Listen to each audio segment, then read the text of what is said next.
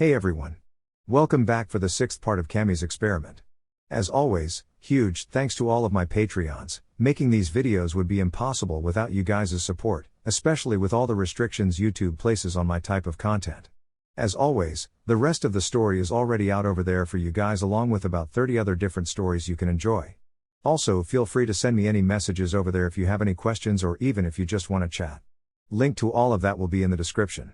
Anyways, everyone, enjoy the video. Prelude to Kiri. 11.5 months into training trip. Leaving the comfort of Wave Country was the most difficult part of the trip for the Senju family, and they didn't leave whole.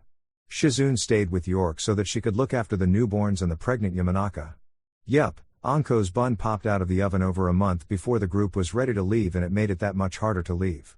Rias was broken up about it, and Naruto didn't really want to leave Ino, but they needed to make their rounds during the training trip, and the plan was for Naruto to Hirishin the whole group back to Wave after their time in Kiri. He had set up the beacon seal in the Senju villa, and he could constantly feel it like a beacon in the night sky. He would need to get the beacon seal set up in each city to make travel easier. Anko and Rias had a beautiful red-headed baby girl that looked like a true Uzumaki. Rias was always partial to her Uzumaki heritage and wanted to honor the last full-blooded Uzumaki and Heavenly Mother. Thus, Anko gave birth to baby Kushina and blessed the Senju family with the first red-headed baby. If Himawari's birth at the hospital was chaotic, then Anko's labor was hilarious. The Senju family in the waiting room played hot potato while juggling a stressed Tsunade. Luckily, Anko decided to spike some of Tsunade's sake, so she was slightly more manageable than normal. Only Naruto and Kurama were put through the hospital walls this time around. The decision to split the training group was the only natural choice to be made, with Anko and Himawari being newborn mothers. The hardest part was that both significant others were Naruto's alters, and Naruto needed to be present as they made the rounds for the training trip. Naruto had still not found a realistic way for the alters to be separated for extended periods of time. He tried making blood clones, but neither the Bijou nor the alters were able to use the blood clones. Not to mention the blood clones cost a couple liters of blood apiece and over half of Naruto's chakra to make. In addition to not having a proper clone for extended stays outside of the seal, it was clear to everyone that prolonged absence from the original was bad for both the original and the alter ego. Under strict supervision of Tsunade during their time in Wave, they pushed this experiment to the max. Rias was the most stable and independent of Naruto's alters, and she stayed outside of the seal for 1 month and 3 days. The last week of that experiment was sheer torture as Naruto started to become manically depressive and Rias' personality started fragmenting. Needless to say, the conclusion of the group was to continue following the current status quo of 1 night and day per week within the seal. Despite all of the distractions, the group made the most of their time in Wave. Tamari chose water as her secondary element and was able to start her level 3 control exercise before she left Wave. She was still far from incorporating it into her battle style, but she was already demonstrating proficiency in the element. She enjoyed the training because it meant more hands-on practice with Naruto and more time spent with him. She was hovering just below's rank overall, and she was very happy with her results. Gaara decided to try the water element as well, but it was exceedingly difficult for him. Evidently, Shikaku really despises water and fought against making it one of Gaara's affinities. Thus, the Suna redhead focused on his wind and earth jutsu. Naruto was his training partner for both affinities, and the two Jinchuriki were true brothers in all but name. In Tsunade and Kurama's opinion, Gaara was firmly within those ranks now. After nearly a year of griping from Shukaku, Naruto finally found a way to alter Gaara's seal so that he could release the Tanuki. Shikaku made his presence known a month before leaving Wave, and he agreed to tame down his personality quite a bit. Unfortunately, his high-pitched, shrill voice took a while for everyone to get used to. As he spent more time out of the seal, the Senju family agreed that he became tolerable. He wasn't going to win the most charming friend of the year anytime soon, but he was tolerable. Hinata started her apprenticeship with Tsunade as a combat medic, doctor and lethal badass kunoichi. She may have been severely far behind the group's average, but it was blatantly clear that everyone wanted her there, and they all chipped in to help the Hyuga heiress catch up. Hinata had a very solid base to work with, and she slid right into the daily routine. It was good that she joined in Wave because between the time in Wave and Kiri, it provided the ideal opportunity to master her water elemental affinity. In addition to training, Hinata joining the group made for a happier Gaara. The two were both incredibly awkward and hilariously shy compared to the other couples in the Senju villa. It was endearing to watch both of them slide into their relationship and become more comfortable in their own skins.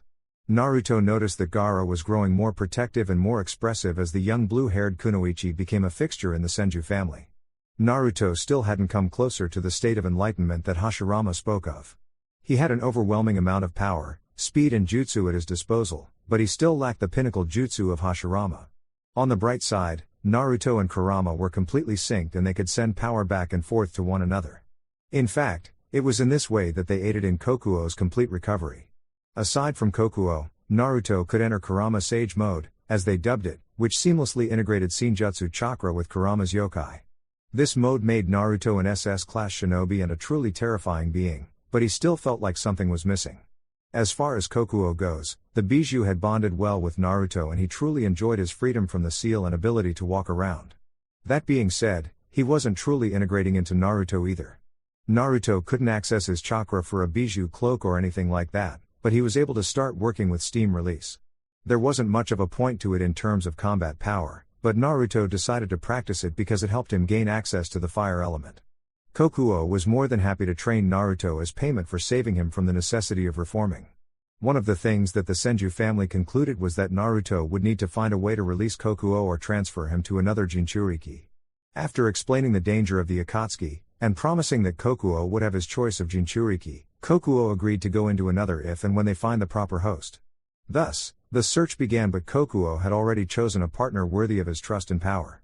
It all led to this conversation in the Senju compound 2 weeks before leaving. Kokuo, in his human form outside of the seal, sat on a chair next to Kurama and addressed the Senju family. Okay, so after talking about it extensively with Naruto, we agreed that it would be better for me to move to a different partner. Gaara nodded, but Shikaku asked the question on everyone's mind, have you decided on one of us or are you going to continue looking? Patience, brother, please. Kokuo chided. I have made my choice, but she must agree as well. This drew speculative glances from those in the room, but Temari felt Naruto's hand give a comforting squeeze to her own. Feeling that, Temari spoke up hesitantly, Ko, who did you decide on? Kokuo looked at her in a serious manner, but there was an air of compassion in the stern gaze. You, dear girl. Temari was taken aback, and everyone actually nodded at the choice. Ino immediately moved into a supportive role and hugged Temari from behind. After a moment, Temari recomposed herself and lifted her gaze to Kokuo. Why me? Kokuo smiled endearingly at Temari. I have come to appreciate Naruto and this whole family. You are the only humans I trust, and as such you are the only options for me. As for why you, I would say it is because I synchronize best with your personality, and I would complement your jutsu arsenal best. Imagine a steam cloud propelled by your potent wind chakra. The thought sent shivers down everyone's spine, but it was Yami that spoke what was on everyone's mind. That's fucking terrifying. Melt whole battlefields alive. Naruto decided to speak up. I have talked to Ko a lot during the training trip. Sure, it helps that Temari is heavily synchronized with me. Sure, it is a matter of trust.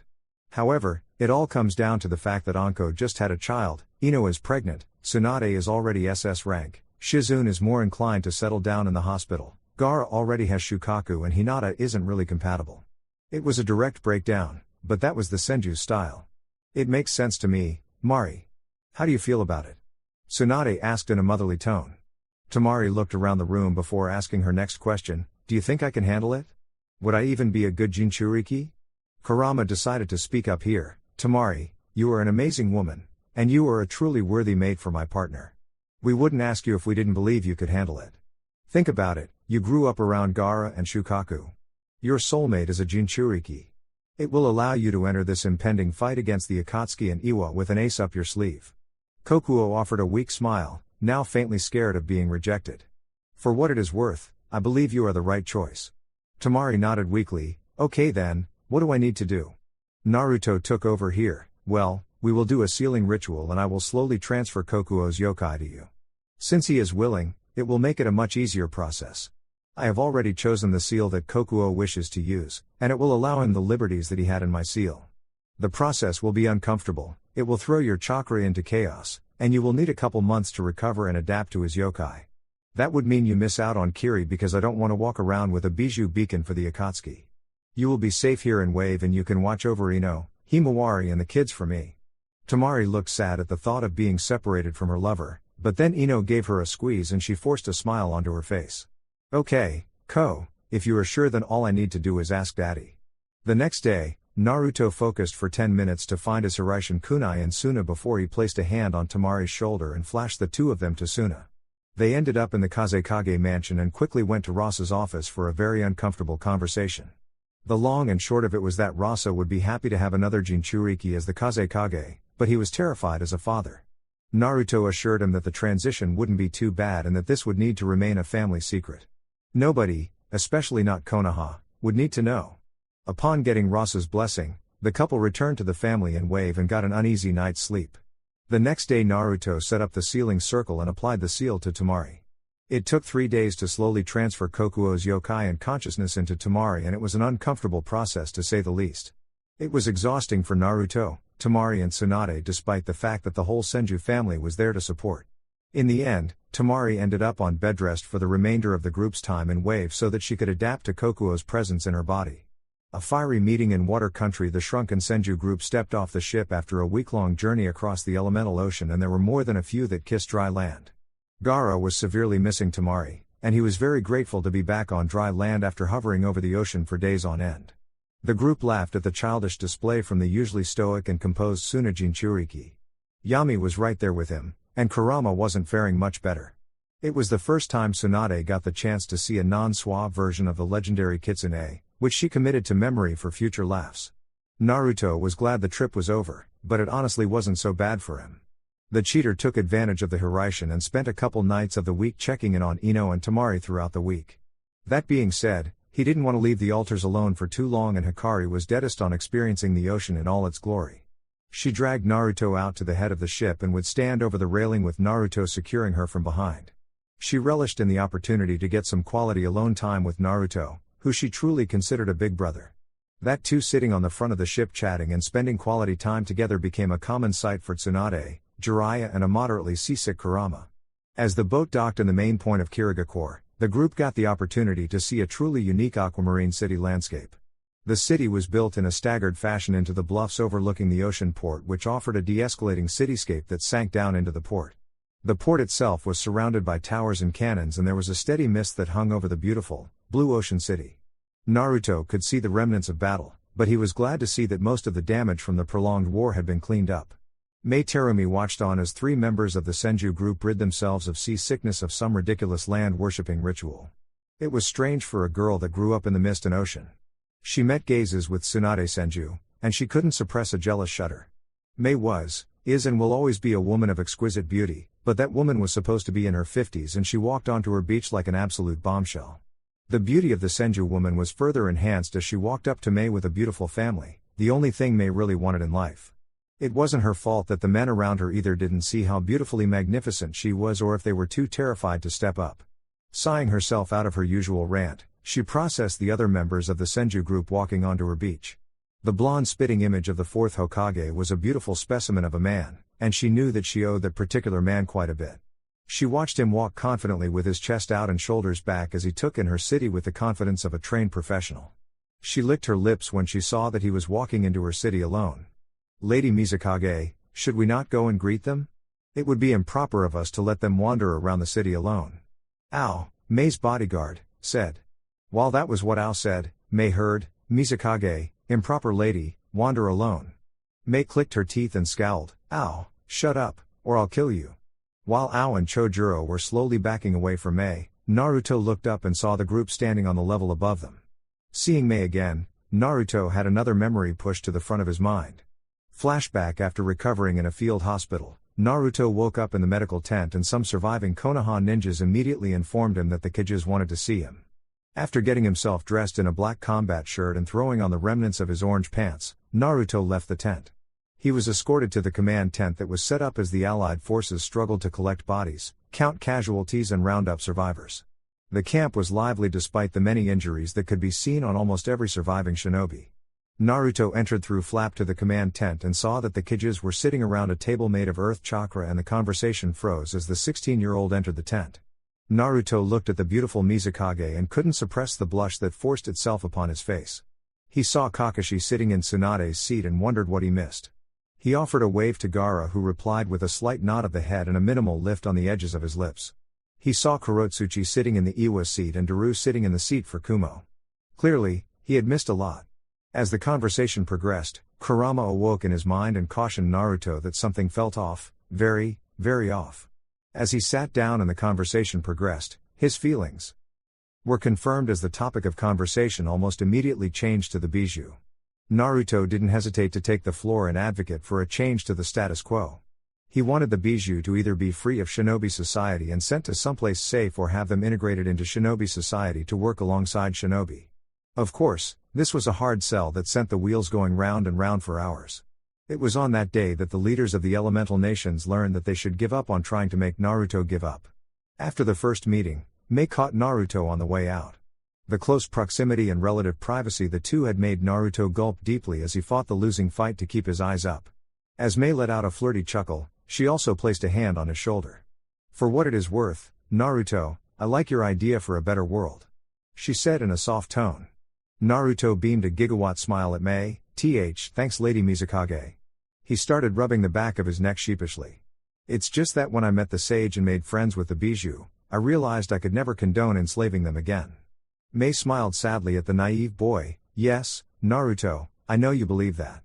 I want you to know that I will not get in your way, but I cannot offer my overt support. I need to focus on gathering my nation back together and do what is right by my people." Naruto's smile fell and weariness settled over his azure blue eyes. "Look, Lady Mei, if you won't take a stand then they will plunge this world back into the cycle of hatred." "For what? Why? There is no reason to let it happen and it takes powerful women like you to keep the men and boys of this world on the right path.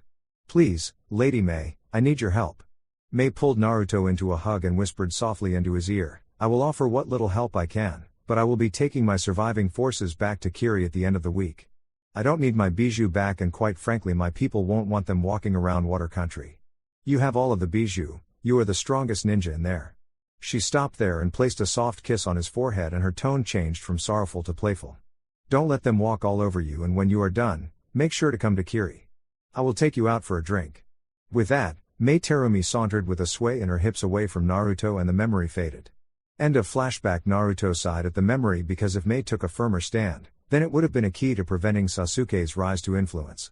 Naruto could forgive Mei for her decision, and he had made peace with her a long time ago.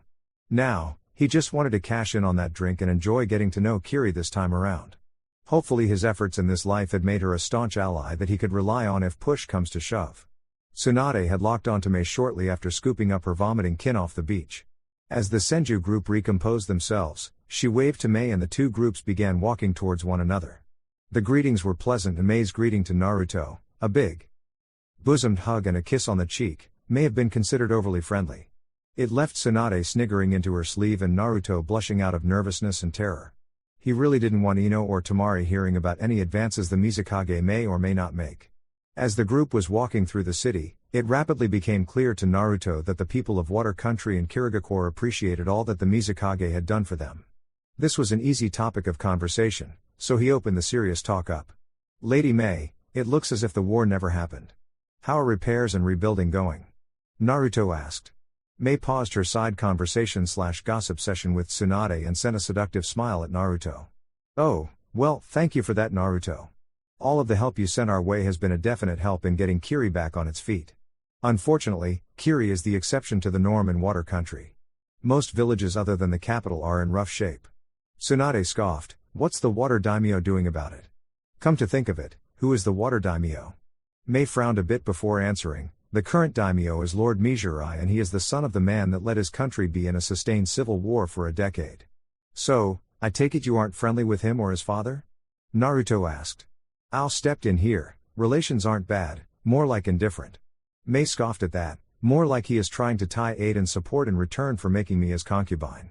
Tsunade growled. Kurama took her hand to comfort her, and Naruto's chakra flared.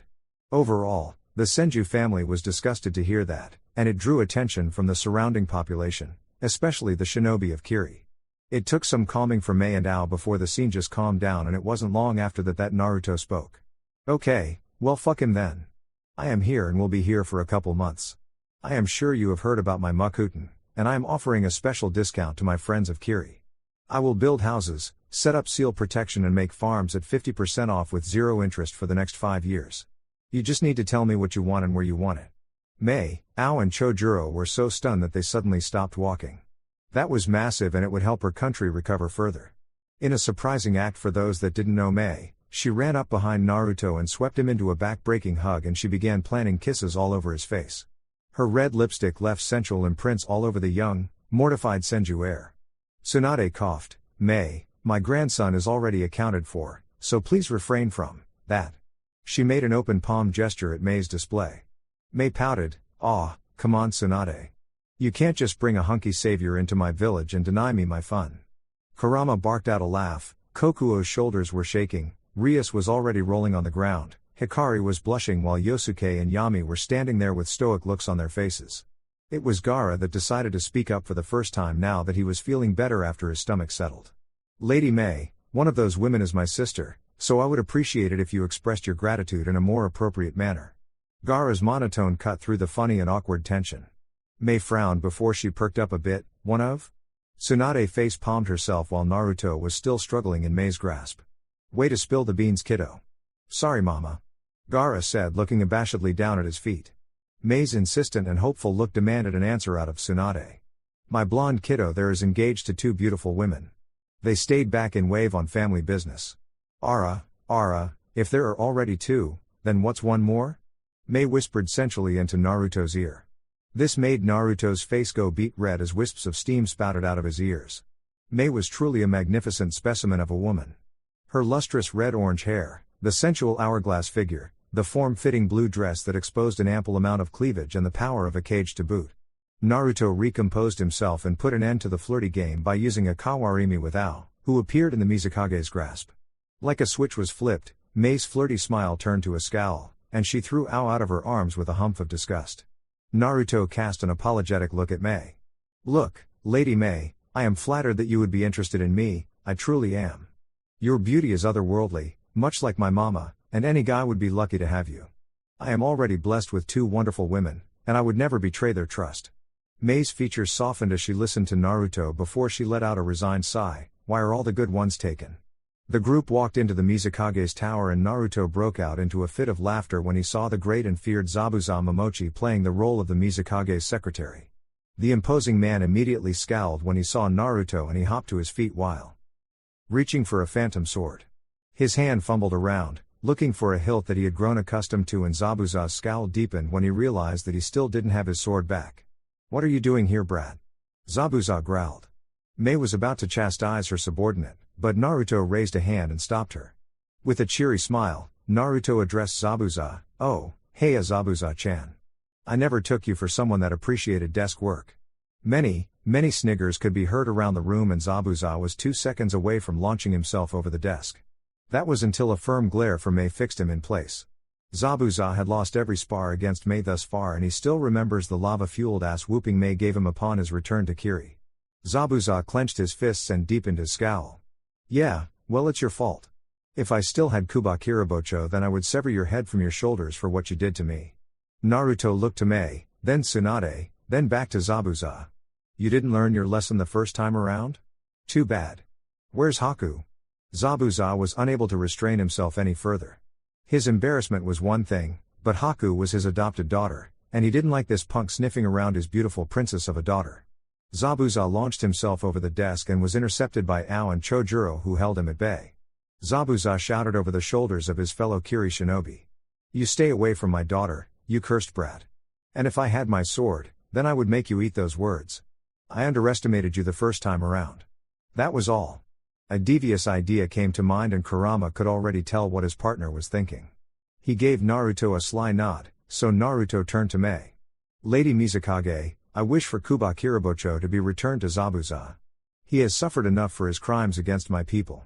I also request a duel between Zabuza-chan and myself to settle this once and for all. If I win the duel, I will take what Zabuza holds most precious." May was backed into a corner now. This fool had once again offended one of her greatest supporters and ruined things for her. Naruto had every right to request a duel after such a display, and she had little reason to refuse him. With a resigned sigh, May answered Naruto. "Very well, Lord Senju, I will set the duel up for 3 days from now." "Zabuza, what do you wish for if you win the duel?" Zabuza growled, "The kid's head will be just fine for me." Naruto cocked his head to the side and looked into Zabuza's beady eyes. "What did I ever do to you? I stopped you from harassing my people, I beat you in a duel, I spared your life after you violated the terms of the duel, I helped your country with its rebellion, and I sent you back to your country. I fail to see what I have done to earn your ire except wound your inflated pride. At that moment, Haku appeared in front of Zabuza and put a calming hand on his shoulder. The big man visibly relaxed into Haku's touch, and his growl subsided. Haku turned to Naruto and bowed to him. Please forgive my father, Lord Senju. He is a proud man, and he has been repeatedly humbled since his defeat at your hands. Haku's voice was soft and melodious, and it broke the tension in the room. Ao and Chojuro stayed quiet, but Mei didn't. She broke out into a fit of giggles. Oh, Haku, you just hurt your father's pride far worse than this boy here. He. Okay then, Zabuza, you may go to the armory and get your sword. You will be allowed the next few days off for your duel. If you win your duel without killing this man, then you will be allowed to rejoin the Seven Swordsmen and you will be relieved from your duty as my secretary. Zabuza bowed to Mei, humphed and then stormed out of the room.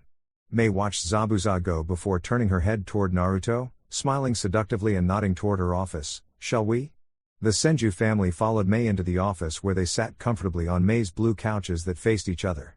Mei sat in an ornate-looking blue chair in view of the two couches and crossed her left leg over her right, giving everyone a nice view of her long, toned legs through the slit of her blue dress. Naruto, Kurama and Gaara made a show of averting their eyes while Tsunade just scoffed at the obvious attempt. All right, my valued investors, to what do I owe the pleasure of your company? Mei left the pleasantry at the doors of her office, which made Chojuro fidget in agitation. Naruto looked at Tsunade, who decided to take the lead. Well, Mei, we are on a training trip, and we are making the rounds to prevent something catastrophic.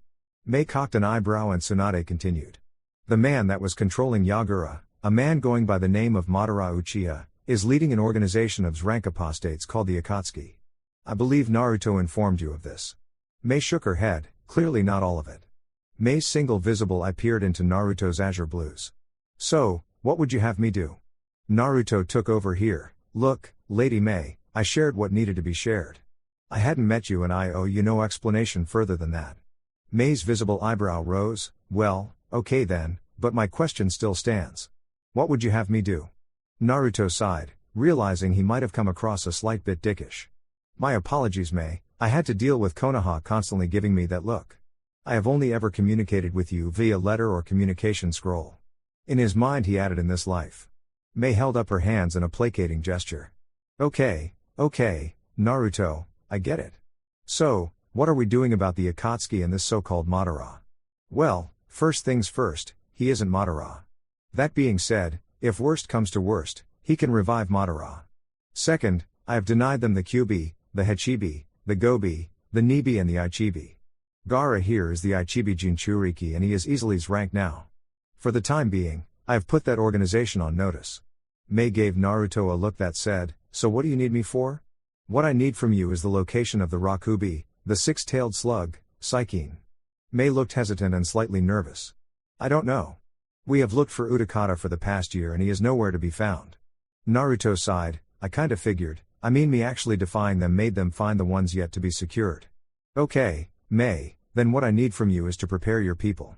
Get Kiri back on its feet and get it ready for war. Mei looked affronted at this. You can't tell me to get my people ready for war and then not elaborate. Tsunade took over and attempted to placate Mei. Mei, we have information, and it isn't good. It is also not something that we can handle on our own. They have a Mega Corps, an army of plant creatures and they are likely taking over, or working with, Iwaiga Corps. Mei looked taken aback at that. Why? Was the one stunned question she asked. It was Naruto's turn to play the bluff card they had prepared. Hopefully, he had earned enough trust with Mei for her to buy it. Because they want to enslave the world, or at least that is what Kurama tells me. Naruto nodded toward Kurama. Mei looked at the fiery red man and licked her lips, forgetting the tense situation and discussion in preference of taking in the godlike man. And who are you, Mr. Kurama? Kurama smirked deviously, which turned Mei on even more. I am what you would refer to as the Kyubi no Kitsune. Silence, dead and uninterrupted silence permeated the room until the Senju family burst out laughing at the gobsmacked looks on Mei's, Ao's and Chojuro's faces. The Kiri trio remained stunned for quite a while before they snapped back to reality. How is he out of the seal? Ao asked in a disbelieving voice. And how does he have such a handsome human form? Mei added, bring a tick mark to Tsunade's temple. Kurama shrugged and leaned back into the couch. I have the kid there to thank for this. He found a way for me to temporarily leave the seal. Makes life in captivity a lot more amenable when I can get out and mingle among you humans. Turns out when you mix handsome blonde and dapper fox you get handsome kitsune male. Naruto couldn't help but laugh at that. Toot your own horn much, Q? Kurama chuckled. Hey kid, she said it, not me. Tsunade bonked Kurama on the head and whispered in his ear, keep flirting with the siren and you can sleep in your own bed tonight. Kurama instantly quieted and withdrew from the conversation. Wow, okay, well, that is a lot to take in. So, what do you plan on doing here while in Kiri? Mei asked, trying to wrap her head around the conversation. Naruto took over here. Well, I wouldn't mind brushing up on my kenjutsu, which we can do after I humble your demon, and I will also take jobs from you and help you get back on your feet. While I am doing that, you can train Hinata on water techniques, Gaara on countering water techniques, and I will let my siblings do what they want. Don't forget me, Gaki. Jiraiya added, realizing that he had been forgotten nearly the whole time. For the great Toad Sannin, it was really depressing that the Mizukage hadn't even taken notice of him, not even once. Everyone's attention shifted to the legendary pervert who was leaned up against the wall and observing the conversation. Oh, Jiraiya, what do you want? I didn't even realize you were still here. Naruto said blankly. Jiraiya scoffed, well, I thought we were here to get an ally for Konoha? Isn't that why you supported the rebels? Naruto suppressed the urge for facepalm. This man seriously lacked the subtlety required for international diplomacy. Look, Grandpa, how about I just do what is right and let Lady Mei and Kiri come to their own conclusion? Jiraiya frowned. Look, Gaki, I have let you conduct this training trip because you said it was in Konoha's best interests. And it is. Now shut up, sit down and let the adults talk, Jiraiya. Tsunade said forcefully. Mei giggled as Jiraiya pouted in the corner. Tsunade was the only person in the elemental nations that could always cow Jiraiya. Mei took in the tense situation and realized that Konoha wasn't exactly in the good books of the Senju family. Figuring she could dig for more information later, and without Jiraiya listening, she let it drop. Okay, well, why don't we get you set up in my seaside estate and we can get down to business tomorrow? Naruto, if you are offering, then I will take you up on your offer to build housing and other buildings with your Makuten. Naruto stood and bowed politely, as you wish, Lady Mizukage. 3 days later, a demonic rematch. Zabuza had trained like a madman to scrape off the rust that had accumulated over the last year. He truly hated the Senju boy because being a missing nin was better than being Mei's poster boy. His return to Kiri was supposed to be glorious and bloody, but instead it was anticlimactic. The Kiri forces were demoralized and there wasn't even a final boss when he arrived in the city. Then, the worst happened. Mei decided to enforce his punishment once the war was officially over. She took his sword, she took his job, and she took his dignity, all because he raided some island that was protected by some brat. As if he were supposed to know that the Senju brat was the protector of Wave. That was why, yes, that was why Zabuza craved the kid's blood, and he was going to use Kubakirabocho to get it. Zabuza walked into Kiri's arena, and he took a deep whiff. He always did appreciate the smell of blood in the sands of the arena and the age-old story that the blood told him. He reached an arm back and his hand met the hilt of Kubakirabocho, which filled him with a sense of comfort and strength. He growled beneath his bandages as he looked around the arena in an attempt to find his bratty opponent. After clearing the arena, he looked up to the cage's box and saw the brat sitting on the railing just chatting casually with Mei. Damned brat is going to die for not taking him seriously. Naruto heard the crowd's volume increase and he sensed Zabuza entering the arena. Truth be told, he was enjoying his conversation with Mei, and he didn't really feel like fighting. Oh well, a man has got to do what a man's got to do. With a casual wink at Mei and a smirk from Tsunade, Naruto leaned back over the railing and flipped into the arena. As his feet hit the arena floor, a flurry of sand spread, and a small dust cloud covered his lower body. Naruto turned with a cocky smirk on his face for the express purpose of pissing Zabuza off. Jiraiya couldn't believe he was roped into doing this. The damn Gaki treats him like the plague 1 second and then asks him to be the proctor of a spar the next. Jiraiya had given up on trying to figure Naruto out and he had resigned himself to enjoy the ride and hopefully earn the brat's forgiveness. With those thoughts aside, Jiraiya stepped forward and addressed the fighters and the surprisingly full audience. Alright, ladies and gentlemen, I am the Toad Sannin Jiraiya, and I will be the proctor of this duel today. What many of you don't know is that the man, Naruto Uzumaki Senju, is my grandson. You may not know that he was a supporter of your rebellion and at some point, during his adventures he crossed swords with Zabuza Momochi and beat him in single combat. He then sent Zabuza back to Lady Mei Terumi so that he could join the rebels' efforts. Evidently, this left a sour taste in the demon of the hidden mist's mouth, and he challenged my brat to another duel. Jiraiya paused here due to the jeers and boos of the crowd, which were surprisingly aimed at Zabuza. With a chuckle and shake of his head, Jiraiya continued. Now, today the stakes of the duel are as follows. If Naruto wins, then he gets to take what Zabuza holds most precious. If Zabuza wins, well, he wants my kid's head. This will be a Kenjutsu only fight and will only go until I call the fight. If I stop a death blow, then that will mark the end of the fight. It seems like the fighters wish to talk before the fight starts, and I always love dramatics, so let's give them the mic. The audience fell silent in an attempt to catch the pre-fight banner. Of course, it was Zabuza that led things off while Naruto stood there smirking. You Kami damned brat. I wanted a fight and you just had to go and make a spectacle of it. Zabuza growled while gripping his cleaver. Naruto shrugged, nah, not me, Zabuza-chan. I simply listened to Lady May. Truth be told, I could give a fuck less about this fight. Zabuza's growl damn near turned into a bark. You think you can fight me without taking me seriously? You are just a brat that got lucky last time around. Naruto yawned and went through some exaggerated stretches. Are you done yet or do you want to keep digging your own grave? Zabuza forced out a laugh. Oh, please brat. You can't beat me in a straight Kenjutsu fight. You aren't even a real ninja in my book. It was Naruto's turn to laugh here and laugh he did. He actually started rolling around laughing before he got to a knee and started slapping his knee. Oh, Kami. The irony is too good. For those of you that don't know, Zabuza doesn't consider you a real ninja unless you are in the bingo book. Tell me, Zabuza-chan, when was the last time you checked the bingo book? Zabuza shrugged, wouldn't matter anyway. You are fresh out of your diapers. Ain't no way you're in the book. If you were, you would be in the small fry section. Naruto abruptly stopped laughing and reached into his pocket. There was a small puff of chakra smoke and Naruto pulled out a black book that Zabuza recognized. Naruto flipped almost halfway through the book and began reading aloud. Zabuza Momochi, the Demon of the Hidden Mist, overall threat ranking, okay then, nobody cares about the rest of this one-trick pony's details. Hidden Mist Jutsu, a couple water techniques and the Kubakirabocho. Now, Zabuza, I am in this book. You are page 97, Naruto started laughing again before he asked his next question.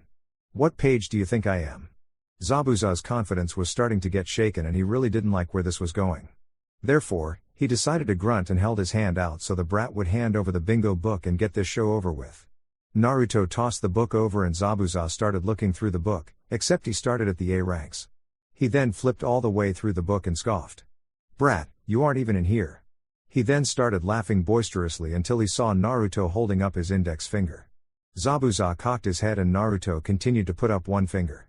With a resigned sigh, Zabuza flipped to the first page and his eyes went wide. Zabuza stared in disbelief at the first page of the newest issue bingo book. He was so stunned, he didn't even notice when Naruto walked over and took his copy of the bingo book back. So, Zabuza-chan, my little demon, are you ready to get started? Naruto said with a maniacal growl. Up in the cage's box, Kurama was laughing, Tsunade was chuckling, and Mei was looking on in amazement. Truth be told, she hadn't had time to pay attention to events going on outside of Kiri. That's my kid. It is moments like this that make me so proud. Kurama said, wiping a joyful tear from his eye. Tsunade shook her head, but she couldn't wipe the smile off of her face. I think he gets that from you. You know, that slightly sadistic side of his. He just won the fight before it even started. Mei tore her eyes away from the perfect man and asked, do you have a copy of that bingo book? Tsunade chuckled and handed over the bingo book, page 1. Mei's eyes widened and her mouth hung open as she looked at Naruto's entry in the bingo book. She whispered out in shock, he killed Onoki and Han? Yup, he kinda lost his shit. One of his fiancées was killed in front of him and he ripped them both to pieces. Kurama informed the Mizukage. Oh, okay. Mei replied, not knowing what else to say. Still, Q, do you think he is good enough to win a purely Kenjutsu fight? Tsunade asked, a bit of concern lacing her voice. Kurama shrugged, depends on how much he wants to play with him. If he goes all out, it will be over in seconds. If he doesn't use Sage Mode, doesn't use my chakra and keeps a couple seals on, then it will be a fight. Back on the field, Naruto was asking Zabuza that exact question. Well, Zabuza-chan, do you wish to fight me at my strongest, or do you want to fight me handicapped? Zabuza growled again, but this was a growl of uncertainty. You mean those freaky markings you had on your face last time? Or your bijou since you were evidently a Jinchuriki? Naruto shrugged and yawned once more, either one. But I was actually asking if you want me to keep my weight and resistance seals on. Zabuza could only take so much demoralization before he was forced to turn it into rage. He could not and would not back down. Fight me man to man. Take off your damn seals but don't use your borrowed power. Naruto's attitude did a 180. Look here, motherfucker, ain't nothing about mastering the Kyuubi's chakra or using Sage Mode as borrowed.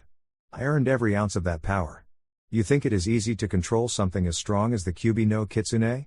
You think it is easy to control Shinjutsu chakra that is so potent it will turn you to stone if you go out of balance with nature? Go fuck yourself. Let's get this over with. Naruto held out his hands and 5 seals glowed on his wrists, ankles and sternum. Naruto shook out his arms and legs, jumped nearly 40 feet in the air and then unsealed Benihime. He held Benihime's scabbard in his left hand and kept the blade sheathed while clicking open the safety latch. Naruto looked meaningfully to Jiraiya, who then looked to Zabuza to confirm that he was ready to start the match. Zabuza nodded stiffly and took Kubakirabocho into his right hand. The crowd roared as Jiraiya took a coin out of his pocket and flipped it into the air. As the coin impacted the soft dirt of the arena, Zabuza blurred forward holding his cleaver to his bottom right leg and he began with an uppercut strike. Naruto performed a lightning-fast sidestep and countered with a blow to Zabuza's temple with the scabbard of Benihime as he began a spin slash with Benihime. Naruto's katana was sheathed in an enormous amount of wind chakra that extended the blade nearly 3 feet longer than its metal. The wind blade smashed forcefully into Kubakirabocho and left the first knack of the fight in Zabuza's blade. As Naruto's spin strike was stopped, he spun counterclockwise, away from the block, and dipped down which sent his strike at Zabuza's calf. Zabuza struggled to maneuver his sword for another block. He growled because he was never meant to fight defensively. In an attempt to regain the initiative, Zabuza lashed out with a straight kick in an attempt to catch the brat. Naruto dodged the kick and continued to spin and dance his way around Zabuza while he kept Zabuza on his back foot. The whirling tide sword style was actually a kenjutsu style modeled after the ancient dances of the Uzumaki clan. The clan incorporated the natural movements of the tides into their sword style and the katas of the style could be called a dance. Like the waves, the style crashes into the opponent with unrelenting power. Like the tide, the style ebbs and flows, in and out of the opponent's reach and guard. Like water, the style is slippery and difficult to catch. Like the whirlpool, the style wears the opponent out and grinds them to dust with the might of the ocean. Zabuza could never gain the initiative in the fight. The kid was too fast, his sword was too dangerous and Kubakirabocho had seen better days. The damned Uzumaki sword was terrifying and the wind blade over it was menacing. It was nearly invisible, but Zabuza knew it was there. Each time his cleaver blocked the relentless strikes, Kubakirabocho groaned in pain and paid the price in metal. Zabuza had yet to let his cleaver taste the kid's blood and the blade was starting to look shabby due to the repeated abuses. As Naruto transitioned from a counterclockwise spin with an overhead strike, Zabuza threw his cleaver into a two-handed blocking position. Therefore, he wasn't ready when the blow didn't impact his sword and he felt a stabbing pain in his gut. He looked down and saw a wakizashi had just stabbed through his side. Naruto had dropped the sheath of Benihime and was now holding the wakizashi in a reverse grip. Despite not being hit in a vital spot, Zabuza started bleeding profusely as Naruto pulled his wakizashi out of Zabuza's side and jumped back to reset the fight. Naruto took up the stance of the twin rampaging dragon tails stance that he had learned. Benihime was held out and diagonal behind Naruto's right side while Dragon's Roar was held in reverse grip across Naruto's chest.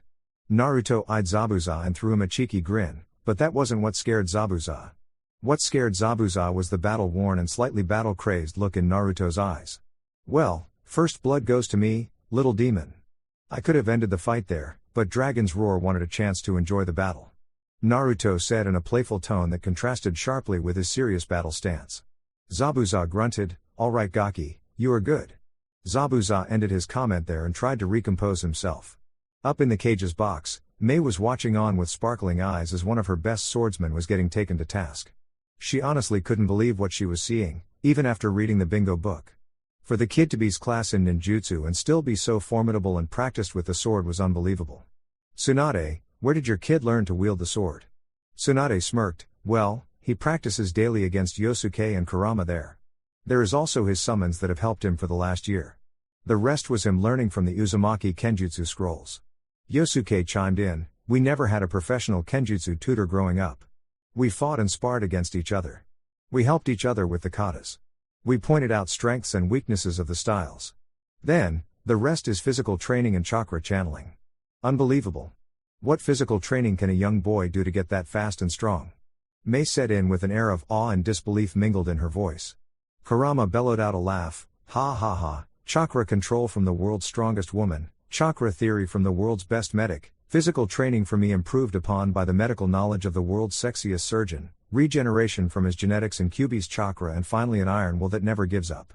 That is how. Mei turned her head to the sexy redhead that was clearly flaunting his feelings for Tsunade. Oh ho? Are you and the Senju princess together then, Red? Tsunade and Kurama both blushed and looked down slightly before Kurama firmed his resolve. If and when she decides to have me, it would be the greatest honor of my lifetime. Tsunade's blush turned scarlet, and Mei giggled cutely before squealing like a fangirl. Oh my, how bold. Mei then sighed wistfully, if only Kami would bless me with such a man. Up in heaven, Kami heard Mei's blessing. That beautiful woman was afflicted by the curse of beauty. It had denied her happiness the last time around as well, and that didn't sit well with Kami. The woman was one of her chosen's allies, so Kami began scheming. Her scheming was disrupted by shouts of joy from the rowdy Uzumaki crowd that had gathered to watch the fight. Kami looked over the rowdy red-headed crowd and she chuckled at how much joy her chosen had brought to the pure world. At a kid. Show him what an Uzumaki can do. That's my boy. Make the Senju proud. Hey cousin. It is clearly the Uzumaki in him that is helping him decimate the demon of the mist. Oh, shove it Arasher. That kid is more Senju than Uzumaki. That strong body comes from the Senju. Oi. Can it Tetsuyo? Let me be proud of my descendant. He is my descendant too. Kami sighed as a rowdy familial fight broke out once again in her domain. The two families sure did make it livelier. She hosted this viewing party in her stadium hoping that it would bring her realm together, but sometimes the rowdy Uzumaki and their stubborn Senju cousins took things a little too far. My apologies, Kami-sama. Mito Uzumaki Senju bowed her head in apology to the deity of the realm. Ha, gotta love good old-fashioned family get-togethers. Kushina overwrote Mito's apologies with a boisterous laugh. Toburama sighed, we are acting like this in front of our creator. I feel you, great Uncle Toby. Minato said despondently. Kami let out a melodious laugh that echoed across her realm. It is quite alright you three. It has been much livelier around here since we all started tuning in again. Mito, is your husband still trapped with Sasano? Mito sighed sadly, yes, he is still trapped in the drunken dreams inside his gourd. Kami snapped her fingers, don't worry, Mito. I will have a talk with my son Sasano and get it sorted out. Hashi's soul was never Orochimaru's to give. That's it. Get him kiddo. That shout drew everyone's attention back to the fight.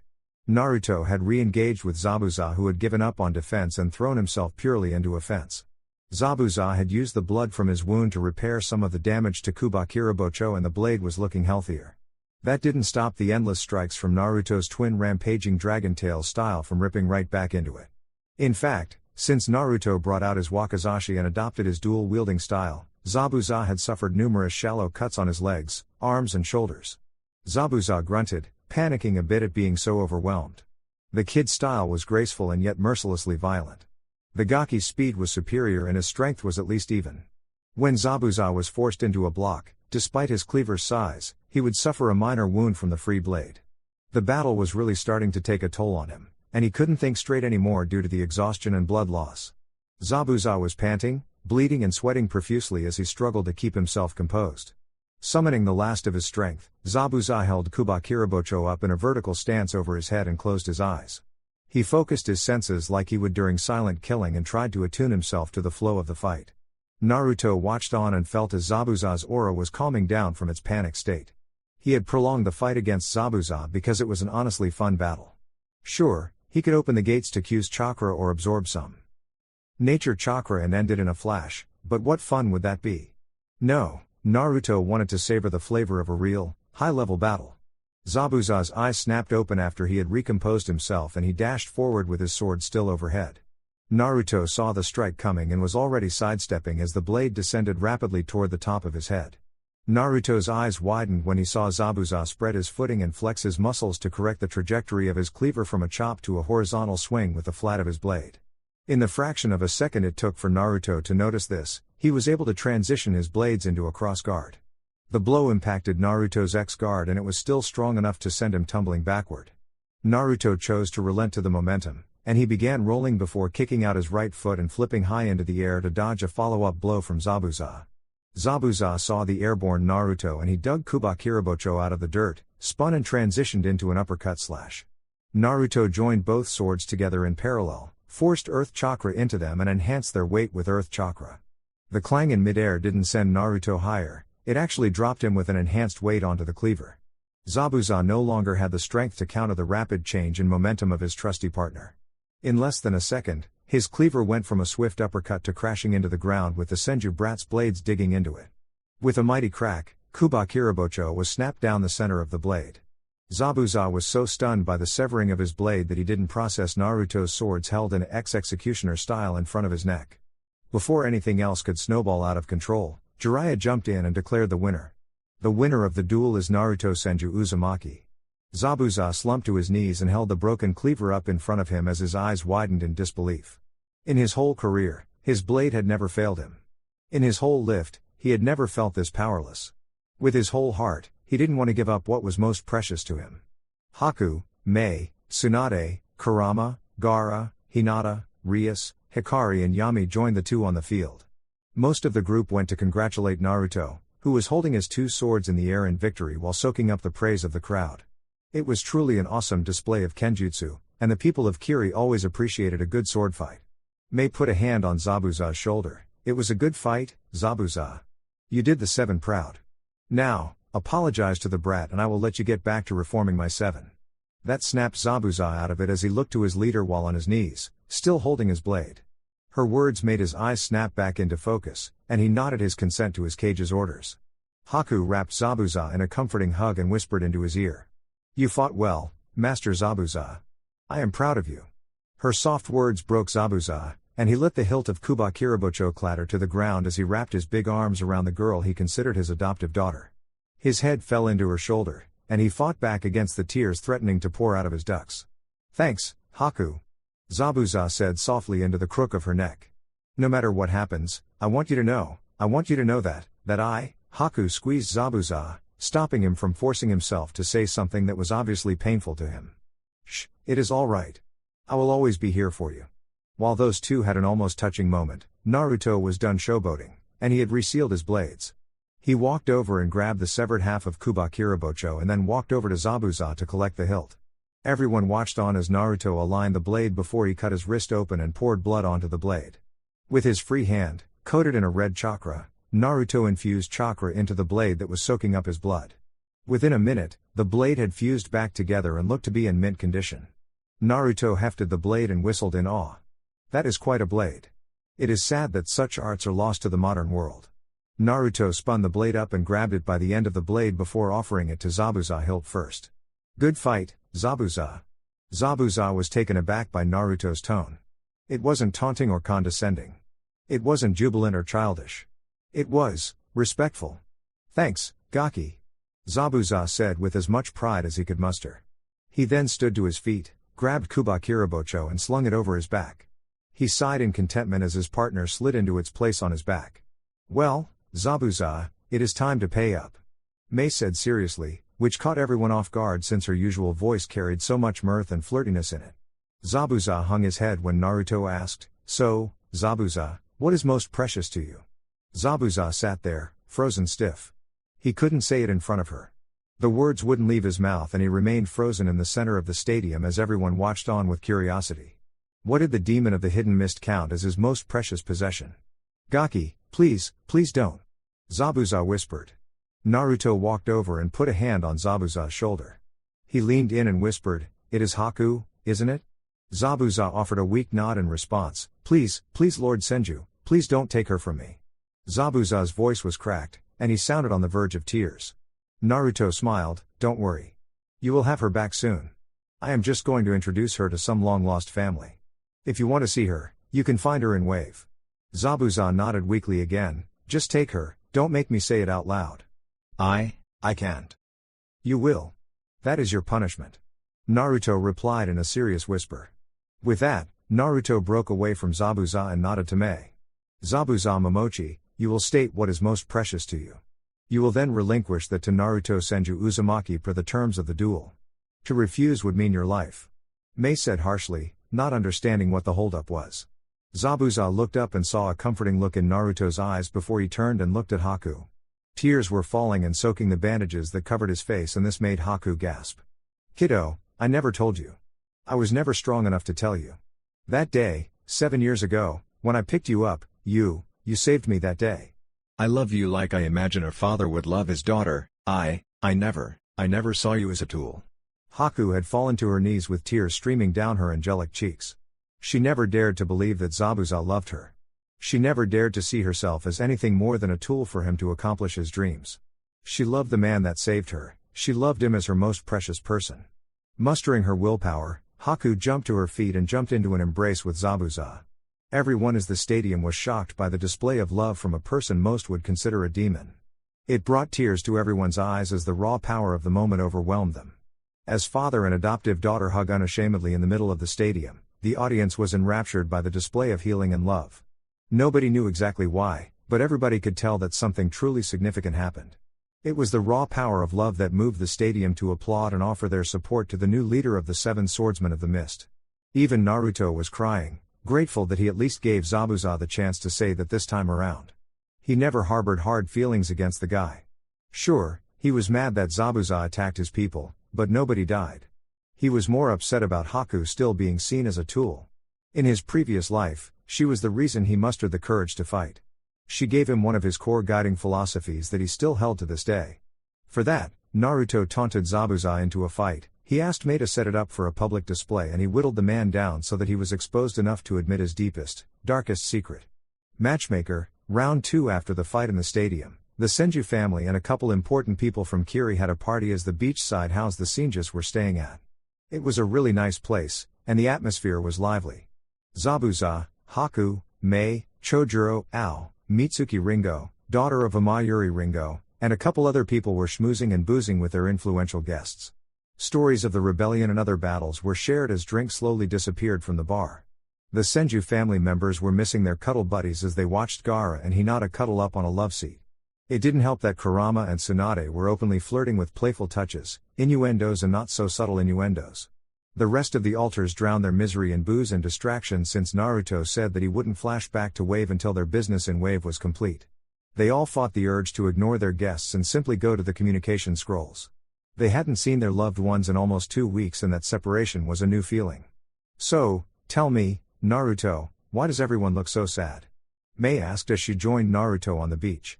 Naruto turned and met Mei's gaze before offering a sad smile. "Well, for a couple reasons. Most of us left our significant others back in Wave.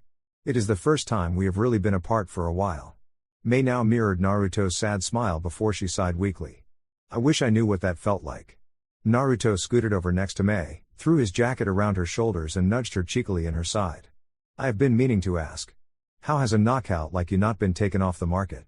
Mei's sad smile turned to a frown. "You know, Naruto, I don't really know. I have spent my whole adult life fighting for a cause I truly believed in. I always told myself that after the fighting was over that then I would find somebody to settle down with. I guess it just never happened." Naruto threw a comforting arm over Mei's shoulders and pulled her into his chest. Naruto was almost 6 feet tall, and he was 185 pounds, which meant that he was much bigger than Mei despite the age difference. "That is a damn shame, Mei. You seem like a pretty amazing woman to me." Mei leaned into this boy that she barely knew, yet she felt completely comfortable in his arms. It didn't matter that there was a 12-13 year age gap, not at that moment anyway. Well, Mr. Senju, that is mighty forward of you." Naruto chuckled, but he didn't change the position. "Nah, I am just telling the truth. I am not coming on to you. I have 2 beautiful women that own my heart, and that is more than I could ever ask for." Mei cursed in her head. Of course the good ones were already taken. She shook off the thought and asked her question. "If you aren't coming on to me, then why are you comforting me, cuddling me and letting me wear your jacket?" Her tone was sly and just a slight bit sexy. Naruto chuckled again before responding. "Because I wanted to show you how a woman of your caliber should be treated." Mei sighed, but it sounded more like a sexy pout. "The good ones are already taken. Nah, if you want, I have someone you might like. He is strong, genuine and a man I have come to respect." Mei cocked her head cutely on his shoulder and her visible eye twinkled with hope. "Oh? And who might that be? You ever heard of Might Guy?" Mei pushed herself off of Naruto's shoulder and looked offended. "You mean the guy that runs around in green spandex?" Naruto laughed heartily at that, but he pulled Mei back into his side. Yeah, he used to. I fixed that. He has his eccentricities, but if you get to see the real Might Guy, then I promise you that you would be pleasantly surprised. Mei cocked an eyebrow at Naruto. Oh yeah? Why is that? Naruto tilted his head, brushed Mei's bangs back over her ear and looked her in her eyes. Because my abilities let me sense somebody's nature. I can feel their chakra, their emotions, and I get a sense of a person. Let me tell you this, Might Guy might be eccentric, but he is one of the warmest chakras and is one of the most selfless people that I have ever met. I get a similar feeling from your chakra, that might just be the lava though.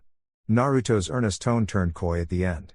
Mei slapped him playfully on the shoulder before she leaned back into him. Why does it feel like I can trust you? Why are you so mature for your age?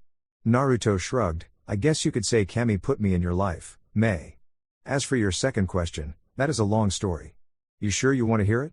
Mei nodded and Naruto gave her the abbreviated story of his life. He told her how most of the Senju family was actually made of his alternate personalities born of childhood trauma. He told her the cover story about his seal and integrating his father's memories from a young age. He told her about Tamari and Ino and all of the other people that brought him back from the brink. Throughout his story, Mei cuddled deeper into him and felt a sense of companionship that she had never really felt before. Once his story was complete, Mei reciprocated and opened her true self up to Naruto. She told him things, insecurities, that she had never spoken aloud before. She told him about the struggle of the rebellion, of losing her family to Yagura's purge and the promise she made. She had made a promise to Kami, Yami and the Shinigami that she would give anything for her home to be rid of the violence. All they wanted was for her people to find happiness and peace. I tell you what, Mei.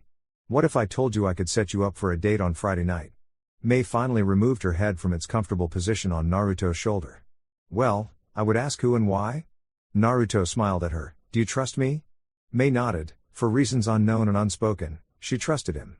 Yup. Then get your best dress, wax yourself and bring your A-game, hun, because I'm going to set you up. Naruto said coyly. Mei laughed. You just want to keep me in the friend zone.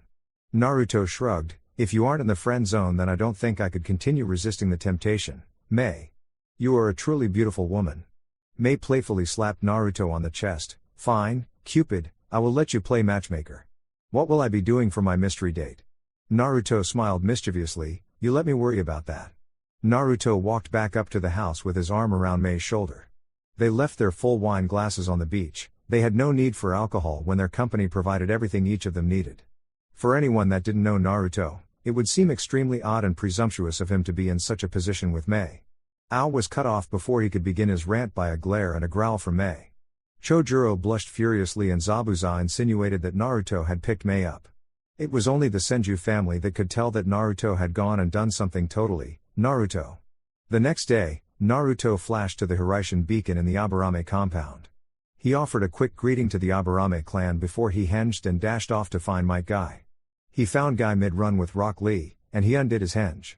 Guy had Lee continue the run while he sat down and had a talk with Naruto. The talk with Guy went well and the green beast of Konoha was hesitant to accept Naruto's idea, but he relented because he had grown to trust Naruto. After another heart-to-heart with Guy, Naruto got Guy to agree to the date. He informed Guy that he would pick him up at 5 p.m. on Friday, which Guy agreed to. Naruto said he would smooth things over with the Hokage, which a shadow clone had already taken care of. On Friday, Guy arrived at the Senju's house in Kiri at 5:05 p.m. Tsunade, Rias and Hikari were ready to dress Guy up to the nines and get him ready for his date. After Naruto shared his plan with the girls, they were all super excited to set the green beast up with the fiery Mizukage. It was amusing to watch Tsunade and Rias get so excited as they planned the date out and got everything set up. It was even more amusing to watch them throw out every suit that Guy had brought before they styled his hair, trimmed his eyebrows and offered him advice. Guy was honestly overwhelmed by everything going on. He had never been a cool guy, but he was starting to feel cool as he looked at himself in the mirror. His hair was cut into a high fade, the tops of his hair was styled with a medium hold gel that looked awesome and his kimono was pretty sweet. Guy was moved to tears when Naruto showed him the kimono he had bought just for Guy. The kimono was sleeveless, royal green with white edging and embossing and it exposed a healthy amount of Guy's chest. It showed off his muscles in a manly way and it would definitely make Guy stand out in a crowd. Naruto grabbed Guy and walked with him to the Mizukage mansion. Guy must have thanked Naruto 100 times for caring so much about him and Naruto let Guy get the flames of youth out of his system on the walk to pick up Mei. After a while, Naruto got Guy to drop his mask and told him that Mei was the kind of lady that appreciated a genuine man. Guy offered Naruto one of his exaggerated thumbs up before his face took on a more mature and serious look. A block away from the mansion, Naruto left Guy and went to get ready for his next role in the date. 30 minutes later, Naruto watched from his position on the boat as Guy and Mei walked down the pier. Naruto had rented a luxury yacht for the date and his clones were going to pilot the boat and serve the couple. Naruto hinged his clones into a typical butler so it wouldn't freak the two out. Plus, Rias, Hikari, Kurama, Yami and Yosuke really wanted to see what the green beast was like on a date, so they hopped into the seal. The date started shaky as both of them were still feeling each other out. It was a perfect night, and the yacht was steady as the two sat at a dining table at the bow of the boat. Naruto served the two dinner he had prepared and was always close enough to top off wine or take orders. Really, Naruto just wanted to be close enough to have a front row seat to the show. Oh my Kami. He is just too cute. Ria squealed from within the seal as Guy asked Naruto if there were any music available. Do you think the kid will be able to pull it off? We never really spent much time practicing the guitar. Kurama asked with the mind link closed. Yami scoffed, I don't doubt he will pull it off. That guy always pulls off the impossible. Hikari clapped excitedly as Naruto went into the yacht, unsealed his guitar and went back out onto the deck. Oh my. Big brother is so cool.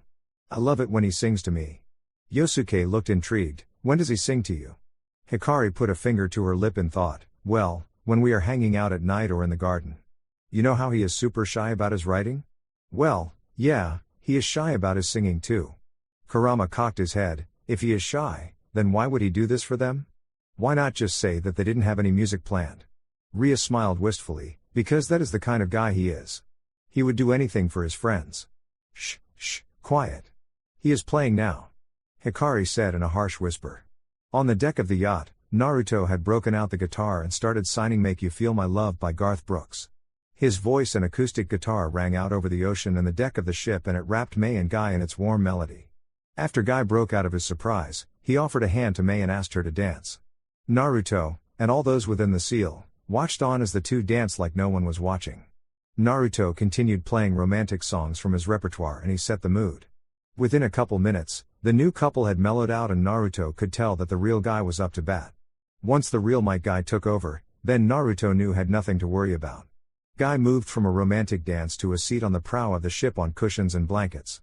Naruto gleamed bits and pieces of the conversation and could tell that things were going well. He continued to strum the guitar for background ambience and his natural senjutsu chakra set the mood and calmed everything down quite a bit. As the ship settled back in port, Naruto watched Guy offer his hand to help Mei dismount and smiled at the level of intimacy he saw. He decided to let Guy and Mei have their privacy, to the protest of the altars within the seal. That night, Guy did not return to the Senju house, which prompted everyone to speculate on what was happening. The prevailing theory Mei was a man-eater and Guy wouldn't be coming home anytime soon. As Naruto was cooking breakfast for the Senju family and the training trip participants, a jubilant Might Guy with a big-ass goofy grin entered the kitchen. Guy beelined for Naruto and gave him a mighty pat on the back, which dispelled the Naruto clone that was cooking breakfast for the family. Naruto got the memories while in the shower and laughed as the image of the goofy grin entered his mind. He finished his morning ritual and joined the ribbing of Guy. Seiken lost after the fun of hooking Mei up. Everybody noticed the glow that surrounded Mei Terumi. There were many rumors spread about the new, cheery Mizukage, and funny enough, some of them were on the mark. Some rumors said that Mei found a secret treasure in Yagura's office. Some said that Mei finally found Yagura and was secretly torturing him. Others said that Mei finally had a boyfriend, which was more on the mark. After the first date, Naruto flashed Guy to and from Kiri on weekends, which Itachi labeled as a diplomatic mission to Kiri. As things settled down and most of the jobs for Naruto were completed, Naruto finally decided to settle down and perform a concerted search for Seiken and Utakata. Naruto had left Hiroshin beacons at many of the job sites and he decided to use Sage Mode to sense for the missing Jinchuriki. Naruto spent a whole week searching the many islands of Kiri with no luck, so he decided to talk to the Kunoichi village of Nadeshiko, which was on the southern border of Kiri. After an incident and talk with Nadeshiko, Kurama finally told Naruto that Seiken was gone, and they should give up on the search. With reluctance, Naruto flashed back to his temporary home in Kiri. "Mama, I'm home." Naruto called out. On the porch Kido Tsunade called back. Naruto walked back onto the porch and sat down next to Tsunade, grumbling about stupid grandfathers and stupid promises. This earned a cocked eyebrow from Tsunade. Jiraiya had disappeared for spy business a month ago, so Tsunade didn't know why Naruto was cursing Jiraiya. Tsunade poured a saucer for Naruto and had him sit down next to her. "What's got you hot and bothered, kiddo?" After grumbling under his breath, Naruto told the story. Flashback: one day ago Naruto had searched most of the islands of Kiri and was at a loss for what to do next. His sage mode let him sense 15 or so miles when he was concentrating, and he had methodically searched most of the land of water. It was at that point that he remembered a funny memory from his past life, and he set off towards the south. Between Kurama's chakra and sage mode, Naruto could move at nearly 150 miles per hour, even on top of the ocean water. He blurred south in the direction of his new supposed target. "Alright, kid, you gotta calm down. After channeling my chakra for half an hour your system is stressed," Kurama said through the mental link. Naruto huffed and sat in a meditative position as he arrived near his target destination. "So, can you sense them, Q?" Kurama focused for a minute before responding. "Nadeshiko is 10 miles west-southwest. Be careful, kid, those crazy ladies almost forced you to stay in their village last time around." Naruto chuckled. "Yeah, Jiraiya never gave me a warning.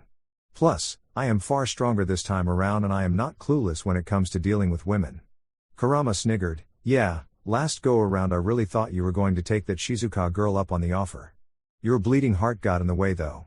Naruto scoffed playfully. "Hey look, even back then I didn't want to be somebody's second best. Plus, I still had the Sakura blinders on. Not to mention, if I stayed there, it is likely that the whole village would have been decimated by the Akatsuki." Yeah, keep making the excuses.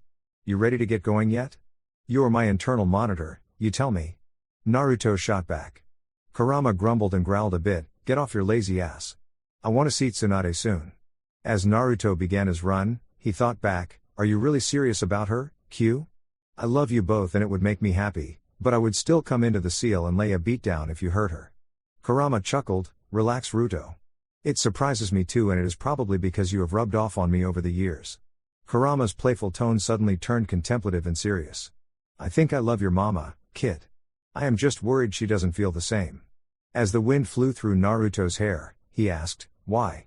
Naruto had seen how Tsunade interacted and how she had grown closer to Kurama. "Because I am a bijou, a demon, a monster," Kurama said just over a whisper. Naruto stopped suddenly as his feet impacted the ground and he skid for a couple meters. His eyes furrowed and his tone grew serious. He summoned Kurama into a shadow clone and as soon as Kurama formed, he decked him hard in the chin. "What the hell, kid?" Kurama shouted. "I just had to knock the bitch out of you. You are Kurama, the Kyubi no Kitsune, Kami's chosen bijou, the strongest of the tailed beasts, but most importantly, you are my friend and my family. I will not tolerate you berating yourself like that." Kurama remained quiet in the mindscape and struggled to stop the tear that was forming on his fox snout. "Look, Q, it's not like I don't understand why you are nervous, however, you owe her the chance to say no." Naruto finished the run to Nadeshiko as Kurama mulled over his words. It certainly was a lot to think about. Naruto slowed down his run and turned it into a casual walk as he approached the gates of Nadeshiko. He knew that this was a village that took its security seriously, especially when it came to men. As Naruto was 100 meters from the gates, he was suddenly surrounded by 10 kunoichi. He chuckled internally and roused Kurama from his contemplation as he recognized one of the kunoichi. "Halt! State your name and business with Nadeshiko." A young, beautiful, raven-haired teenage girl shouted. Naruto held up his hands in a disarming gesture and smiled brilliantly at the girl.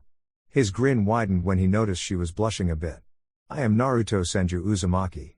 I have come to Nadeshiko village to see if you have any information concerning the whereabouts of Utakata of Kiri."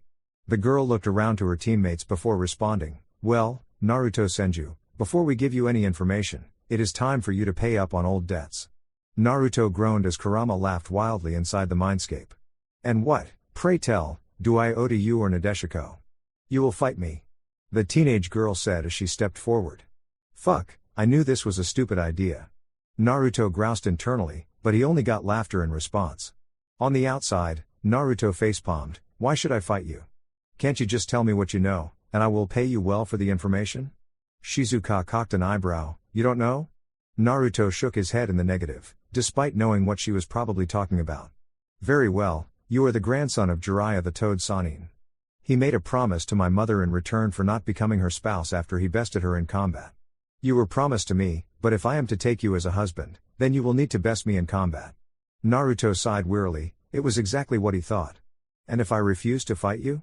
The kunoichi formed a perimeter around Shizuka, basically saying that wasn't an option. Look, princess, if you have read a bingo book recently, you would realize that even the 10 of you couldn't stop me. I highly advise that you just tell me what you know. Shizuka looked highly offended before she took out twin Tanto and dashed toward Naruto. As Kurama roared in laughter, Naruto unsealed Benihime and Dragon's Roar and answered Shizuka sword for sword. He looked bored as he fought a defensive battle and parried, dodged or countered her blows. After 2 minutes, Shizuka got frustrated and started channeling wind chakra into her blades. It was clear that Shizuka was a skilled kunoichi, much like her remembered last time around. It was also clear to Naruto that he was going to have to end this fight before it got out of hand. As he encased his blades in wind chakra, he fell into the stance of twin dancing dragon tails, which was the less lethal version of the twin rampaging dragon tails. Now, as Naruto answered the swords blow for blow, he was winning out with each clash of swords. His wind chakra was bigger and far more potent than what Shizuka could bring to the table, and it was her tantos that were paying the price. In addition, both of Naruto's swords were of a much higher caliber than Shizuka's own.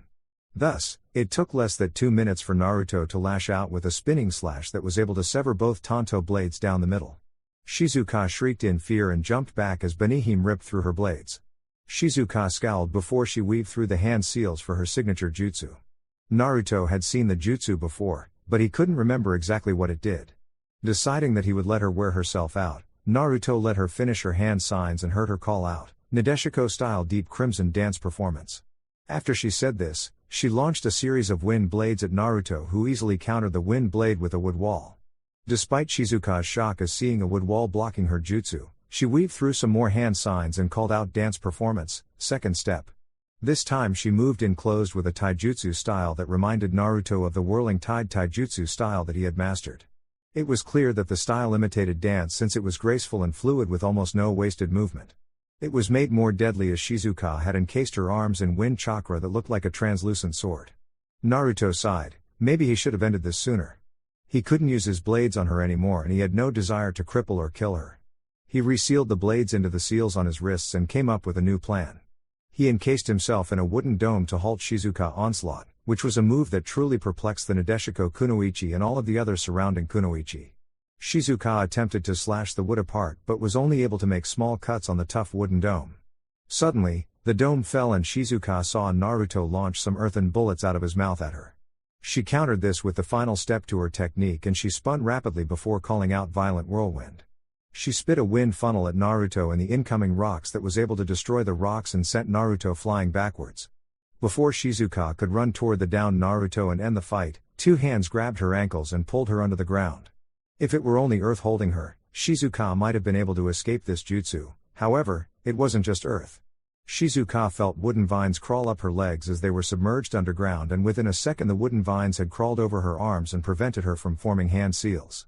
Shizuka was half submerged in the dirt with her arms completely immobilized in the newly emerged wooden construct. Naruto rose out of the ground in front of Shizuka. All right, princess, can we be done now? I really don't like hitting beautiful women and I didn't ask for this fight. Shizuka glared at him defiantly, how didn't you perish to my wind attack? Naruto laughed, that was a wood clone, princess. Don't really need to say much more. You are strong, especially for your age, but I am far, far stronger. Shizuka didn't know whether to be pleased or offended. She had given up on love since the death of Seidri, the merchant boy she had fallen in love with. Of course, she wasn't allowed to be with him because she was from the royal branch of Nadeshiko and she could only marry a man that bested her in single combat. After Seidri's death, she had given up on love and thrown herself into fulfilling her duties to Nadeshiko. That left her with this, her new husband was now standing over her and she now was bound by duty to submit to him. Shizuka's glare dropped, and her eyes softened, very well, husband. I admit defeat and submit to you. Naruto waved his hands in front of him animatedly. No, no, no, no, no, I didn't agree to your right of conquest, and I certainly don't wish to force you into marriage. Nuh-uh. No. Categorically, no. Shizuka and the women surrounding Naruto looked offended and Shizuka's pouty face made Naruto laugh. Especially since she was still immobilized and sunk halfway into the earth. Before they could begin shouting at him, a rumbling was felt, and everyone saw a robot jump onto the scene. The robot extended a giant arm for the immobilized Shizuka, and the arm was severed before it even came close to Shizuka. Naruto groaned internally, not this creep again. Kid, since you aren't going to marry the girl, you may as well do her the favor of killing this creep. Kurama snickered out. Gah! Naruto thought back pitifully, why do I always have to be the good guy? Before the creepy guy named Kokuyo could complete his monologue, a giant tree ripped apart his robot. The robot exploded, but instead of Kokuyo flying away, he was held in place by one of the tree branches. The pitiful man looked burnt and covered in dust before he coughed out a cloud of dust. Before Kokuyo could recompose himself, he was held upside down by his ankle. Alright, Mr. Creepy and Desperate, why did you interrupt my fight with the Princess of Nadeshiko? Naruto asked seriously while flexing some killing intent. As Kokuyo stuttered out a response, Shizuka realized that the man in front of her was a true warrior. She started moistening the earth from her loins and she felt hot all over as she was immobilized by his wood. Oh Kami. I have never willingly submitted to a man before, but seeing him defend me. Shizuka thought. Despite being humiliated, Shizuka realized that this guy might actually be the perfect mate, even if he seems reluctant.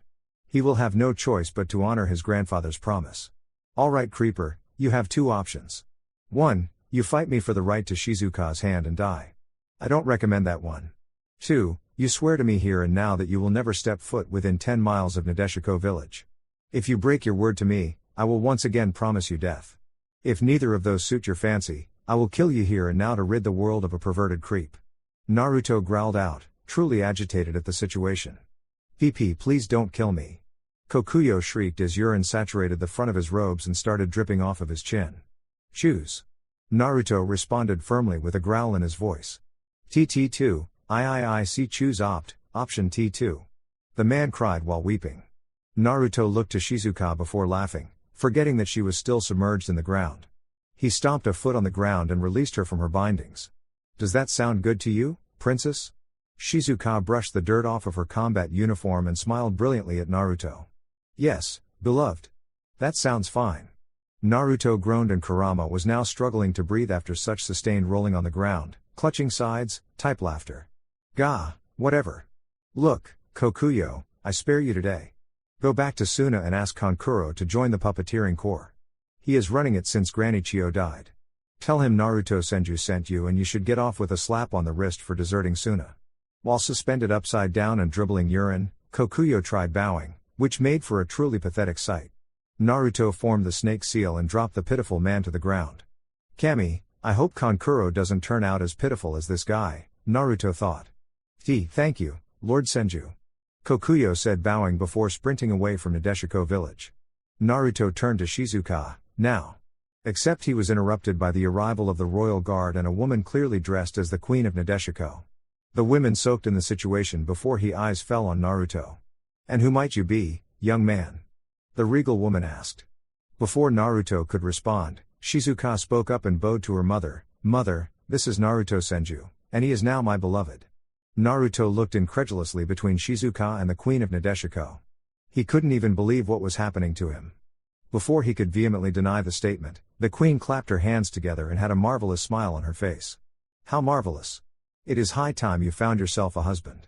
And the student of that man as well. It is fated. The queen exclaimed. You must join us for a feast of celebration, Naruto Senju. Kurama's laughter was now dragging past the 10-minute mark and the bijou could no longer speak words because his sides made of pure chakra were cramping from laughing so much. This was so much better than the last time around.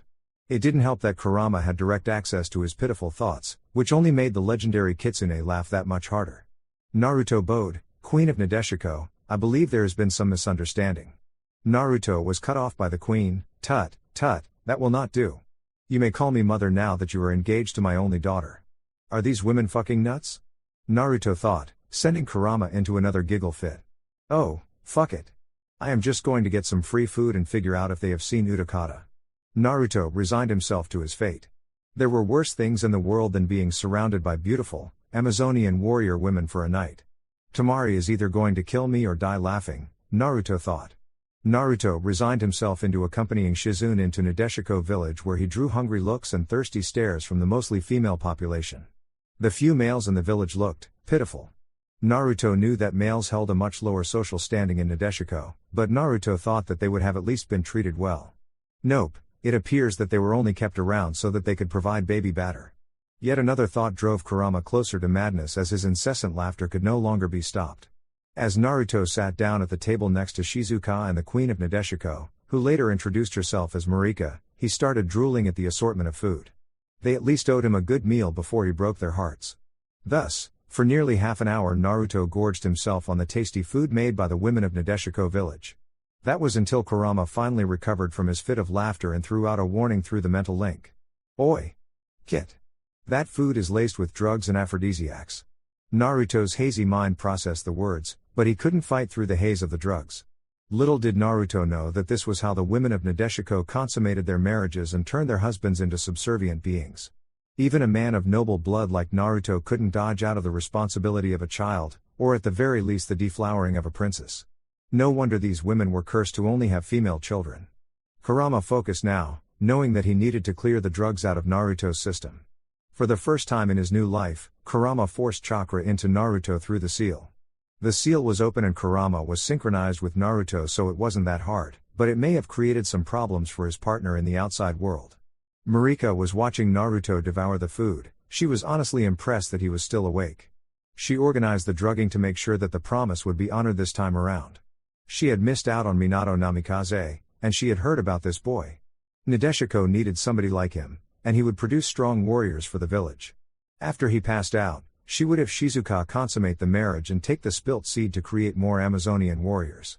Shizuka was watching Naruto in an amused fashion. The fierce warrior was rather funny, and it appeared that he had a gluttonous side to him. She had her chin posted up on her hand as she watched him devour yet another plate of turkey and mashed potatoes. He was a truly handsome man, tall, blonde and quite unique with those whisker marks. The way he acted on the battlefield showed that he was a merciful warrior and a compassionate man, unlike the rest of the scum that came to the village in search of a wife. The two women, and every other Nadeshikan in the dining hall, were suddenly stunned when a fierce aura encased Naruto in a red chakra cloak. Three tails emerged from the cloak and the boy's eyes turned red with a black slit. After a moment, the boy's eyes cleared, and he began looking around at the women in the dining hall. "You know," he said in a husky voice that was laced with a growl. "I was going to be nice and let you down easy. At least I was until you decided to drug me." Naruto's eyes locked onto the queen. Shizuka stood up and tried to place a hand on his shoulder, but she couldn't reach through the chakra cloak. "Naruto, what are you talking about?" Shizuka exclaimed. Naruto's head turned to her. He looked her in the eye before he looked at the hand attempting to touch him. "Ask your mother. I am lucky that the QB is a friend of mine, otherwise the drugs would have worked." "Nonsense." The queen shouted, "You were promised to my daughter. You will honor the promise of your grandfather and become the future king of Nadeshiko." Naruto barked out a laugh. "Oh, please get a grip, Lady Marika. Maybe if you didn't treat men like shit then you would have more men in the village. Maybe if you didn't try to drug me, I would have been in a more amenable mood. Maybe, if you were straight up with me then I would have at least heard you out." "Mother, what is he talking about?" Shizuka was now looking pleadingly at her mother.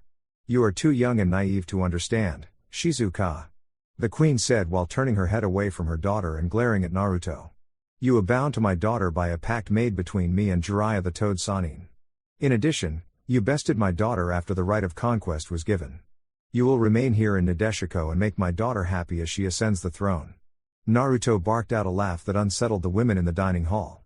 His laughter abruptly subsided and Naruto grabbed Shizuka and disappeared in a red flash, which left the women in the dining hall stunned. The queen of Nadeshiko threw a fit and immediately dispatched squads of Nadeshikan women out to look for Naruto and Shizuka. 10 miles away, where Naruto had rested earlier, Naruto and Shizuka appeared in a red flash. Shizuka was confused and disillusioned with her mother and Naruto had let Kurama's cloak fall off. "Thanks, partner." Naruto thought through the mind link before he turned to Shizuka. "Look, Shizuka, you are a beautiful woman and a strong kunoichi. Any man would be lucky to have you, but your village is crazy. I am already betrothed to 2 women that each own a half of my heart and I am not on the market." Shizuka had sunk to her knees in confusion, despair and a slight bit of nausea from the impromptu Hiraishin jump. She looked up through teary eyes at Naruto. "If any man would be lucky to have me, then why do you not wish to have me? I can tell that you are a decent man and that you would make an amazing husband." Naruto shrugged. "As I said, I already have my 2 queens. I don't need any more than that." Shizuka started sobbing. "Then what am I supposed to do?" Naruto picked the sobbing kunoichi up and pulled her into a hug. "Why don't you go on a training trip? Why don't you enjoy life and all of the pain, laughter, despair and joy that comes along with it? If you do that, then a woman such as you will find a great guy in no time. Why you really think so? Shizuka said through sobs. Naruto wiped her tears. I know so. If you need some recommendations, I could hook you up with one of my friends. I would hold off on introducing him to your mom though. Naruto finished with a wry chuckle. Shizuka shook her head and surprised Naruto with a tender kiss to his lips. Naruto didn't reciprocate the brief kiss, but he was completely surprised by it. I'm sorry. I just wanted to give my first kiss to a man that actually deserved it. I will travel and explore the world. When I am ready for love, I will find you and you can introduce me to these friends you speak of. Naruto recovered and smiled at Shizuka. Sure thing, princess. Your village is 10 miles that away. Now, I am off. Stay safe until we can see each other again. Naruto pointed toward Nadeshiko before disappearing in a flash of green light. End of flashback. Tsunade was howling in laughter and the 3 sake bottles she had drank during the story clattered to the deck as she accidentally knocked them over. Naruto wore a pitiful and woeful look on his face, but he decided to let his mama get it out of his system. Kurama was sitting cuddled up next to Tsunade laughing just as hard as Tsunade was. Brat, Kami, brat. Tsunade doubled over in laughter again. So let me get this straight, you went out searching for a bijou and you were nearly pulled into a village of sex-crazed, man-hating women? Oh, my Kami, brat, that is too good. Naruto pouted petulantly, it's not my fault, mama. It is all Jiraiya's fault. Tsunade's laugh halted abruptly, and she looked between Naruto and Kurama, explained Bubba. Kurama barked out a laugh, the old toad beat the queen of Nadeshiko in a fight. According to Nadeshiko, if a woman is bested in combat, then that man is to become her husband. Jiraiya skirted out of that by promising that his next student would take his place. Thus, when the brat showed up in Nadeshiko, and they recognized him from the bingo book, then the princess decided to fight because she believed she was already promised to Naruto. Tsunade growled, but Naruto added on, yeah, and then the queen drugged me. If Kurama wasn't there, then I would have become an involuntary sperm donor. Tsunade slammed her fists together and sent a small shockwave across the backyard. Maybe I should go pay a visit to Nadeshiko. Naruto put a calming hand on Tsunade's shoulder. They ain't worth it, mama.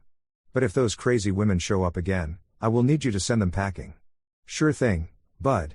I hope they try something, Tsunade said while wringing her hands together in a menacing fashion. Return to Wave, the training group left Kirigakure after 6 months in the beautiful mist-covered country. Mei pouted petulantly that without Naruto there she wouldn't be able to have more dates with Guy. The training group laughed at that, and Tsunade said that Mei should make him Konoha's ambassador to Wave, then she could see him regularly. That cheered the sexy, fiery redhead up and she waved goodbye to the group of shinobi. Zabuza could be seen fighting back tears as Haku hugged him passionately. It was finally time for Zabuza to give Haku up and Naruto was going to take her to Wave and let her settle down with Himawari. The way Naruto saw it, this would let her bond with family, and she would be a strong defender of Wave when the Senju family was absent. Back to the crying demon, Zabuza felt like he was losing the part of himself that remained human, but on the other foot he felt like this was Haku's chance to gain independence and decide what she wants in life. Mei was truly grateful for Naruto and the Senju family. In 6 months, Naruto had helped most of Kiri recover. Sure, it was strange for Kiri to have a bunch of wood houses when most of the houses were made of brick or some other form of stone. That being said, the houses Naruto made were selling like hotcakes since everyone wanted to live in a house built by the Senju prodigy. In addition, Mei felt more secure than ever in her home country. The protective seals and barriers Naruto installed were a great relief to a country that was torn apart by war for over a decade. The humidity control seal was also useful in the storage of foods and other dry goods that would be damaged by the moisture. In addition, Naruto gave me a sampling of braziers and thongs with the pain relief and anti-rape seals on them.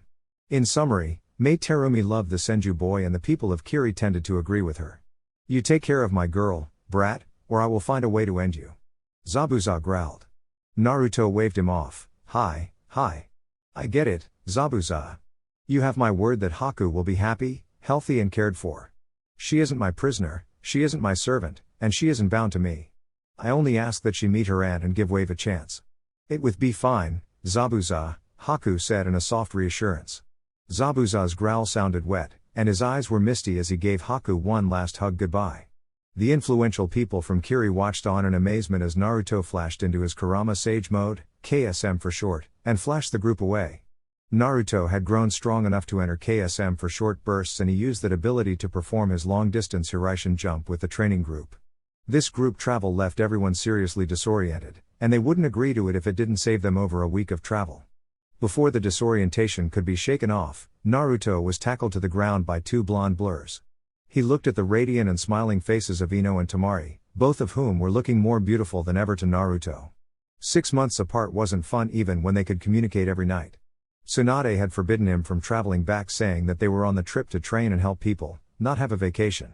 After Mama put her foot down, the trouble ceased their protests and accepted Tsunade's decision. Therefore, the three blondes were starved of each other's affections, and they refused to let each other go. After a while, the three lovers broke their hug and Naruto took a good look at the loves of his life. Temari was as beautiful as ever and Naruto noticed a couple unique streaks of aqua blue flowing through her blonde hair. It was unique, sensual and exotic for Naruto to see. Temari had matured a little bit with her face slimming out a little bit and her teenage beauty seemed to be more mature and womanly. As always, Naruto thanked Kami for this blonde bombshell. A few seconds later, Naruto looked over to Ino and she looked radiant, as if the pregnancy was making her glow. That's right. The baby. Naruto offered Ino a quick kiss before he paid homage to the beautiful baby bump. Ino blushed and Temari watched on with a graceful smile on her face as Naruto fawned over Ino and asked all the questions he had written to the girls over the past few months. After praising the baby bump and kissing it a couple times, Naruto soaked in the beautiful blonde goddess in front of him. Ino had matured a little with her face becoming more angular, which made her girly beauty seem more graceful, mature and elegant. She had grown a couple inches taller, and she was wearing a purple maternity dress that let her long, lustrous legs enjoy the cool sea breeze. Kami, you are the best for giving me these two. Thank you. Naruto offered a quick prayer of gratitude to the goddess that had given him a second chance. How long do we have until you are due? Naruto asked excitedly. Ino sighed, Ruto, the answer is the same as yesterday when you asked by scroll.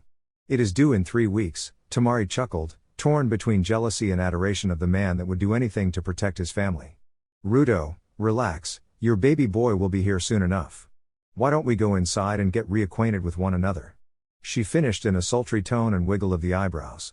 Ino pouted, no fair. Temari giggled and grabbed Ino's hand. Hey girl, just cause you're pregnant doesn't mean you can have fun. Own man has a tongue and lips girlfriend. Ino smiled at that, maybe this would be fun. Lead the way, Mari. Gimme a second, I have to let the loony bin out, Naruto said sarcastically as 5 wood clones sprouted out of his back. Rias gave a quick hug and kiss to each girl before darting off and looking for Anko and Kushina. Hikari squealed excitedly and hugged both girls enthusiastically before waving goodbye.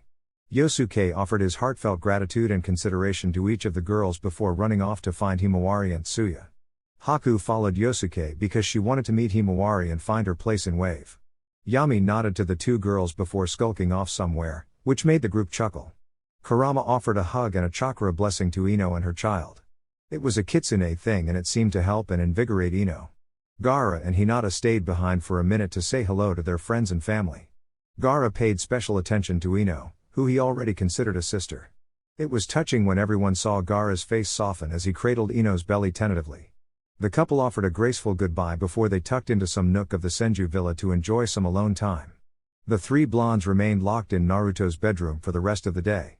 Ino discovered the kinky joys of pregnant sex and the complications it can cause. Temari relished in the stamina and prowess of her man while Ino participated intermittently. The night found the trio tangled in a loving mess on Naruto's bed. They each wore contented grins as they rested peacefully in each other's arms. 3 weeks later, birthday dash for the past week, as Ino's due date approached, many Kanahans were present in Wave Country once again. Inoiki and Lina had been in Wave for almost 2 weeks now and they were mother-henning over Ino. Inoiki's anger at Naruto had abated and now he was excited for his grandson and concerned for his daughter. Pregnancy at a young age always carried risks, but Inoiki found comfort in the presence of 2 of the best medics in the elemental nations. Itachi also dispatched squads 9, 10 and a couple Onbu squads for security to Wave. In his stead, he allowed his mother, Mikoto, and Shisui to go to Wave for added security as well. Itachi knew that this was a high-risk pregnancy, and not just because Ino was young. He had kept everything under wraps, but if Iwa were to hear about Naruto having a child, then Wave could become a war zone. He had also instructed Inoiki and Lina to keep it quiet as well for the same reason and they both readily complied with that order. Hyashi, Hanabi and Neji arrived in Wave and were enjoying a week-long vacation while helping out the Senju family wherever they could. They were each informed about the pregnancy and given a protection mission during their time on the island. Hiyashi wanted to spend time with Hinata, and he felt like he owed the Senju family greatly. Therefore, he was more than willing to patrol Wave Country with Neji and Hinata. The Byakugan was an exceptional tool when it came to scouting and defending a fixed location. The ever-excitable Squad 9 was helping Wave's SDF forces with patrols. They weren't exactly the stealthiest, so they pulled security at the bridge and ports. They would also be assigned to hospital security during the birth and subsequent time in the hospital. There were strict lockdown plans, multiple barrier defenses and screening seals set up at the hospital. They would be screening each patient entering and visitors would be denied for a couple days. Team 10, mainly Shikamaru, Asuma, and Kuji, were also assigned to hospital security. Shikamaru began running worst-case scenarios, infiltration routes, and he found gaps in the security to plug up. He took the duty super seriously and banished his laziness until the baby was safe in the Senju villa. Ino was one of his closest childhood friends and Naruto was one of his best friends, despite being a troublesome bastard that made him work out every day. The love of his friends was the only motivation that Shikamaru needed to put his best foot forward. Shisui was the Anbu commander, despite only Itachi and the Anbu captains being aware of that. He was Itachi's right hand and most trusted person in Konoha. He was also one of 2 remaining Uchihas that knew that Naruto was part of the neighborhood watch. He, Fugaku and Mikoto were surprised when Naruto asked them to sign a blood contract and found out that he was the Konoha agent for the organization. They all felt a debt of gratitude to him and Shisui wanted to pay his debt forward. Shisui brought Team Ro and Team Haka. Team Ro had the highest overall success rate and Team Haka specialized in asset and fixed position defense. Shisui also felt indebted to Naruto, and he felt doubly so because of his shameful village's treatment of the Senju heir. Shisui wasn't naive, he knew exactly what would have happened if Naruto didn't intervene and stop the Iwa and Sound armies. Furthermore, Shisui could still close his eyes and watch the miracle Naruto perform due to his photographic memory with the Sharingan. All in all, Shisui was more than happy to help Naruto and his family. Shino didn't know how to feel about Naruto. Of course, he loved the guy, and he was ever grateful to him. However, after Hinata joined the training trip, he was made to be the team leader of Team 7 with Kiba and Sakura. Thus, he was incredibly fed up with Team 7 and Kakashi's chronic lateness.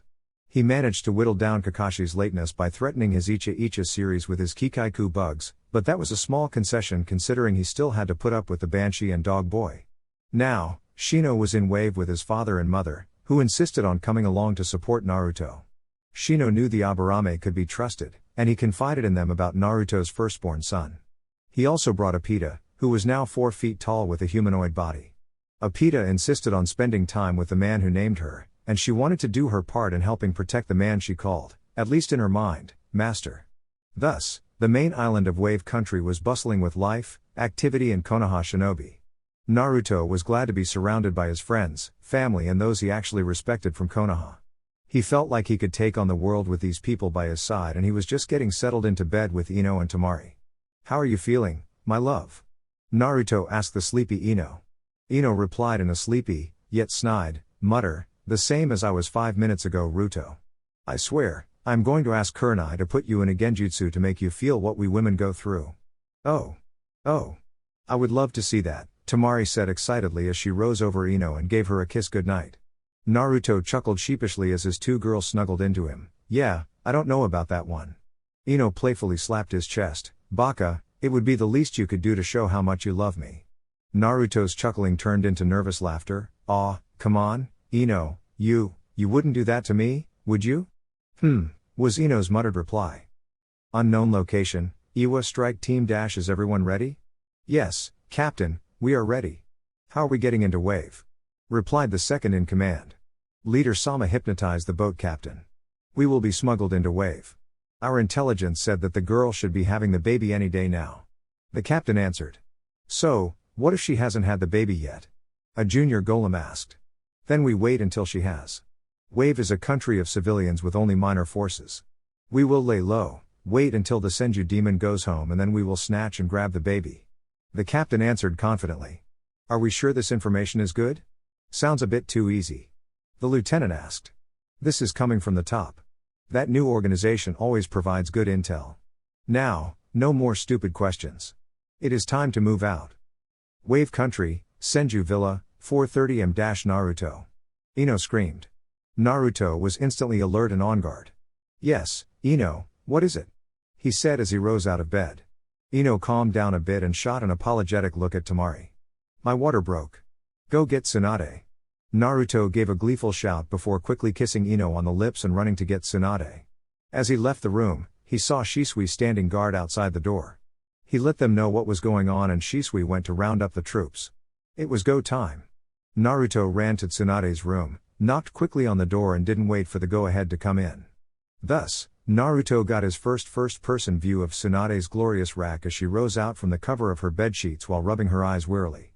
Kurama didn't even stir next to her until he heard Naruto's next words. Mama, her water broke. It is go time, Naruto shouted excitedly, not even taking a moment to appreciate the two beautiful works of Kami. Okay, brat. We will be out in a minute. Get her ready to go and we will go to the hospital in 10 minutes. Tsunade answered in an alert tone. Congrats, kid. Kurama offered with a cheeky grin. 30 minutes later, the Senju family was escorted into their hospital room and the hospital was set on high alert. At 5 a.m., teams 9, 10, Ro and Haka were all on guard and performing their perimeter sweeps. Kaisa stopped by quickly to congratulate Naruto and tell him that all of his people were ready to help him. Naruto offered his gratitude and ushered him out of the door as Tsunade and Shizune took control of the birthing room. Unfortunately for Naruto, they ushered him out as well until Ino's labor was in progress. Ino said that she wanted Naruto there for the labor. Naruto went into the waiting room and saw Hiashi, Mikoto, Shisui, Hanabi and Shino sitting there waiting. His alters and their significant others hadn't shown up yet, but they would be there soon. He went through the round of greetings and hugs, and he left a clone with them. Naruto was too excited to sit still, and he needed to do something proactive otherwise he would drive himself insane. Naruto decided that a quick round of meditation would mellow him out and prepare him for the stresses of the labor to come. Naruto went to the roof of the Senju Memorial Hospital and sat in a lotus position on the rooftop garden. Shino had accompanied him and Obito was hovering over the garden soaking in the peaceful presence of Naruto's Shinjutsu chakra. Naruto played and synced with the natural energy before he slipped into sage mode. Naruto took it to stage 2 since he wanted to feel out wave and ensure that nobody had gotten past their security. Naruto's consciousness spread around the island and his chakra resonated with each member of the island. The truly miraculous thing about Naruto's sage mode was that the whole island danced with life and seemed more vibrant. The locals instantly recognized it as Naruto's presence and he could feel their auras greeting the tender sensation of his chakra. Naruto loved this feeling in wave because there was no fear, no rejection, no hostile intent. Wait, why was there hostile intent? Naruto's eyes snapped open through his sage markings and Shino instantly rose from his leaned position on the wall. What is it, Ruto? Shino asked. Shino, go get Shisui and York, now. I am going to keep track of their presence. Naruto's tone was firm and commanding. Shisui darted off and Obito flew in front of Naruto. Master, how can I be of service? Naruto took in the humanoid bee and smiled gracefully at her. Ah, Obito, it has been too long. If you would go check the docks, warehouse 48. Just do a flyby and do not engage. I sense 12 people that don't belong and I don't want this day to be marred by death and destruction. Yes, master. Obito replied gleefully before she flew off towards the docks. A couple minutes later, Shisui, York, Hiashi and Mikoto appeared on the roof. Since Shisui was the ranking officer, he asked the question. What is it, Naruto? Naruto took a deep breath and brought his senses back into his body. Shisui, we have intruders down at the docks. I just sent Obito to scout. I sense 12, but she will have more information. I can't tell you much, I can only tell you that I can feel their hostile intent and that they don't belong to Wave. It feels like they are laying in wait. York growled, they came into my country. Shisui put a calming hand on York's shoulder. Relax, York. They don't know we know. If they came in one of the overnight boats, then they aren't likely to move until nighttime. We will wait for Obito to report back before we make a move. Naruto spoke up. Shisui, I want at least one of them alive. I want to know who sent them and how they knew. Are your eyes ready? Shisui didn't miss the meaning behind Naruto's words, so he only nodded. His left Koto Amatsukami had a long-term brainwashing effect, and his right eye had the power of hypnotic insinuation. Yes, Ruto. I will be on it. Naruto spoke up once more in a voice of forced calm. Shisui, this is a day of celebration. I don't want anyone in Wave hurt. I don't want Ino to know this is happening. Can you do that for me? Shisui smiled confidently at Naruto. Quick, quiet and clean. We will get it done. Lord Hiashi, can I request your assistance? Hiashi nodded proudly. You don't even need to ask. I was going to insist anyways. Take Hinata and Gaara with you. Oh, and give Haku a chance to get in on this. She is excellent at assassination and incapacitating enemies. I will be the last line of defense and there is no way in hell I'm going to let them near my family. Shisui put a calming hand on Naruto's shoulder. Trust us, Ruto. We will get it done. You just enjoy your day with your wife. Naruto clasped one of his hands over Shisui's and gave it a squeeze. Thanks, Shisui. Naruto walked back into the hospital while still in level 2 Sage mode. His presence was overwhelmingly powerful up close and indoors, but Naruto wasn't going to lose track of the intruders. As he walked into the waiting room, everyone noticed his sage markings and saw the serious look on his face. It was Kurama that stood up first and spoke for the group. Kit, what's going on? Naruto weaved through seals in a blur before creating a privacy bubble over the waiting room, which put everyone on high alert. We have uninvited guests and I need to keep track of them and my friends who are going to risk their lives to deal with them.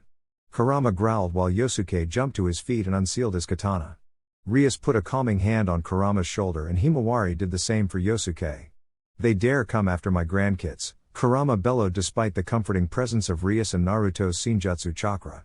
Naruto fixed his glowing emerald gaze on Kurama. Q, I need you to stay calm. Each of you is my last line of defense and I don't want Ino to know this is happening. Now, I am going to be by my fiancé's side, and I am going to send Tsunade and Shizune out for you to inform them. Until this threat is neutralized, I am counting on each of you. Kurama forcibly calmed himself down and joined Hikari in giving Naruto a comforting hug. We got you, Kit. Nobody is going to touch our family. Naruto dropped the privacy dome and let the Senjutsu chakra fade out. He took a deep, calming breath before entering the birthing room.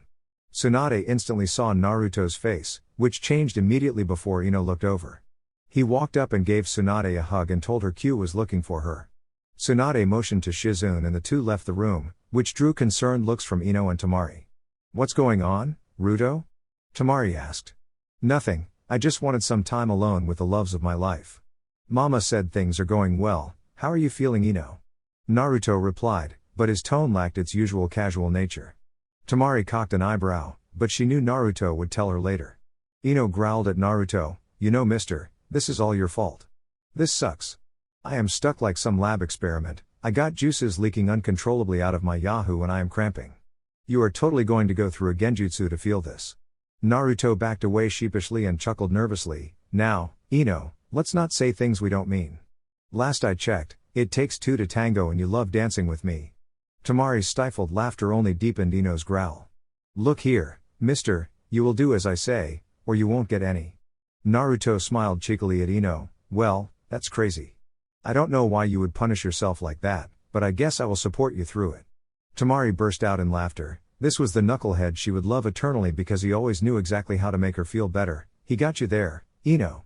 Ino pouted before her face contorted in pain and she went through a round of contractions. Grah. I am serious, Ruto. If you love me, then you will feel my pain. And if you do that for me, I will give you as many kids as you want. Naruto sighed and relented. We can talk about it later, princess, just focus on one thing at a time. Like your breathing, for example. Who? Naruto finished by making the exaggerated breathing noises that Tsunade taught them. Before Ino could rip into Naruto, Tsunade and Shizune came back into the room. Out, brat. I need to do some more checks. He can stay, mama, it is nothing he hasn't seen anyway. Ino chimed in.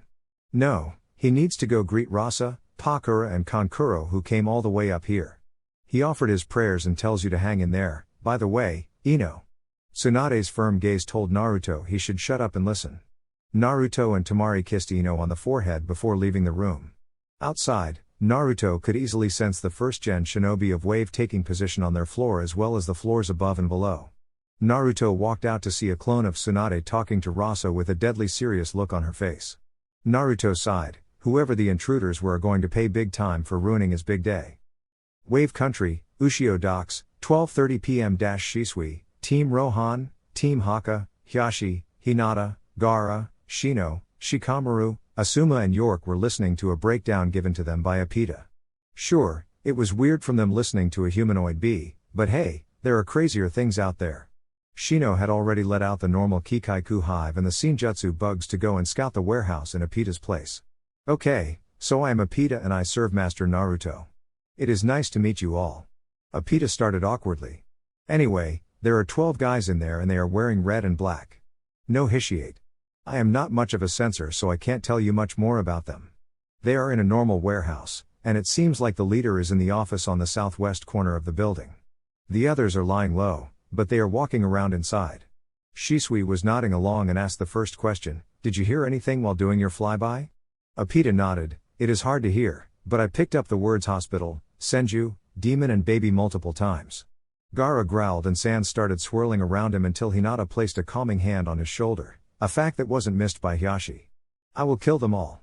Just the fact that Naruto has to worry about this on his special day is wrong." Shino stepped up. Other than Hinata, he was the closest to Gaara. "Relax, friend, we will take care of it. Naruto requested at least one alive and he doesn't want to alert Ino or the civilian population." Shisui took charge once more. "Okay, who is proficient at assassination techniques?" Asuma, Shino, the Onbu and Shikamaru raised their hands. Okay. Does anyone here know a good barrier we could use to trap them in the building and prevent things from escaping into the village? Gaara spoke up, "Send for Kankuro. I can sense him, and he is the best at Fuinjutsu in Suna. With Naruto's notes, he is almost a seal master now." Shisui created a shadow clone that darted off to the hospital to retrieve Kankuro. "Okay, Hyugas, please keep an eye on our guests until we are ready to attack. Gaara, you will lead Hiashi, Hinata and Haku as the second wave. The first wave of attack will be the Onbu and Asuma. York and Hiashi, you will coordinate things outside the barrier. Kankuro will only erect the barrier after we have engaged."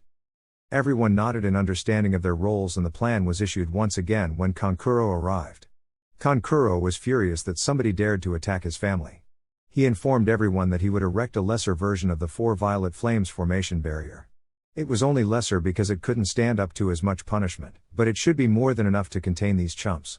Team 9 was left as the first line of defense for the hospital and Neji was the spotter.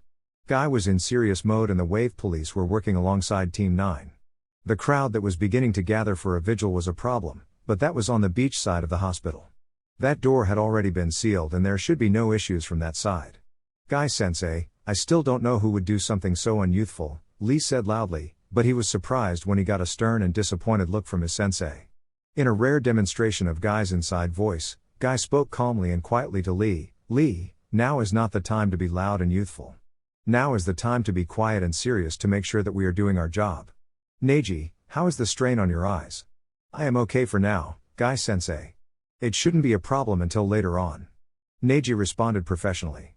Neji always admired Guy's serious side. "Tenten, what extra defenses have you erected?"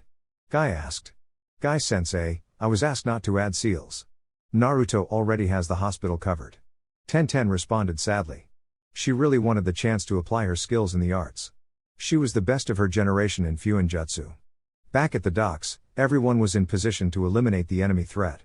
Kankuro had spread out 4 of his puppets that would anchor the barrier and all teams were ready to infiltrate. It was Team 1, the assassins, that entered first. They each snuck in and Team 2 wasn't to follow them in for at least 1 minute. At the minute mark, Kankuro would erect the barrier and make sure nothing escaped the battle zone. Inside the office of the warehouse manager, the captain was relaxing with his people. Laying low and incognito was all part of the job for an experienced shinobi. According to the ship captain, Olive Wave will celebrate when the demon's bitch spawns her child. He was going to wait for that, then they would bide their time and assault the hospital. "Would you guys relax? If they see you stomping around the place like sentries, then that will just draw more attention to us," the captain said. "But Cap, ain't Cha worried about the shinobi finding us?" The captain laughed loudly. "From what I heard, these guys just started training a security force.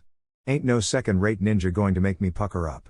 Listen, newbie, laying low is part of the job description. But Kyuchi said that we should never let our guards down." "Then don't let your guard down. Sit the fuck down, relax and spread your..." The captain never finished his words due to the senbone that was sticking out the side of his neck. "Attack!" one of the intruders shouted. As the captain was dying, Teams Ro and Haka were able to neutralize 4 of the unwelcomed guests of Wave Country. That left at least 7 left, which were pointed out by Hinata as she entered the fray alongside Gaara. Gaara roared as sand poured out of his seal and he released his and Shukaku's anger upon the intruders. Hinata had never seen Gaara this made before, and it made her slightly squish her legs together as her panties soaked through. Gaara's hand conducted the sand into javelins, needles, spears, arrows and all other sorts of pointy instruments that penetrated the thin boxes that the shinobi were hiding behind. Hinata simply remained by his side and pointed out the intruders as her Byakugan saw every single one of the intruders die. She gasped when she saw one of the intruders, a user of the explosion release bloodline, detonate himself. The explosion was massive and there was only a second in between Shisui shouting "take cover" and the explosion that detonated half of the warehouse. Gaara's sand protected Hinata, Haku and Shikamaru who were close by. Kankuro hid himself in Black Ant. Shisui had Cat with him in his Susanoo. Bear had saved Lion with an Earth Dome. All in all, it was scary as shit, but the Konohan task force came out of it alive, if not with slight hearing problems. As the attack on the docks was happening, a big, white bird was flying over Ushio village. The bird was 200 meters up in the sky and the blonde man riding it was watching the scene play out through a monocle of sorts. He smirked as he saw one of his old explosion release comrades release his art upon the world. Sadly, unlike Deidara, that form of art was wimpy, and it was a one-use only type of art. A white plant creature formed out of a spore on Deidara's neck, and it took a creepy-looking head shape. Well, Deidara-senpai, that is that. There are too many shinobi present. Leader Sama said to abort the plan. Kisame cannot get through the barriers in the water surrounding the island without being detected. That is no good. There was no art displayed here today. No screams, no blood nor terror either. Deidara answered the plant spore. Deidara-senpai, Leader Sama does not want to simply enrage the Kyubi Jinchuriki. If we could have captured the baby, then it would be worth it. Without a hostage, it would be unwise to agitate him. Is he really that big? Deidara was cut off as a wooden arrow ripped through the head of his clay bird. What the fuck, Deidara shouted as he reached his hands into his clay pouches as he was free falling through the sky. Earlier, Naruto was in sage mode checking in on the battle and making sure that his friends were okay during the raid. He winced when he sensed the explosion, which caused the Konoha team to panic quite a bit and one of them was injured. Realizing that everyone was going to be okay, Naruto spread his senses out and it was then that he sensed a chakra presence above the city. With a growl, Naruto realized who was flying above his city and spying. He activated his Makuten abilities and did his best to shape it. A great bow formed in his hands, and he created a thin, yet powerful, vine to act as the drawstring. Channeling a healthy amount of chakra into a Makuten arrow, Naruto released the arrow in the projected flight path of his target. The Senjutsu reinforced Makuten arrow tore through the bird, and he was already forming another arrow. Naruto took aim and let loose. Deidara was calm despite only being 100 meters above the ground now, but he had his clay, and he could do this. That was when he saw another massive arrow tearing through the skies toward him. The Zetsu spore grew and pushed him out of the way, but not before the arrow ripped his right arm up from the elbow down. With his left hand, Deidara summoned another, smaller clay bird that dipped and dived below a third arrow and flew off into the distance. Crazy blonde bastard, Deidara shouted as he piled a fistful of clay onto his bleeding wound to stem the bleeding. I need to get the hell out of here. Naruto watched the bird fly away and couldn't suppress the growl that was escaping from his throat. That was his chance to eliminate one massive pain in the ass and he missed. Sure, it was a long shot, but it was still a clear chance to end one of his future opponents. Naruto felt a calming hand on his shoulder and turned to see Kurama looking at him with an understanding look. Kit, today is a day for celebration. Your friends handled one threat and you just sent the other one packing. Now, Ino is almost done, so hurry to your mate, Kurama said in a soft and reassuring tone. Naruto hugged Kurama and darted back into the hospital. The kitsune looked out over the horizon and made damn sure that the mad bomber wasn't coming back. With a sigh, Kurama followed his partner back into the hospital. Naruto skipped straight past the waiting room and gave the others an entertaining distraction as he scurried down the hall and back into the room with Ino and Tamari. Naruto was glad Kurama recovered him from the roof, because he got a tongue lashing from Ino for almost missing the birth of his first son. Sure enough, 5 sets of contractions and 10 minutes later Naruto's son let his first cry ring out in the land of the living. Tsunade attended to Ino and began healing her while Shizune played her part as the midwife and tended to the baby. Naruto wrested his crushed hand from Ino and placed a soft kiss on her tired and sweaty forehead. You did great, my love. You did great, Naruto whispered in her ear. Thanks, Ruto. Where is my boy? Ino asked tiredly. At that point, Shizune came over and placed the cleaned and swaddled baby on Ino's bare breasts. Congratulations you two. So, what are you going to name him? Naruto looked expectantly at Ino, who had made it very clear that she had the final say on baby names. Hashi Senju Uzumaki. Ino replied while looking lovingly at her baby boy and placing a kiss on his forehead. Naruto offered a gigawatt smile that brightened the room. I like it. In Kami's realm, a big, tall, goofy brunette man with long hair cried anime tears. This man was none other than Hashirama Senju that was recently released from Susanoo's Gourd of Drunken Dreams by order of Kami. The goddess got endless amusement from her previous chosen's antics and even more amusement from the stern overreactions from Mito Uzumaki. Kushina and Minato were crying in joy as they watched the birth of the first, or technically third, grandchild. Sniff, sniff, I can't believe, sniff, sniff, that they named him after me, wah ha ha. Hashirama wailed in joy and gratitude before being bonked on the head by Mito. Hashirama Senju. This isn't about you. Today is about our great-grandchild, you oaf, Mito shouted at him. My, it has certainly gotten lively at our viewing parties, Kami said while smiling and tapping her chin. Oh, relax, Kami-chan. They are family and you know you love it, Kushina said merrily. Minato smiled awkwardly at Kami. Yeah, thank you for this opportunity, Kami-sama. It is more than we deserve. Kami shot a wry look at Kushina. Even in the afterlife he is so formal. How did one as wild as you fall for someone so stiff? Minato had a raincloud form over his head, and he pouted animatedly as Kushina laughed. Kami's realm celebrated the birth of the newest Senju Uzumaki, well, all except for the Iwa viewers. They only ever tuned in for Naruto's fights and they only watched while hoping for him to be defeated. It was almost as if they didn't grasp the concept of Naruto's death literally meant the end of the world, again. Back in the hospital, Naruto was holding his son for the first time and Tsunade had shooed Naruto out of the room to give Ino some rest. Naruto walked into the waiting room where he saw everyone that was there to visit him. Inoiki and Lina were up front and smiling animatedly as they got the first look of their blonde-haired, blue-eyed grandson. Behind the two, Anko was holding Kushina and Himawari was holding Tsuya. Everyone, it is my greatest pleasure to introduce you to Hashi Senju Uzumaki, he said before bringing the baby over to his half-siblings. And this, little guy, these are your baby sisters Tsuya and Kushina. Returned to Uzushiagakure, after a month, Kinji contacted Naruto and informed him that he had a couple experts ready to go to Uzushiagakure and begin planning the resurrection of the fallen city. Naruto was excited to restore his home of origin and it would honestly be a nice fallback if Konoha kept being a pain in his ass. Naruto was packing up and making sure they had everything they needed for 3 babies to join the trip. The girls insisted on coming and seeing the fabled land of the Uzumaki and Naruto was excited to show them. Tsunade had mumbled and groaned about traveling with newborns, but she realized it was a futile battle. Her family was every bit as stubborn, tenacious and boneheaded as she was and she really didn't feel like beating her head against a wall. She reluctantly approved, but she insisted that Naruto would have to get them set up in the clan house before anything else was done.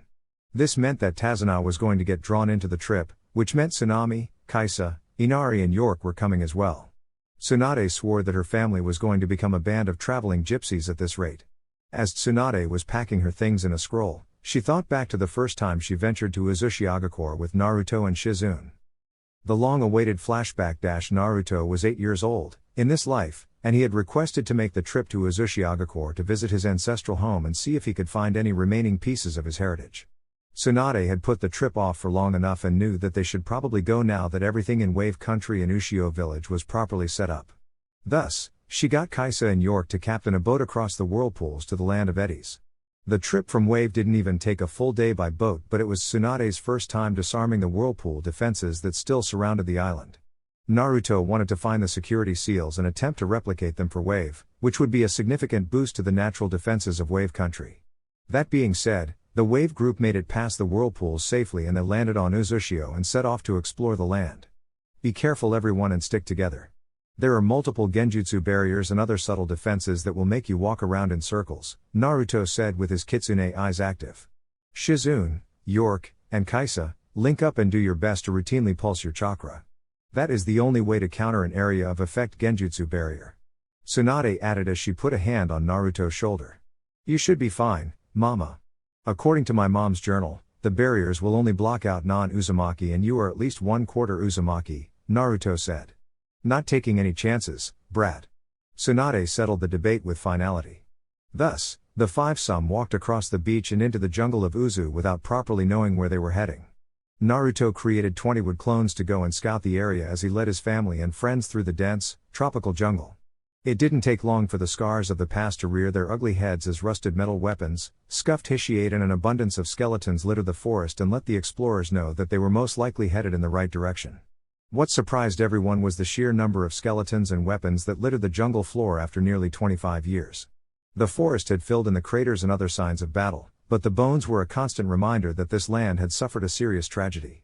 After some encouragement from Tsunade, Naruto began repeatedly casting the minor earth jutsu that was developed to bury people in the field.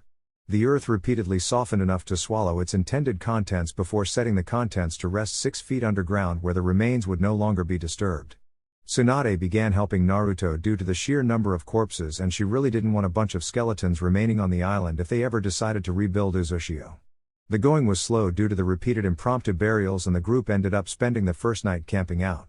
The good thing about camping out with the Senjus was that Fuinjutsu made it infinitely more comfortable than it would otherwise be. At the crack of dawn, they resumed their exploration in a similar manner and were able to reach the ruins of Uzushiagakure by midday. This was when Tsunade and Naruto began to weep openly as they started noticing more and more Uzu hishiate. Rather than bury them independently, Naruto created a horde of shadow clones to gather the remains of his fallen family. He was going to lay their remains to rest together because family comes before all. After recovering and burying every Uzumaki and those loyal to Uzushio, the Senju group finally focused on exploring the ruins. Most of the buildings were in tatters, but a few remained untouched behind Uzumaki barriers that pulled off of the natural energy of the land. Naruto was able to get through these barriers after examining them for an hour or so, and he was able to search 5 houses that belonged to branch family members of the Uzumaki clan. After searching those houses, Tsunade guided Naruto toward where she remembered the Uzukage Tower was.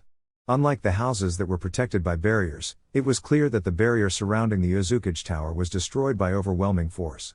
There was a circle of rubble that used to be a building, and the devastation around the tower was never healed by nature. Naruto stepped into the tower and began looking around on the ground floor, which was the only remaining floor of the once great command center of the Uzumaki. Mama, is this all that is left? Naruto said despondently with tears trickling down his cheeks. Tsunade wore a sad frown on her face as she placed a comforting hand on Naruto's shoulder. I don't know, kiddo. I am sure that this was the tower though. Naruto sniffled a bit. What about the main Uzumaki compound? Did you ever visit there? Yeah, kiddo, it is up the hill a bit. The main branch was set up slightly outside of the village. Tsunade answered softly. The group stepped out of the rubble and walked up the hill toward where Tsunade remembered the Uzumaki's main house being. It was nearly a kilometer outside of the village on a hill that overlooked Uzushiagakure, and Naruto could see why the clan wanted to live up here. It was beautiful and it offered a full view of the southern side of the island. He walked up the remains of a path until he saw a clearing. Just a clearing. Inside the mindscape, Rias was paying rapt attention, and she wanted to help Naruto find any part of his ancestry that she could. Hey, Fox, tell the kid to turn on your eyes. If they went into full lockdown, then there will be more seals and stronger barriers protecting the important places. Kit, use my eyes again, Kurama said through the mind link. Look for any active seals and don't overlook anything. Naruto's eyes turned red with the black vertical slit as Naruto gained a new view of the old home of his ancestors. You're right, Q. There is so much going on, I don't even know where to start though. Kurama saw the multiple barriers and protections that were erected around this clan compound. He let out a high-pitched whistle in appreciation of the Uzumaki's efforts in protecting their home. Wow, Kit, that is a lot. Start from the outside and work your way in. Outside, Tsunade and Shizune were exploring the invisible barriers that were preventing them from taking another step forward. Once again, Naruto pulled on Kurama's chakra and created 100 shadow clones that activated the Kitsune eyes and spread out to explore the clan compound. It took hours, then it took the full day, and finally Naruto was able to crack the final blood seal that was protecting the compound shortly before the sun set. The final barrier seal was an Uzumaki blood seal combined with a Fuinjutsu puzzle that had to be completed. Naruto was sure that only an Uzumaki would be able to bypass such a seal. That wasn't even mentioning how all of these seals were connected to Senjutsu chakra and powered themselves off the natural energy of the island. His clan were truly masters of the sealing arts. The Senju family was worn out from the long day of exploring and decided to sleep in the clan head's house that was positioned over a cliff with an overlook of the whole clan compound and village below. It was weird sleeping in the preserved home of his ancestors that looked like it was cleaned and maintained for the past 25 years. That being said, Naruto was more than ready to cuddle up into Tsunade. The next day, Naruto explored the clan compound, and that was where he found the wealth of Uzumaki knowledge. The clan head's study had a space-time portal to the Uzumaki library, and Naruto would later notice that a couple of these seals could be found scattered throughout Uzushigakure. The Uzumaki library was everything Naruto was hoping for and more. Tsunade let Naruto and his clones copy as much as they could for the next 2 weeks, but she planned on leaving the original scrolls in the library. End of flashback. The second trip to Uzushigakure went far more smoothly, and they were able to pull into the old Uzumaki ports after Naruto hopped out and built some new docks using his Makuten. The full training trip and Senju family, as well as Haku, Tsunami, Kaisa, Inari, Kaito and Kiko, Tsunami and Kaisa's twin 2-year-olds, York and Tazuna, were along for the ride this time around. Wow, this place looks old.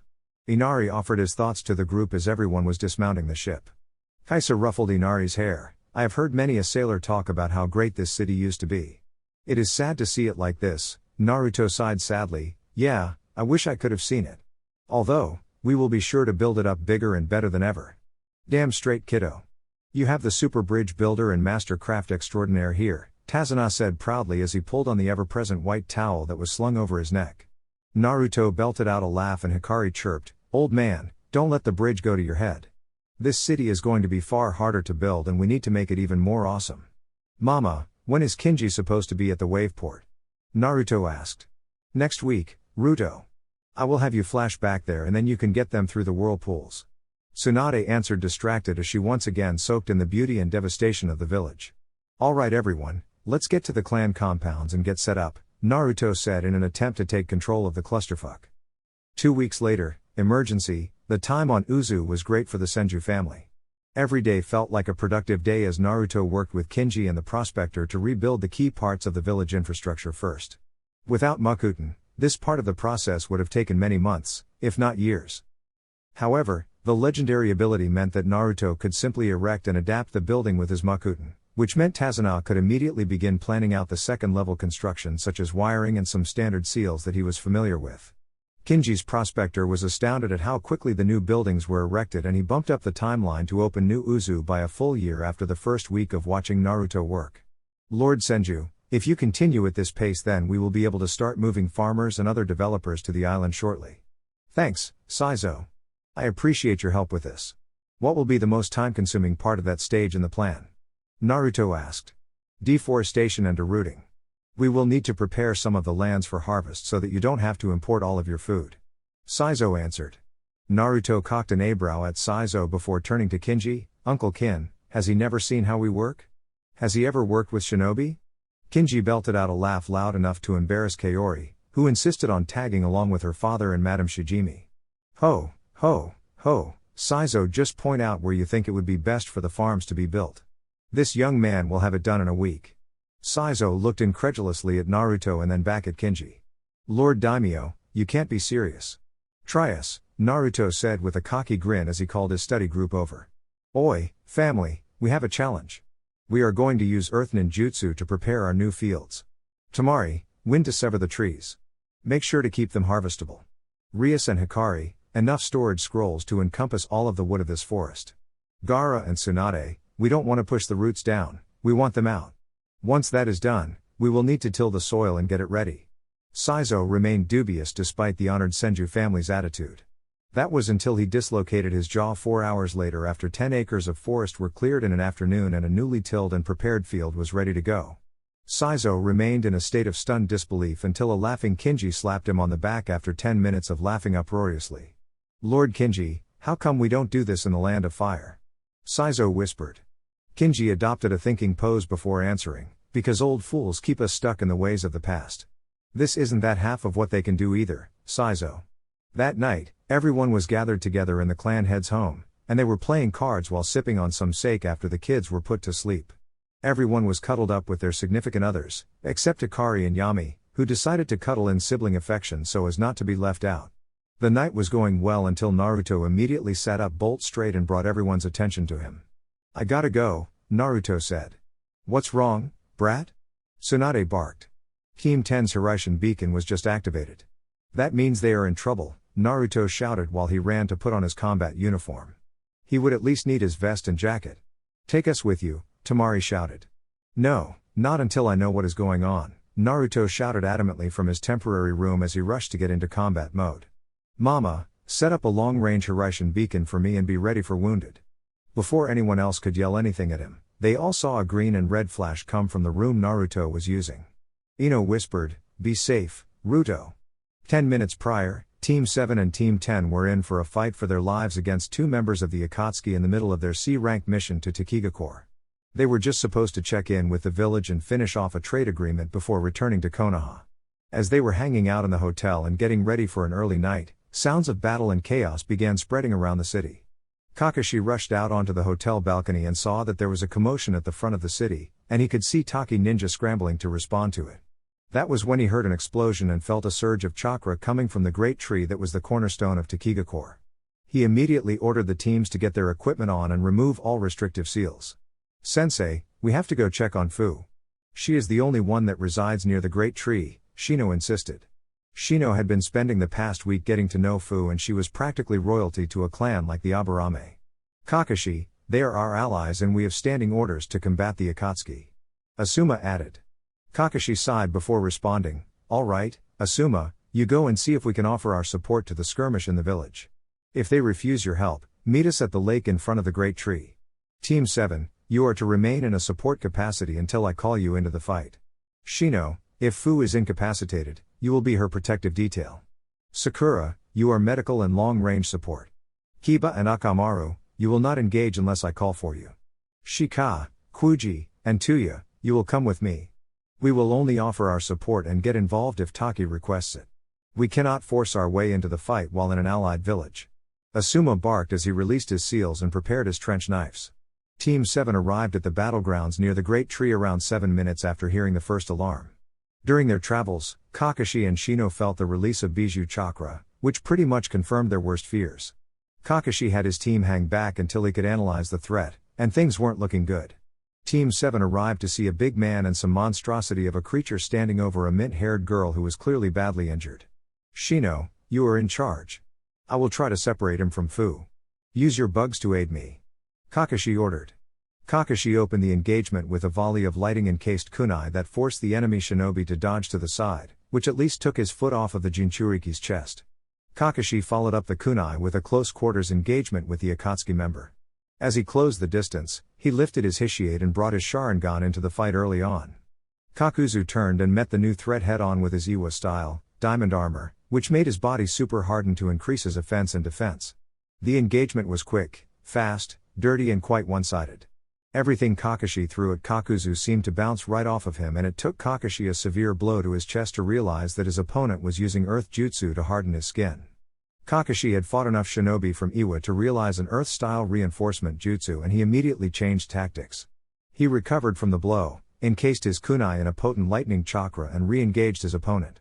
Team 7 watched on, and they were scared to see Kakashi failing to land a decisive blow on his opponent. As that fight dragged on, they were forced to deal with a creature that seemed to be made of a bunch of black threads, and it wore a mask that bore the kanji for fire. The original attack from the creature caught them by surprise, and the only reason they survived the surprise fireball was a quick Earth-style mud wall from Shino. That didn't stop the creature from ramming into Kiba, which sent him sprawling. Shino reacted immediately by unleashing his Kikaiku and Bijou bugs to launch his initial onslaught on the intimidating creature. He also pulsed chakra into the lid of his Senjutsu beetles and prepared to set up the battlefield to deal with this new opponent. Luckily, Kiba was made of tough stuff, and he was able to shake off the tackle from the tentacled and masked creature. He recovered quickly and easily determined that he would need his Inuzuka food pills and threw one to his partner as well. Team 7's teamwork was shaky at best, but Shino did his best to respond to the evolving battlefield, and he played defense for his frontline teammate. That being said, the masked creature's body was iron hard, and it was able to withstand multiple hits from the Gatsuga attack. The creature also withstood the explosions from his Bijou bugs, and it was able to burn the Kikaiku he had released. This told Shino that the body was not the way to go, as he erected yet another mud wall to protect Kiba from the creature's flames. It was at that time that the lid to his gourd clicked open and he was able to call upon his Senjutsu beetles. He felt the communication link with Shikata open up, and he quickly informed her and the hive of his recent discoveries on their opponent. With a new plan in mind, Shino locked the creature in an Earth-style, earthen coffin, which was just 4 earth walls erected close together around the opponent. "Kiba, fall back and recover. Sakura, tend to him. I have a plan," Shino shouted to his teammates. Kakashi was having a rough time against a clearly superior opponent. So far, Kakashi recognized his opponent as Kakuzu the Immortal, and he had briefly recalled his opponent's known abilities. However, knowing your opponent's abilities doesn't make it that much easier to counter them when your opponent displays mastery over 4 elements. Thus, Kakashi was fighting a defensive battle to buy time for his team to deal with the creature that was attacking them.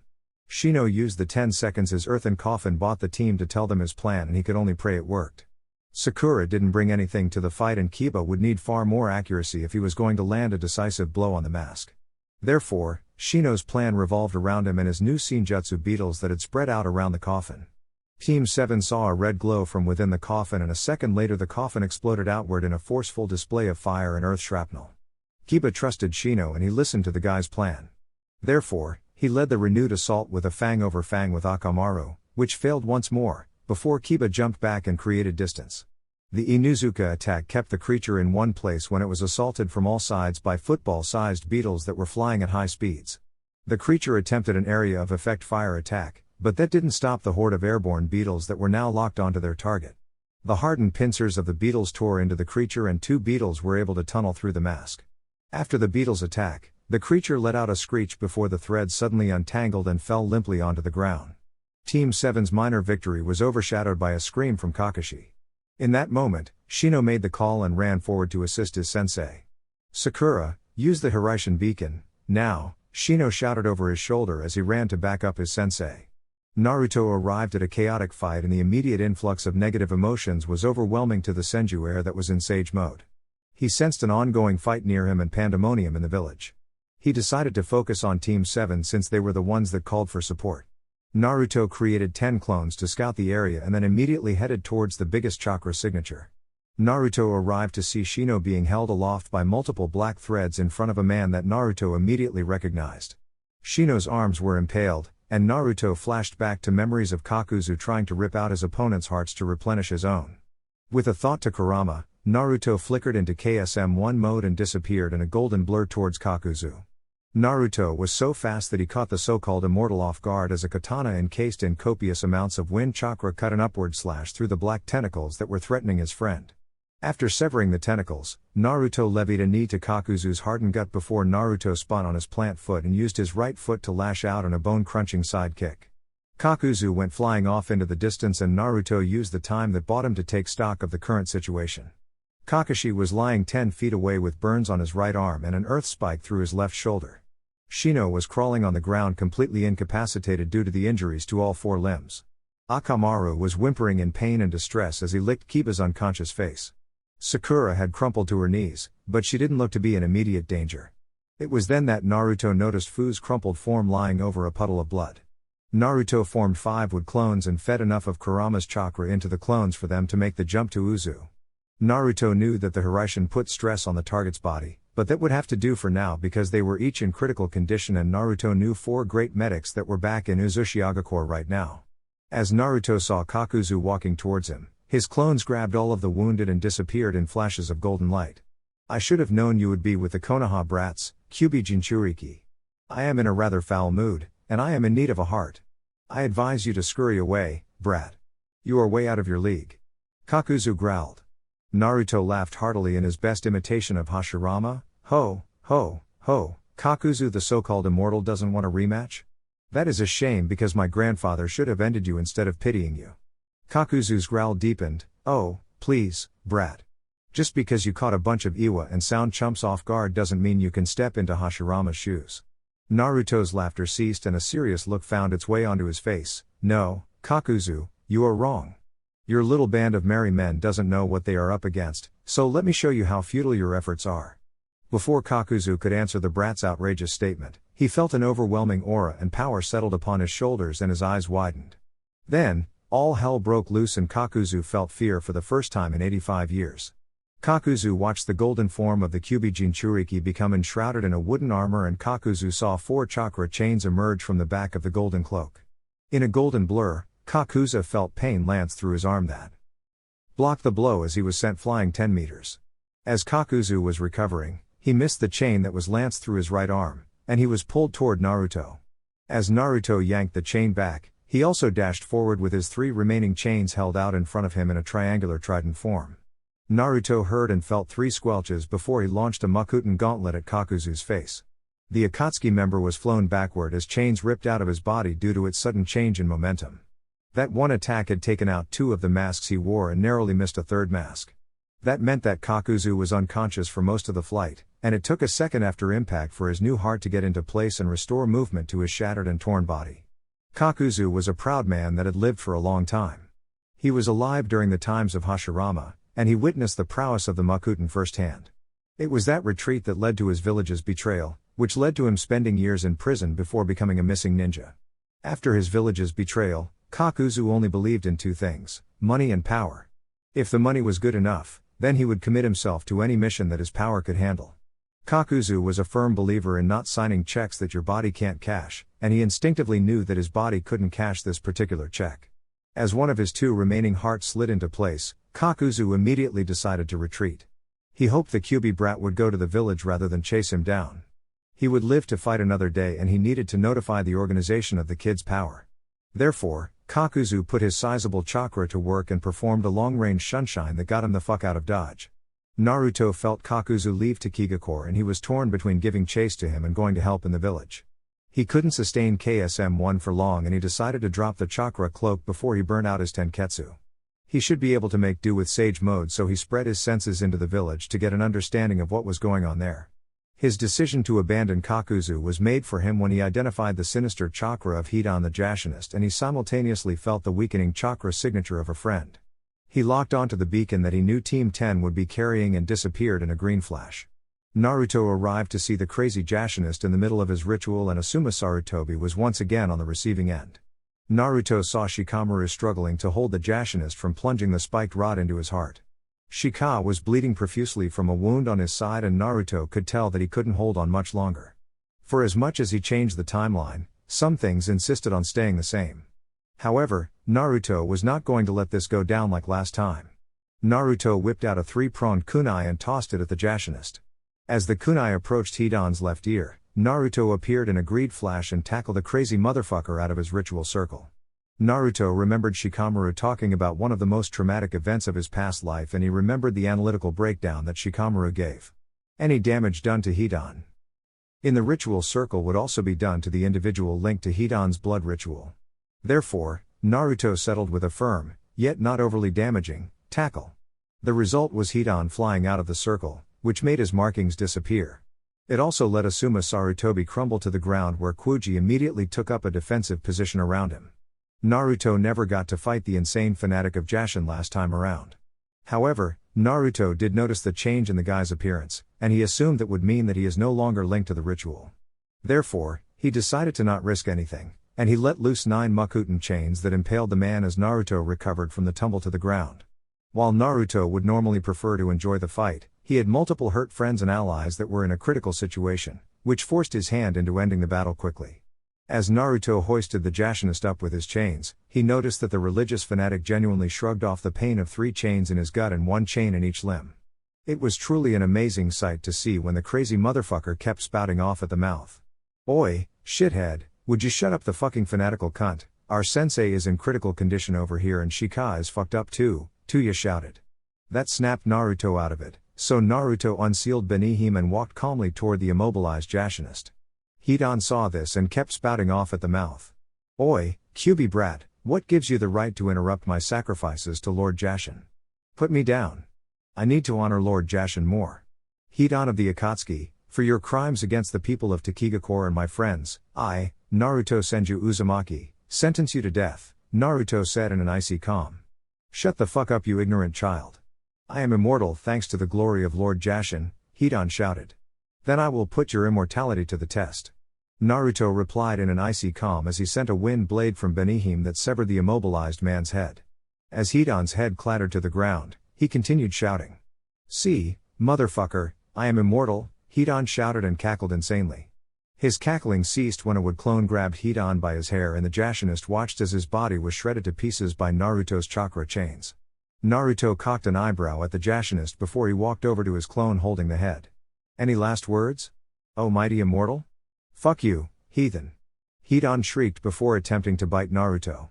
Naruto nodded to his clone, who put a glowing blue hand on Hidan's head. Kanji and thick black lines spread out over the head and the screaming ceased immediately.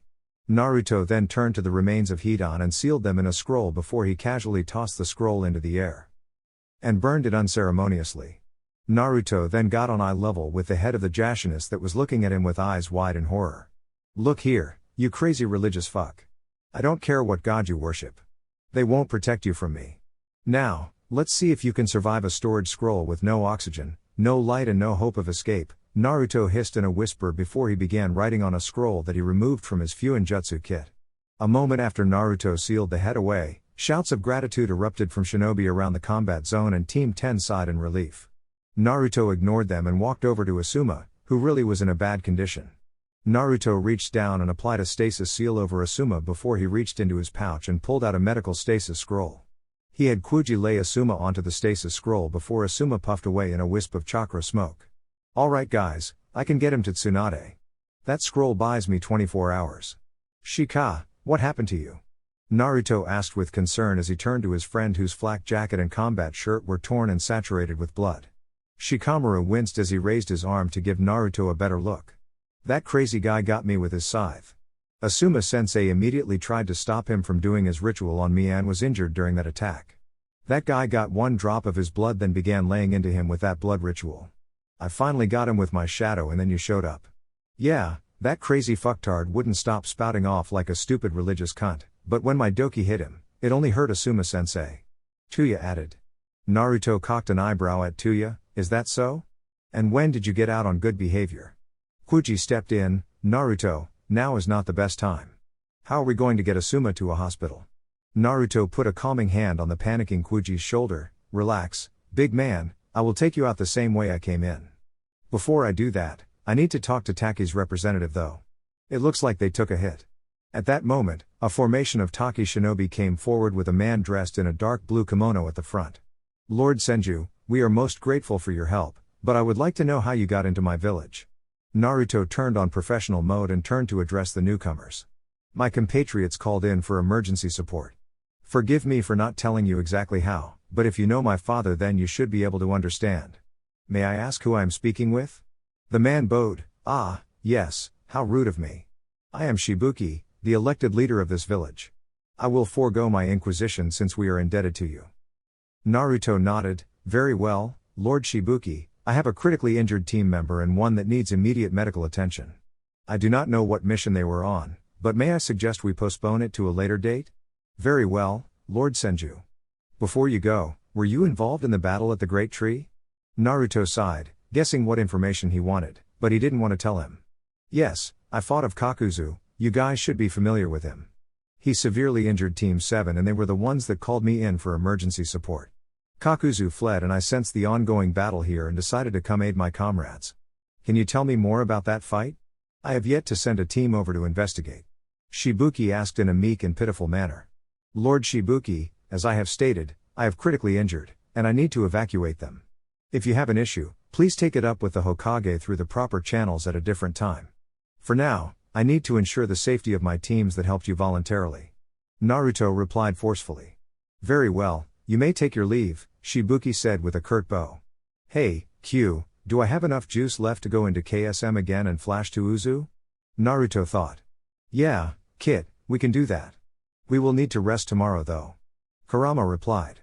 "Okay, Team 10, gather around and place a hand on me," Naruto said out loud to his friends. "What the fuck would I touch your admittedly sexy ass for?" Tuya asked. "Tuya, do as he says." "Now," Shikamaru said forcefully, which cowed the new addition to Team 10. As Team 10 placed their hands upon Naruto, he ignited into his KSM mode, took 10 seconds to feel out the Hiraishin beacon in Uzu and then disappeared along with Team 10 in a golden flash. They left a burning village and a bunch of dumbstruck Taki shinobi in their wake. Team 10 arrived in a bustling house as Tsunade was shouting and coordinating Ino, Hinata, Haku and Shizune while they provided medical treatments to the injured Konoha shinobi. Naruto handed off Shikamaru to Shizune and called out to Tsunade, "Mama, I need to talk to you outside." "I am kinda busy, brat," Tsunade said agitatedly. "It is important, Mama," Naruto insisted. Tsunade relented and followed Naruto out onto the porch. "What is it, brat?" Naruto held up a stasis scroll, and Tsunade's eyes widened. I have a Suma-sensei in here. From what I saw, he had damage to both legs and at least 2 puncture wounds through the abdomen. There was also a punctured lung. I cannot flash any more right now, and I wanted to know if you want to handle him here or if we should wait to take him to Wave. Tsunade thought about it for a bit. I know you probably didn't have time, but where were the wounds? Right kidney and spleen. The other was probably along the large intestine. The right lung and my best guess imply that it was full of blood and collapsed. The leg wounds weren't spurting, so most likely flesh wound, but it was from that heat-on freak. Naruto answered thoughtfully. Okay, keep him in the scroll. Naruto, you need to know something. Naruto looked expectantly at Tsunade. Fu isn't going to make it. Her wounds aren't healing, and Chomei's chakra is already starting to leak out. I heard Kakuzu was there, and his threads pierced Fu's heart and primary chakra core. By the time she got here, the damage to the heart was too extensive. Chomei's chakra is the only thing keeping her alive right now. Fuck, Naruto shouted and punched the railing of the deck, which disintegrated into splinters from the sudden blow. Tsunade put a comforting hand on his shoulder. Look, kiddo, go talk to her, or at least Chomei, and try to do what good you can. Naruto sighed and fell into Tsunade's embrace. Damn it, mama. This wasn't supposed to happen like this. Tsunade squeezed him passionately. We do the best we can, kiddo. Remember, we can't save everyone. It is not our job to save everyone. We just do the best we can for as many as we can. Naruto grunted before an idea came to him. He bit his thumb and weaved through hand signs before saying summoning jutsu, Shuna the divine priestess. Shuna appeared in all her regal beauty, and she listened to Naruto. She went with Tsunade into the room and took a look at Fu. After 10 minutes, the two exited the room with somber looks on their faces. Thanks for trying, Shuna. It was a desperation move, Naruto said softly. It is quite all right, Naruto. I have come to enjoy this world and I treasure your family. Now, Lady Tsunade, is there anything I can do for the other injured? Tsunade grunted and led Shuna into the impromptu medical bay. After the two left, Naruto entered the room Fu was in and saw her crumpled form lying on the mattress. Her wounds had been dressed up, but there was nothing you can do for a wound to the heart that took out the chakra core. He sighed as he knelt at Fu's bedside. He noticed her diminished vital signs and came to the unpleasant conclusion that he couldn't help her. After a resigned sigh, he weaved through some hand seals and placed a tender hand over Fu's heart. He watched the kanji spread over the area as a thin blue glow encompassed her body and her whole being seemed to still. He asked for help from Kurama before he placed his hand over her seal on her exposed abdomen. Okay, Q, that stasis seal will buy us some time and slow the damage, but we are on a clock. We need to talk to Chomei, and I have a feeling based on the desperate feeling of Chomei's chakra that she isn't going to want to leave. Kurama was pacing in the mindscape. It was an uncomfortable sensation for him, and he didn't enjoy seeing this human die. He remembered that Fu was one of the first bijou captured, and he remembered Chomei telling him about her life experience when the bijou were released and in hiding. He was racking his brain and trying to come up with a way to save the human girl, but if Tsunade couldn't do it, then Kurama couldn't think of anything he could do. With a resigned sigh, Kurama answered his host. Look, Kit, Chomei was attached to this container. I will take you in there, but try to let me do the talking, Kurama said in a somber tone. All right, I trust you. Naruto responded before he calmed his mind and placed his hands on Fu's seal. A familiar diving sensation washed over Naruto's senses, and Naruto opened his eyes to see a replication of the great tree of Takigakure and the lake that resided near it. He saw the giant insect form of Chomei hovering over a motionless body by the lakeside of the mindscape. The beetle was speaking frantically and jittering its pincers in an agitated fashion as its wings beat just fast enough for it to hover over the girl. The bijou was so distressed that it didn't notice its guests. Chomei, sister, we need to talk, Kurama said in a soft tone to garner Chomei's attention. Chomei spun around midair and took up a defensive position over Fu. Kurama, what have you done to my container? Why is this boy here with you? Kurama sat on his haunches in a non-aggressive pose as his tails waved in a forced calm behind him. Sister, we have put a stasis seal over your container's wound so that we would have time to talk and come to a resolution. We have brought her to the best medic in the elemental nations and... Spit it out, Kurama. Will Fu recover? Chomei shouted agitatedly. Kurama hung his head and spoke softly, No, sister, the damage to her heart was too severe. Chomei buzzed about in a distressed fashion and the feelings overwhelmed Naruto. He focused on linking with his body and accessing the Senjutsu chakra. He entered sage mode within the mindscape and focused on spreading the calm nature energy through the seal and into Chomei. Chomei's agitation and anger became subdued, and it sounded like the giant insect was mourning the news, but the calming presence of Naruto was helping her think rationally. Chome, I am sorry I didn't arrive fast enough to save Fu. I wasn't called to Taki until her fight was over and there was so much going on. I am Naruto Senju Uzumaki, and I want to help you. Naruto stepped forward slowly with his hands up and open in front of his chest. Chome turned toward Kurama. How does your jailer know my name? Why does he feel like the one that first enslaved us? Kurama watched Naruto do his thing and he decided to assist his container by answering the questions. Naruto has the Makuten ability, and he is a descendant of that man. He knows your name from a variety of sources, but the main reason is because he saved you and earned your trust in a previous life. Naruto stopped his approach and turned toward Kurama. Way to go, Q, just pop the time travel bubble right away. Naruto's tone was playful and sarcastic, which was a startling and abrupt change from his calm demeanor a second earlier. Chome's eyes locked onto Naruto and Kurama in a state of stunned disbelief. This night was too overwhelming for Chome, and it was starting to become too much to bear. Don't play with me, brother, Chome spat. Kurama's eye narrowed and his gaze hardened upon Chome. Look here, little sister, I have come to your domain to speak with you and help you on behalf of this human here. We do not deceive you, and if you disrespect me again, I will show you why I am the strongest of the Bijou. Now, stop your incessant hovering and clicking and listen to my partner. This startled Chome, especially the overwhelming power of Kurama's aura that he just flexed in front of her. The words had the desired effect as Chome became more subdued and she landed in front of Fu. Naruto walked forward calmly toward Chome and extended a fist to the beetle. With hesitation, Chome extended a leg toward the tiny human and tapped his fist. A flood of memories hit Chome and they were all centered around this boy's interactions with her in another time and place. Chome saw how the boy had met Fu before and the two became fast friends, at least until she fell into the hands of the Akatsuki. Chome saw Naruto break Obito's control over her and the many conversations that Naruto had with her and the other Bijou. She saw how Naruto did everything he could to protect the tailed beasts and shelter them from the greed of the humans. Then she saw the end. As Chome was reviewing the memories, she was suddenly hit with a wave of sadness and grief from the human boy. It became clear to Chome that the child was watching the memories with her, and it opened up old wounds for the child. Chome saw Naruto drop his fist before he approached Fu and calm some of her tousled hair before he erected a wooden bed for her to rest in. Chome was overwhelmed by the sense of grief and regret as the human child looked at her current container. Chome forcibly snapped her attention away from the human child and looked towards her brother. How is this possible? Kurama sighed as he lay his head on his paws. The Juubi was released upon the human world and ended that timeline. Kami sent us back to start the new cycle. We have done everything we can to prevent the tragic end, but my kid is only one man. Chome was forced to stomach that information and her attention reverted to Naruto once more. Amid the rampaging sensations of regret and grief, the human child offered a sense of peace and understanding with his chakra. Why have you come here, boy? Naruto tore his attention away from Fu's motionless form and looked up at Chome. Because I want to save you the pain of dying and reforming. I want to offer you a temporary sanctuary in my seal. I did a similar thing with Kokuo, but I had to absorb his natural energy after he had died and while he was reforming.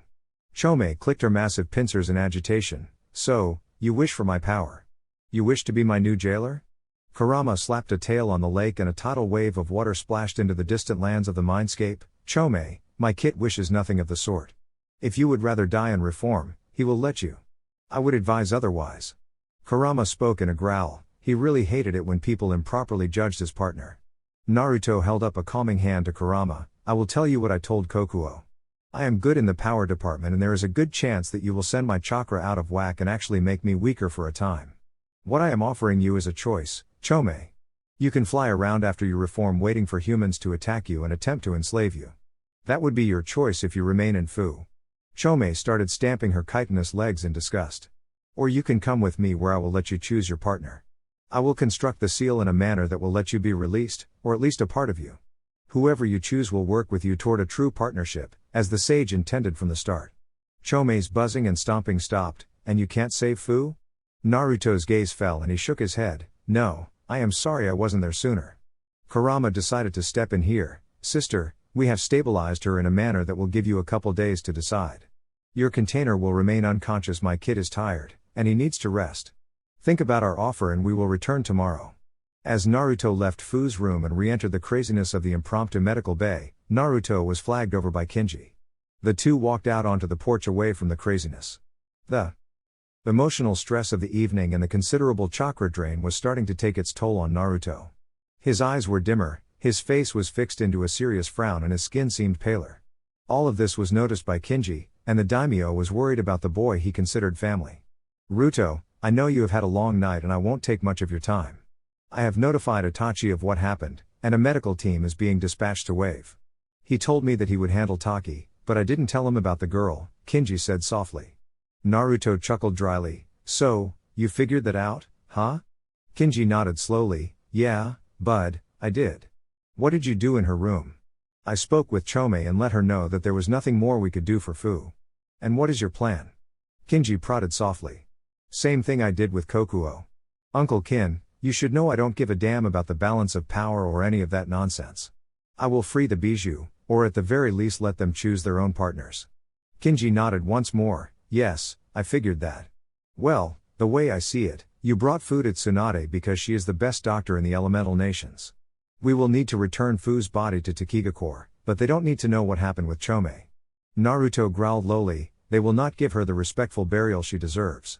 That town never loved nor appreciated her. Can you push for the rights to bury her in a place of Chome's choosing?" Kinji sighed. "I will see what I can do, kiddo." Kinji pulled Naruto into a warm hug. "You have done so much good for the world, Naruto. I know this hurts, I know this is a setback, but don't let it sway your path." Naruto wrapped his arms around Kinji and returned the hug. "Thanks Uncle Ken. I won't, I am just tired and stressed." "Then trust me and your mama to handle everything else for the night. Go get some rest away from all of this craziness," Kinji said with finality. As Naruto left the compound and went to rest in one of the other homes that wasn't destroyed, the Uzumaki clan head's house remained in a state of chaos, stress and worry for the night. Tsunade, Shizune, Hinata, Haku and Ino worked through the night with the minimal supplies they had to stabilize Kakashi, Shino, Kiba, and Shikamaru.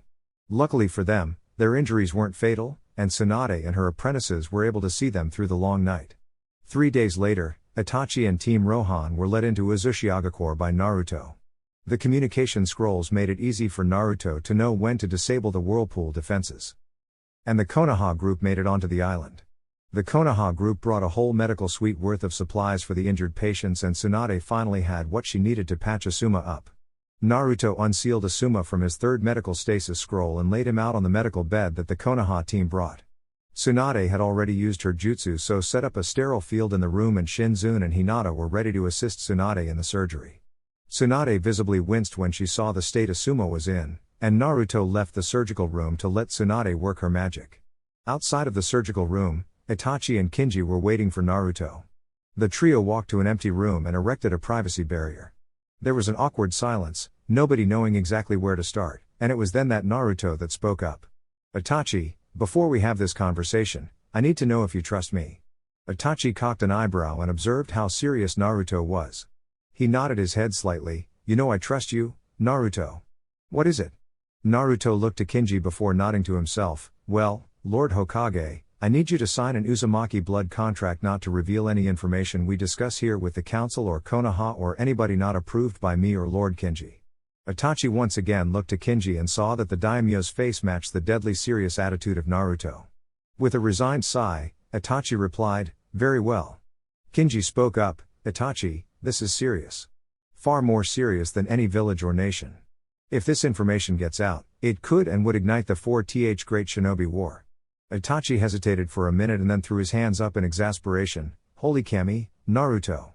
Is there anything you do that isn't life-changing or world-shattering?" Naruto laughed heartily at that. "Itachi, I am here to change the world. I am here to lead the shinobi world into a new and better cycle." "So, blood contract?" Itachi nodded once more. "I am not the Sandaime. I will choose to trust you. Before we get to that, I need to tell you something." Itachi seemed disappointed and apprehensive now. They were small tells, but Naruto knew Itachi well.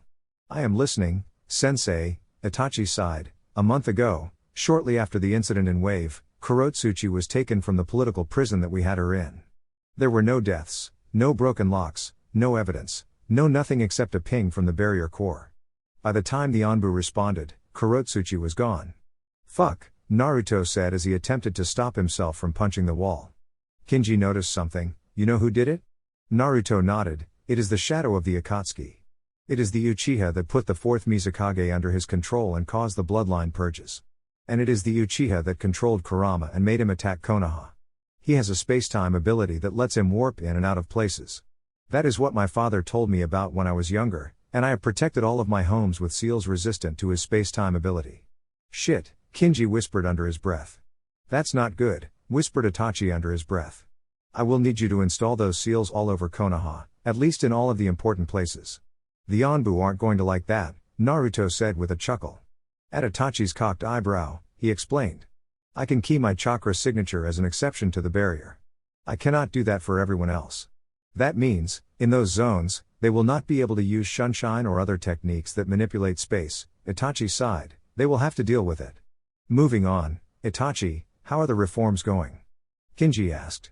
Itachi rubbed his eyes. Your wife has helped calm the civilian population. The shinobi clans have spread the Senju's contribution to Konoha and converted most of the populace.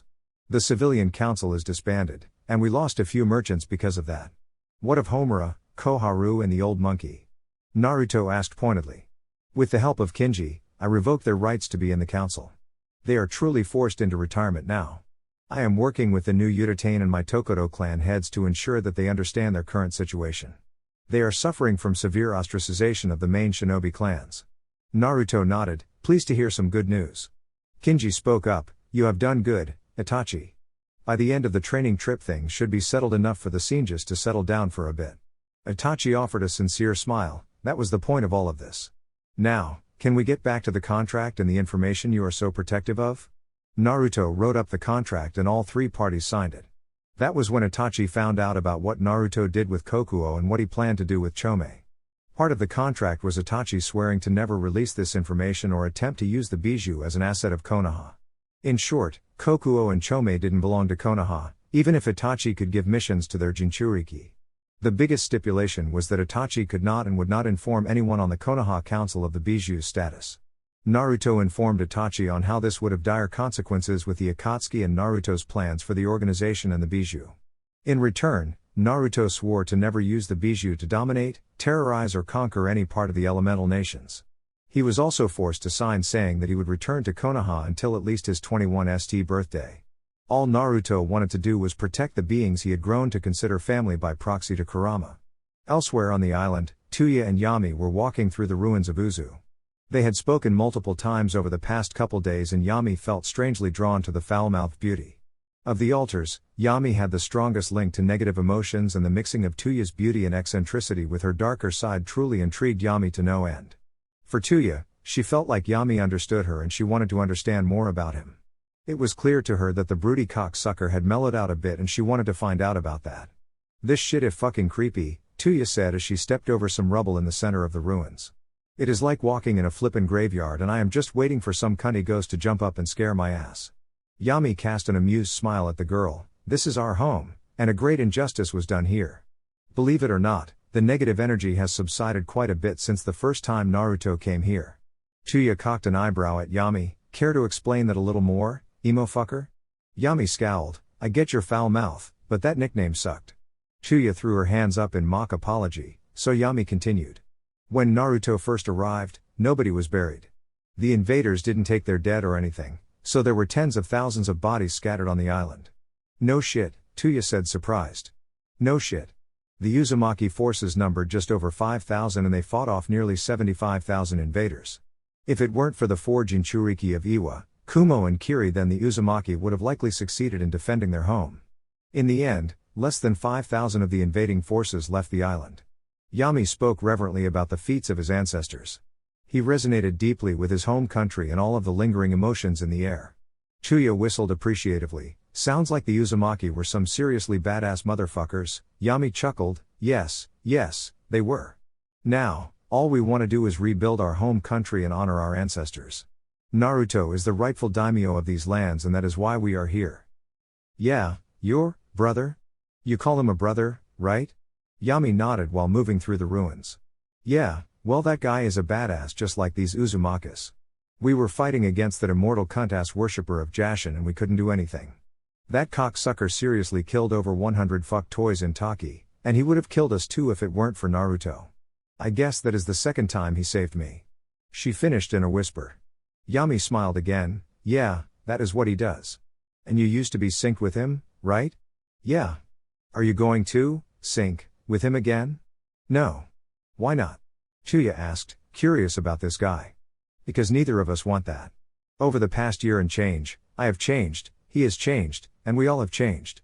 We cannot be separated from one another, but it would also be equally as damaging to force us into one, Yami said pensively.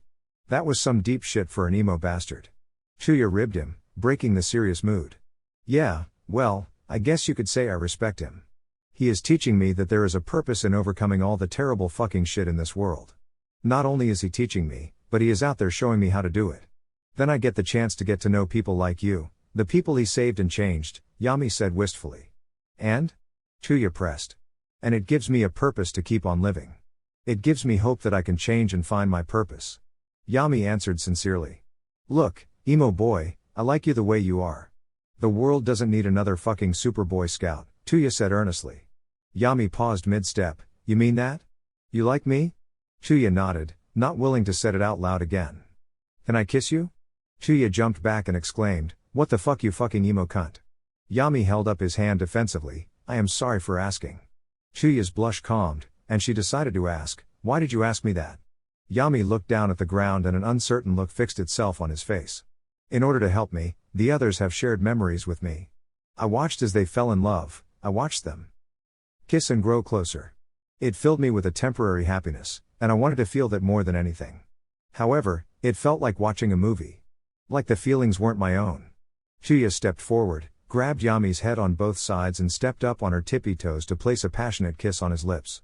It was impulsive, it was brash, it was rushed, and it was sloppy, but it was Yami's first kiss. Chuya released Yami's head and stepped back a bit. She laughed uproariously at the blush on Yami's face and the fixed, stunned look he was wearing. It is just a kiss, emo boy. Chuya forced herself to play down her own feelings. This guy was crazy, creepy and emotional. Just as fucked up and broken as she was, which is probably why she did it. Thank you, Yami said as he broke out of his stunned state and a smile fixed itself upon his face. Sure thing, fucker. Keep playing your cards right and there may be more where that came from. Chuya answered softly. Iwagakure, secret chamber. Kyuchi, Akatsuchi and Kurotsuchi met inside the secret chamber with the orange masked man and Deidara. They were finally able to locate the girl and fulfill their end of the bargain, which meant Kyuchi was now a puppet leader of Iwagakure. I suppose we can now count on your support? The masked man asked. Yes, Madara, you can count on our support, Kyuchi said with his arms crossed over his chest. I am grateful that you saved my daughter. What are your plans to deal with the Senju boy? Overwhelming force.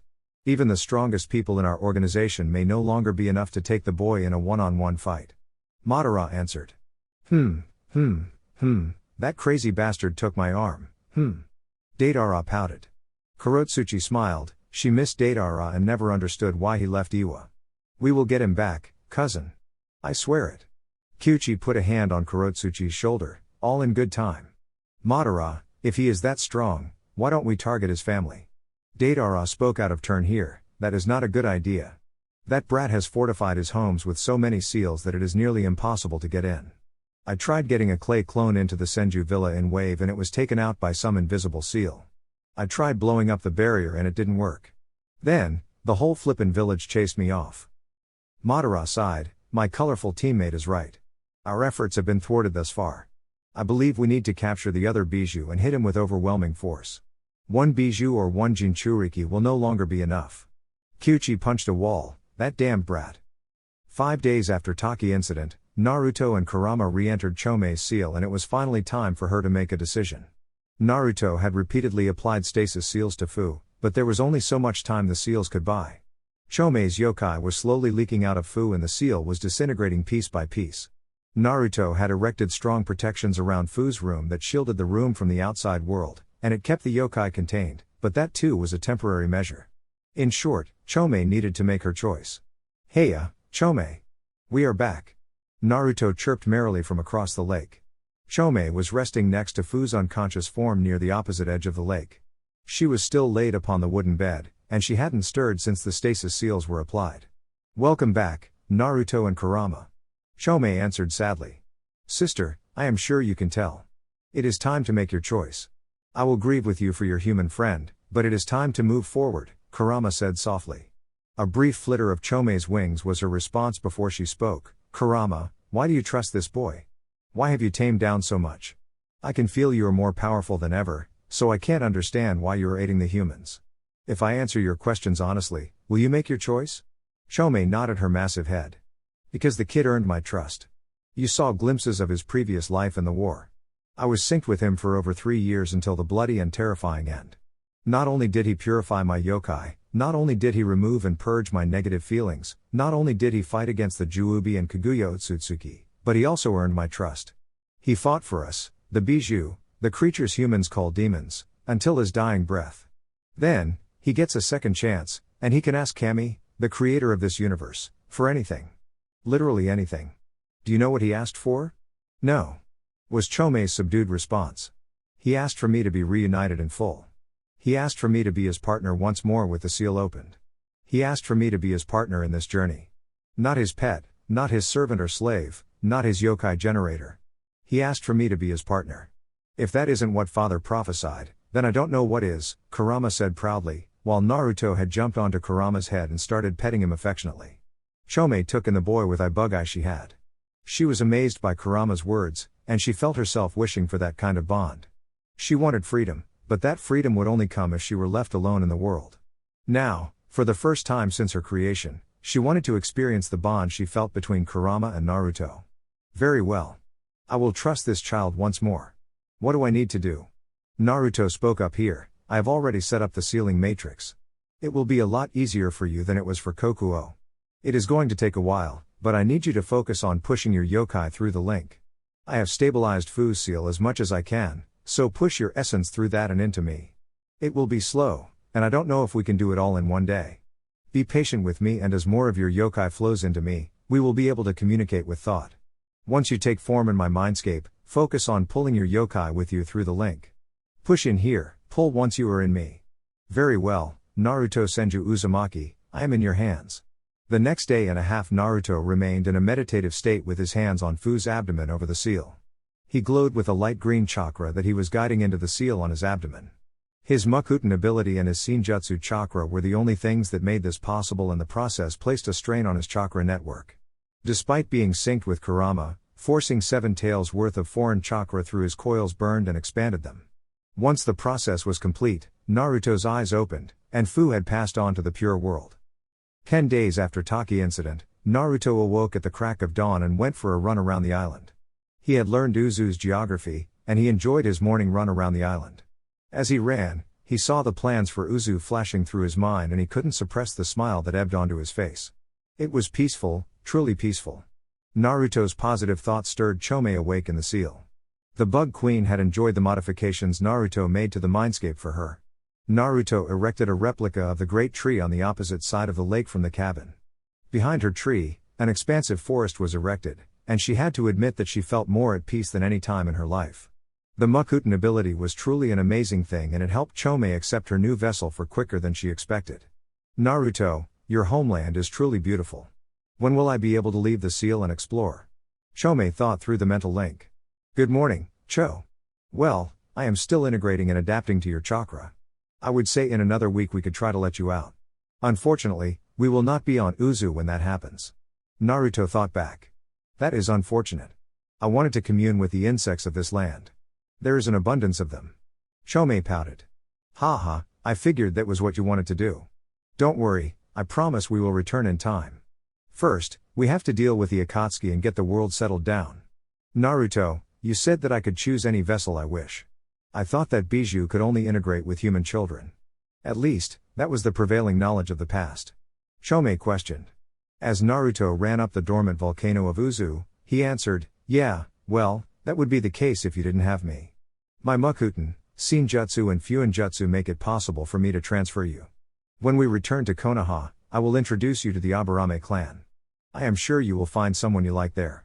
Chomei blushed, or at least the insect equivalent of a blush, when she thought, and what if I preferred to stay with you? I think we could make that work. As I promised, it will be your choice. As of right now, I don't have access to your yokai because of the seal's configuration. If that is what you decide, then I will find a way to make it possible. Naruto thought back. Chome had reviewed Naruto's memories and she found herself somewhat smitten with the human boy. His attitude, warmth, love and tenacity were all traits that Chome found highly desirable in any future partner. Luckily, Kurama wasn't in the seal, or he would have made fun of her for feeling such a way. Thank you, Ruto. With that, Chome closed the link and enjoyed the warm, sunny day inside the seal. Naruto returned from his run and saw that everyone was beginning to stir. It made him happy to see the first signs of life on a previously devastated nation. He walked into the main house and saw that the Konoha group was awake. They were eating breakfast and they had prepared to depart that morning. Good morning, Itachi-sensei. Naruto chirped as he entered the kitchen. Chuya wasn't an early riser, she wasn't a woman that appreciated overly happy men, but Kami was she a woman that could appreciate that body. Naruto was 6 feet tall, lean and every muscle was defined. It didn't hurt that he was handsome and had whiskers that made him look slightly feral. Good morning, shithead. Chuya cut in. Naruto laughed, good morning, Chuya. So, sensei, when are you guys leaving? Before Itachi could speak, another person interrupted him. What am I, little brother, chopped liver? Kakashi said in a pout. Naruto laughed again, no, Kaka-ni, you are you. Now, can everyone please let me talk to the Hokage? Itachi couldn't suppress the smile that inched its way onto his face. Good morning, Ruto. Yes, we will be leaving in an hour or so. Asuma is stable enough and I have arranged transport from Tanaku Port. Good to know, Lord Kinji, are you returning with them? Yes, my boy, I will be returning to the capital. I want to get ahead of this mess with Taki. Kinji answered while Madame Shijimi pushed some more eggs and bacon onto his plate. Where are you going next, Ruto? Shikamaru asked. We will be heading to Kumo. We wanted to help Lightning Country and give them a taste of our seals. I also want to visit Turtle Island and the Sage's Temple. Naruto answered. Is it really safe for you to go to Kumo? Kakashi asked cautiously. Did you see what I did to the Iwa army? I isn't stupid and he wants to be our friend. It is easier for someone to return trust than it is to ask them to take a leap of faith. Naruto's sarcastic tone cowed Kakashi a bit. Anyway, Kakashi, I heard that Team 7 will be participating in the CrossFit workouts. Have fun with that. Kakashi's head sagged and Kiba spoke up, yeah, I am actually looking forward to it. After fight that Kakuzugai I realized that I need to step my game up. Yip. Bark, Akamaru agreed with Kiba. Akamaru was now about half the size Naruto remembered, so Naruto tossed a piece of bacon toward the dog, who nipped it out of the air with gusto. I would advise caution against taking the workouts lightly, Kiba. Every workout leaves me panting. Shino chilled Kiba's enthusiasm. Yeah, that is what they are designed to do. Just give it your all and enjoy working out with your friends. That is what it is all about. Akamaru, do you want some weight and resistance seals, boy? Naruto said as he got down on a knee to scratch Akamaru's ears. Will they be safe for him? Kiba asked. Yeah, you already know he can use chakra. I will set it so you are the only one who can adjust the levels. All he has to do to disengage them is channel some chakra into the harness I made. You can show it to your clan and see if they want some more. Naruto answered while scratching Akamaru's belly. Cool. I will do that. Before the conversation with Kiba could continue, Naruto turned back to Itachi and asked, any word on the snake or your little brother? The mood in the room instantly sobered and Naruto knew the answer before Itachi spoke, no. We have raided multiple bases. Each of the bases Tuya gave us were either deserted or just minor outposts. We haven't gotten any leads, but we think Orochimaru has moved out of Rice Country. Naruto thought for a bit and pulled on memories of his past, but he was coming up blank. Shit, I was hoping you would have something. So, the snake has gone completely silent? Itachi nodded, yes, our intelligence says that he hasn't made any overt moves recently. I believe that it is a matter of time until he strikes, but until he does, we won't know. I will keep an eye out, sensei. We know he can't be in Wind or Water Country due to the alliances. It is unlikely he is in Lightning Country. My guess is that he has infiltrated some minor nation again and taken it over. Just look for occurrences of repeat disappearances and you will find him sooner or later. Naruto tried to be positive while speaking about the touchy subject. So, how does it feel to be a dad, Naruto? Sakura cut in and distracted everyone from their negative thoughts. Naruto smiled a gigawatt smile, it is amazing. I mean, I don't get to do much. I am kinda missing the proper parts, but Hashi is awesome. He gives me a new reason to fight every day. Aw. Sakura pined. Sounds troublesome. Shikamaru lambasted. He is cute brat. Chuya added. It makes me want to grow my own hive. Shino chimed in. Naruto laughed, haha, thanks guys. Just hold off on it for a while. It wasn't in my plans, but that little man is a blessing from Kami. Now, I don't need to tell you that you are not to speak about Hashi, Suya or Kushina while in Konoha, right? Everyone nodded their understanding. The Senju family had been very forthright when expressing their concerns of people knowing about the little ones. The incident in Wave provided more than enough evidence of that fact. After a group breakfast, the Senju family and the training group walked down to the docks with the Konohans and the Fire Daimyo's entourage. Naruto disabled the whirlpools, and the groups were able to leave without incident. Ino and Temari put comforting hands on Naruto's shoulder. They are alive because of you, Ruto, Ino whispered as she laid her head on his shoulder. You did good, hubby, Temari said as she laid her head on his other shoulder. Kokuo, Kurama and Tsunade watched the trio from away and it was Kokuo that spoke first. Your kid is something special. He recovered from the loss of a friend and still had the fortitude to do what was needed. Yeah, that's Ruto for you, Tsunade said with a sad smile. She hated how much weight the brat always shouldered. At least she was there, so he didn't have to shoulder it alone. I told you, brother. He is the one. Kurama just left it at that as he smiled fondly at the threesome on the docks. Takumo, heya Sammy, long time no talk. Ruto? Oh my Kami, it has been so long. How are you? Really good sweetheart, we have a lot of catching up to do. Oh, I can't wait. So, where do you want to start? Well, I was thinking we could talk over some sushi and sake. You still like sushi, right? No way. You are coming here? Yay. Yup, be at Thunderbolt Port in 5 days. Mind letting I know? Sure thing, Ruto. Oh my gosh, I am so excited. Can't wait to see you, travel safe. With heavy hearts, the Senju family left Shizune and Himawari with the babies in Wave before they departed for Kumo. Everyone was concerned about the safety of the babies, so many extra measures were taken. The long-range Hiraishin beacons in the Senju villa and the police headquarters made it possible for Naruto to respond to any threat that encroached upon the island. The detection seals, barriers and other safety measures gave Naruto a peace of mind, and the Gen 1 of Wave's SDF promised to keep an eye on the Senju family with a promise to summon Naruto at the first sign of enemy contact. With security resolved, Naruto and company set out toward Lightning Country by sea, which would take just over 3 days. Tsunade insisted on taking a cruise ship so that the family could enjoy the journey and she could get some gambling in along the way. Luckily, the Senju fortunes were massive, expansive, nearly infinite. Okay, the last one might be taking it too far, but money was not really a concern for the Senju family. Even after paying for the rebuilding of Uzu, they still had more than they knew what to do with.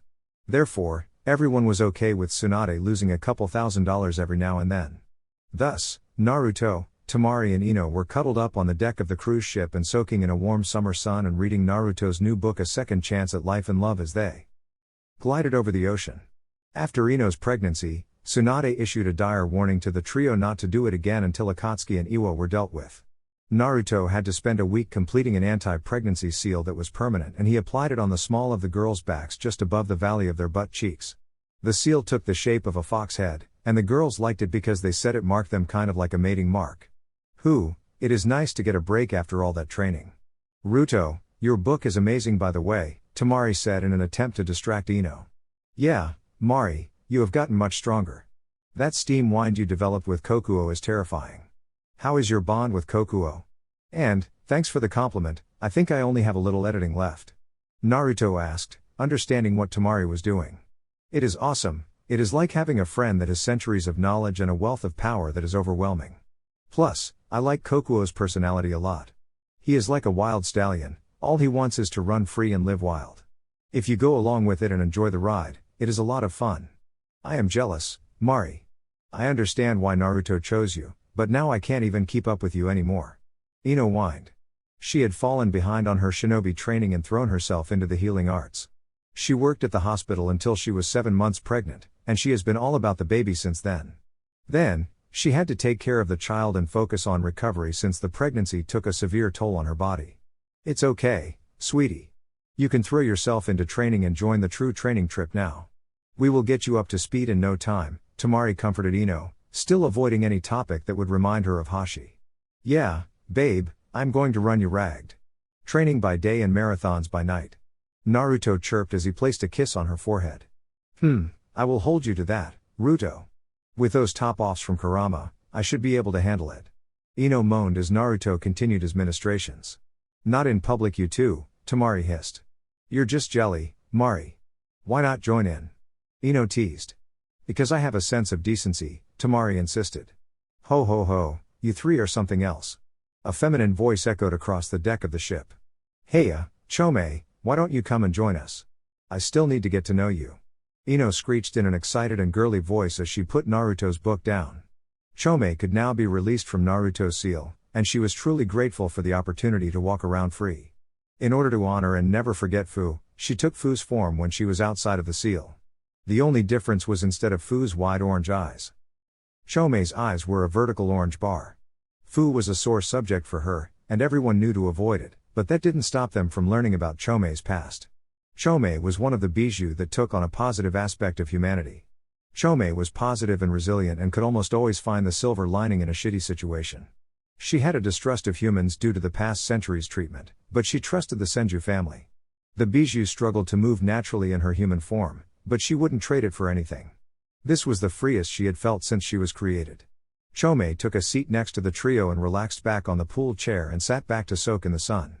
What do you wish to know, Ino? Ino took a pensive pose. Where is your favorite place to stay? Was it in Takigakure? Chome saddened at the thought of the city and Temari poked Ino in the forehead. Yes, that tree grew from my chakra. I was in the tree long before the formation of Taki and those filthy humans took over my home. I originally worked with them, and I was originally happy to live alongside them. I wanted to honor my father's wishes and it was all good until it was not. Naruto offered her a cheery smile. It is all right, Chome, no need to go into sad memories of the past. Tell me, have you ever been to Kumo or the Sage's Temple? We were all born in the temple, but we decided to split up many centuries ago and we tried to spread our father's teachings.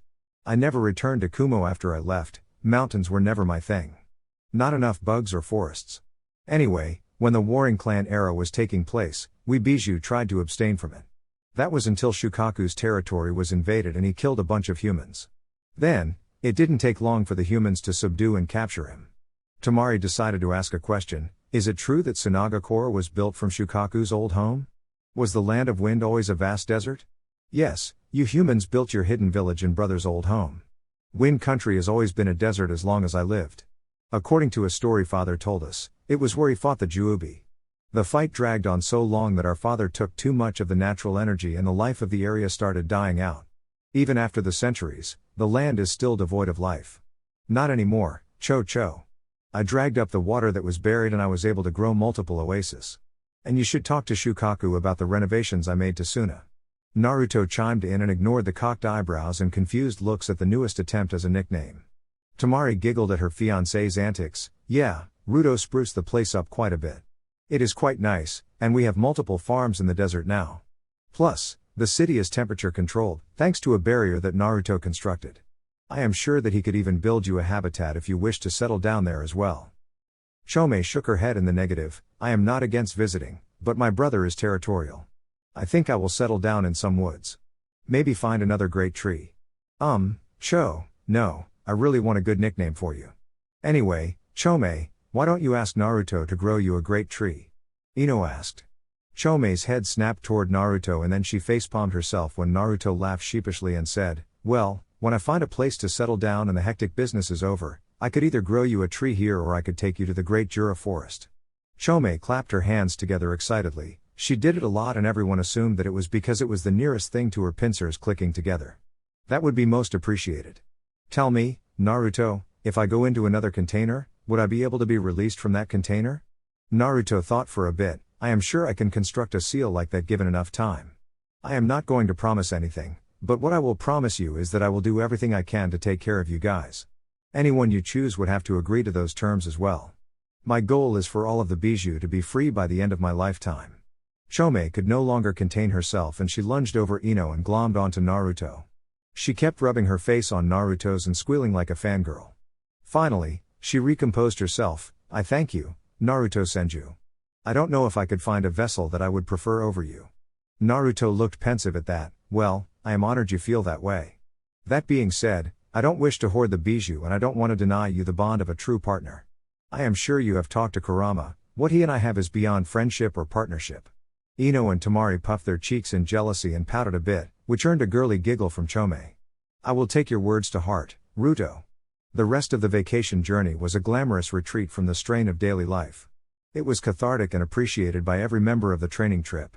Naruto and Q picked up an interesting scent from Gaara and Hinata before Shukaku walked over with a face-cracking smirk on his face.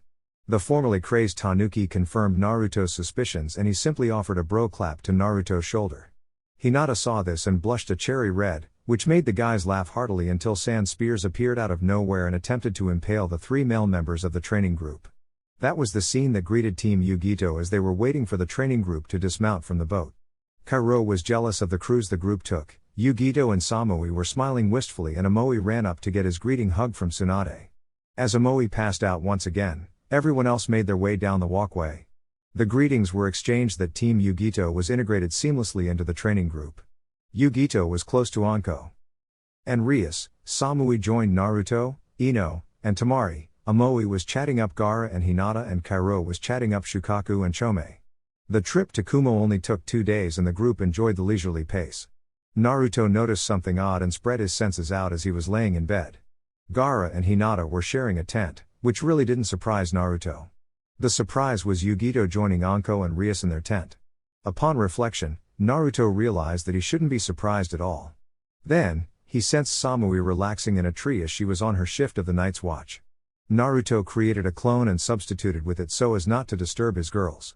Naruto appeared next to Samui and created a wider platform on the tree branch that allowed him to sit down and swing an arm over her shoulders. Samui shamelessly accepted the offer and cuddled into Naruto. She really missed his warmth and despite trying to move on, she often found herself thinking about her time in Konoha. How you been, Sammy? Naruto asked softly. Samui moaned as she snuggled into Naruto's shoulder. I have been good. Really focused on my shinobi career. This was actually the first time that Team Yugito has worked together in a while. Oh yeah? Why is that?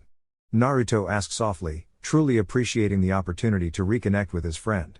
Well, after your messages to the Raikage, he decided that Yugito and B would be a permanent tag team until the Akatsuki are dealt with. So, they have been running rank missions together since the Chunin exams. Speaking of which, how are you holding up? Naruto sighed, that's crazy. I am glad that the Raikage took my warning seriously. A month ago I actually fought against the Akatsuki. My friends were in Taki, and they were after the 7 tails. My friends got hurt pretty bad and Fu, the Jinchuriki, ended up dying. Samui gasped before Naruto rubbed her shoulder and continued. It is all right. I went in and fought off Kakuzu. He fled with his tails between his legs when he was down 3 hearts. Then, I killed Hidan the Jashinist before he could finish off Team 10. Samui sat up and looked into Naruto's eyes and saw he was deadly serious. Ruto, that's nuts. Naruto shrugged and pulled her back into his arms. Yeah, maybe a little bit. Honestly, Kakuzu isn't the scariest guy in the Akatsuki. Hidan was a chump that relied on his immortality. I don't want to talk about them though, tell me more about you. Samui moaned in comfort as she fell back into Naruto's warmth. Well, not too much to tell. I will be taking the Jonin exams in a couple months and I have taken my training seriously. I think Kumo will become a full ally of Konoha soon. Samui stopped and giggled here. That is if the civilians don't piss you off. The Raikage ranted for days about your stupid civilians, and I would expect multiple invitations to join Kumo if I were you. Naruto chuckled under his breath, I can handle I. Truth be told, I want to deepen my bond with Kumo. If I can get 4 of the Great 5 together, then I think it will be that much easier to make the world a better place. Samui sighed wistfully and offered a prayer to Kami. You know, Ruto, if it weren't you, I would say that changing the world isn't possible for one man to do. That's the thing, Sammy, I am not doing it alone. You know my training group, you know my friends in Konoha, and there are also my allies in Wave, Suna, and Kiri. I am far from alone. What about you? Any boys in Kumo step up to the plate? Nope. Samui answered coolly. That's a crying shame, they don't know what a cool girl they are missing out on. Naruto tightened his hug. Why don't you join the girls in our tent? I will take over the watch. Okay Ruto. Thank you. Samui responded sleepily. The next day, the group made it into Kumo, and they walked with I up the mountain to the Raikage's tower. Rather than have the whole family join in the madness, Tsunade brought Naruto and I brought in Mabui, Daru, Yugito, B, and Shi. The rest of the group was taken to a temporary home for dignitaries that was next to the Raikage's mansion. I stood up and opened his arms with a big smile on his face. Finally, the scene just graced Kumo with their presence. Welcome to Kumo, so what can we do for you during your stay? Tsunade let Naruto speak up. First, Lord Raikage, thank you for welcoming us into your beautiful village. Second, I think we should talk about the Akatsuki. I fought 2 of their members in Takigakure and there are some developments you need to be made aware of. I nodded. I heard Taki was attacked, but I didn't know that you were involved. Naruto proceeded to recount the Taki incident and left out the parts about Chome now residing within his seal. I listened to the story of Naruto's fight and got a bloodthirsty smirk on his face. Then, his mood turned somber when he heard about Fu dying and the damage to shinobi such as Kakashi Hatake and Asuma Sarutobi. After Naruto completed his tale, the room remained silent for a minute or two before B spoke up. Hey, yo, ain't no need to be down, those fools can't handle the brown.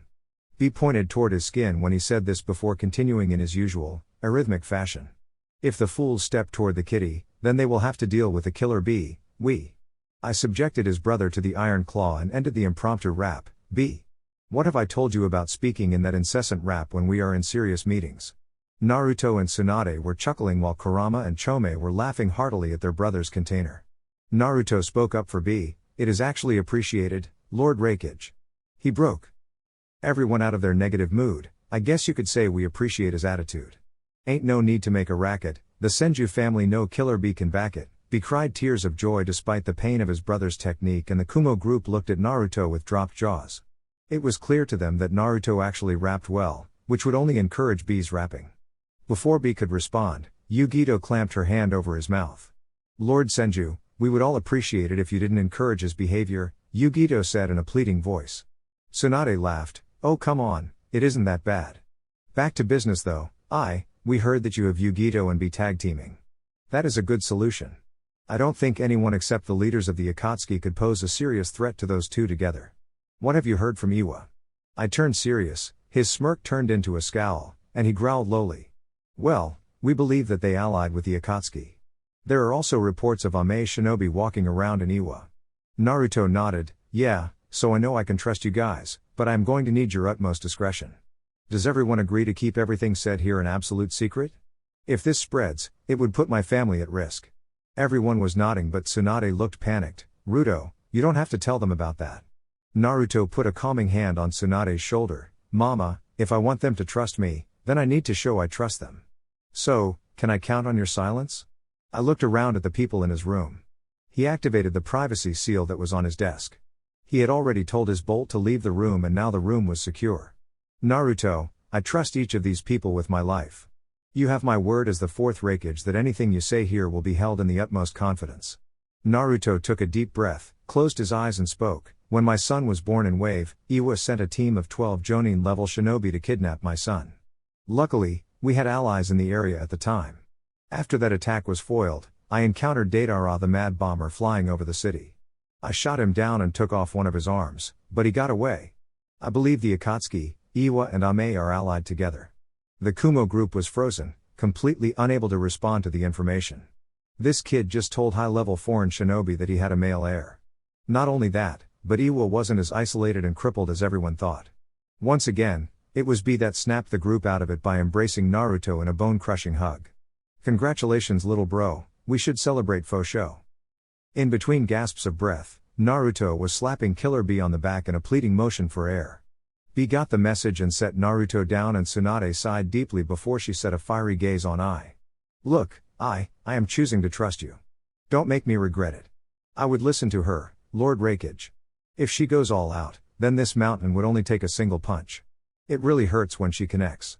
Naruto added playfully. Tsunade groaned and facepalmed herself. Brat, that isn't the kind of thing you say when you are visiting a foreign village. Naruto shrugged. It isn't that big of a deal.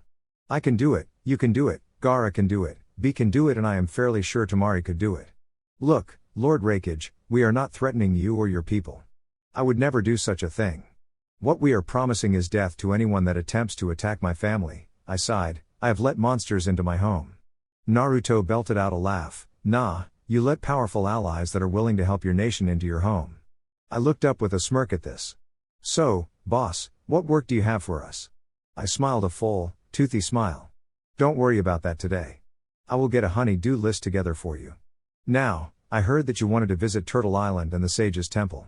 Naruto nodded enthusiastically. Yes, I have talked to Kurama, Chome, Shukaku and Kokuo and they all told me that I need to visit the Sage's home. Once again, the group was stunned by the casual name-dropping of 4 Bijou. It was Yugito that spoke up. Matatabi wishes to know how you communicate with 2 Bijou that whose hosts died. They should have died and been in the process of reforming. Naruto shrugged and told a half-truth. I am probably the second, no third, yeah, third best sage of all time. I could commune with their natural energy while they were reforming. Yugito narrowed her eyes, catching the fact that she wasn't getting the whole truth. A quick look at B let her know that he sensed the same thing.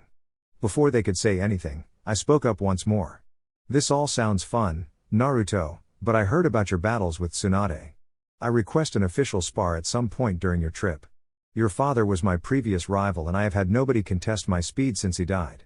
Plus, I still owe you for that workout you gave me. I finished with a smirk. Naruto shrugged, okay. Let's do that as a send-off. It will be my final test for the training trip. I know you are fast, and I guess Cage aren't really in the bingo book.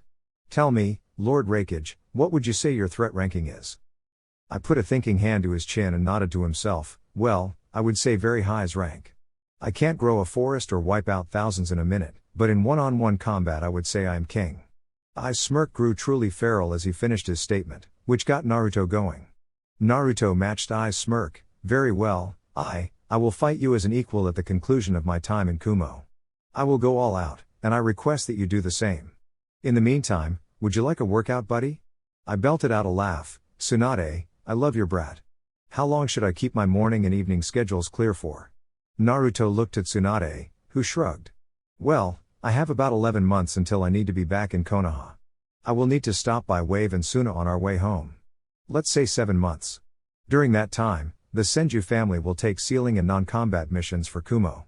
We have been authorized by Itachi to conduct preliminary negotiations for a treaty between Kumo and Konoha. On another front, Wave is looking for trade partners. The Sage's Temple. After a month performing minor sealing missions in Kumo and the Lightning Capital, Naruto felt that it was finally time to go to the Sage's Temple. Turtle Island was a 3-day journey from Kumo and Naruto wanted to spend some quality time at the temple. I informed Naruto that the temple was staffed by monks that had committed themselves to studying the Sage of Six Paths and that they had a very strict etiquette while in the temple. Thus, Naruto decided for his first journey to the temple to be alone, other than having Killer Bee as his escort. As he traveled with Bee, a fond smile graced his face as he thought over the previous month in Kumo. Tsunade and Kurama had made it official, and they asked his permission to use his body, once the Akatsuki were dealt with.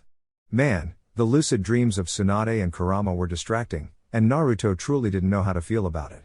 It was a truly unique situation, so Naruto resigned himself to being happy for his mama and soul brother. Shaking off those thoughts, Naruto thought about rekindling his friendship with Samui, Amoe, Karu, and Yugito. They were great friends and Naruto counted them among his precious people. Samui specifically spent a lot of time with the Senju family, even when the training sessions were over. She bonded with Ino and Temari. Evidently Naruto missed something because Ino and Samui were very close, and that relationship spread to Temari. Regardless, it was great seeing Samui's smiling face alongside the Senju family. Leaving them behind is never easy, but Ino and Temari almost seemed excited to shoo him off to the Sage's Temple. Yugito was close to another pair in the Senju family, and she wasn't even being discreet about it. The first time the beautiful Kumo blonde joined the Senjus for breakfast in Anko's white t-shirt and her panties made it super clear to everyone what was going on. Rias and Anko were always free spirits and it seemed like they found a friend of sorts in Yugito. Her presence also became a fixture in the Senju's guest house, and nobody seemed to mind her presence. Amoe and Kairo were not as close, but they were present as well.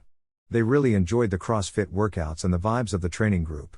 Amoe was closer to Hinata and Gaara and it seemed like that was their niche within the family. Everyone missed Amoe's worst-case scenario rants, and they were happy to play into the paranoia. Amoe took it gracefully and Karu laughed her ass off. Naruto also gave Karu a communication scroll and flashed back to Konoha to give the counterpart to Kuji, which Karu was grateful for. She tried to play the hard ass, but she was just a teenage girl at heart. I kept Naruto, Rias and Naruto's shadow clones busy. They had set up a total of 10 chakra null zones in training grounds, They had helped with a plumbing issue in the mountain through creative use of seals, and they had shown I how to develop some of the land around the mountains for agriculture. I also had Naruto grown a not-so-small national park with hope that the local wildlife would seek refuge in the cover. It made the area around Kumo greener and the people seemed to enjoy it. As the 3-day travel came to an end, B got more serious as they approached the temple that resided in the center of Turtle Island. Evidently, the ancient turtle was one of the boss summons that the sage summoned in the good old days. The creature agreed to watch over Kumo for the sage, and it took its job seriously as it traverses the seas around Kumo. That made it an effective guardian of the sage's temple and the other various creations of the sage.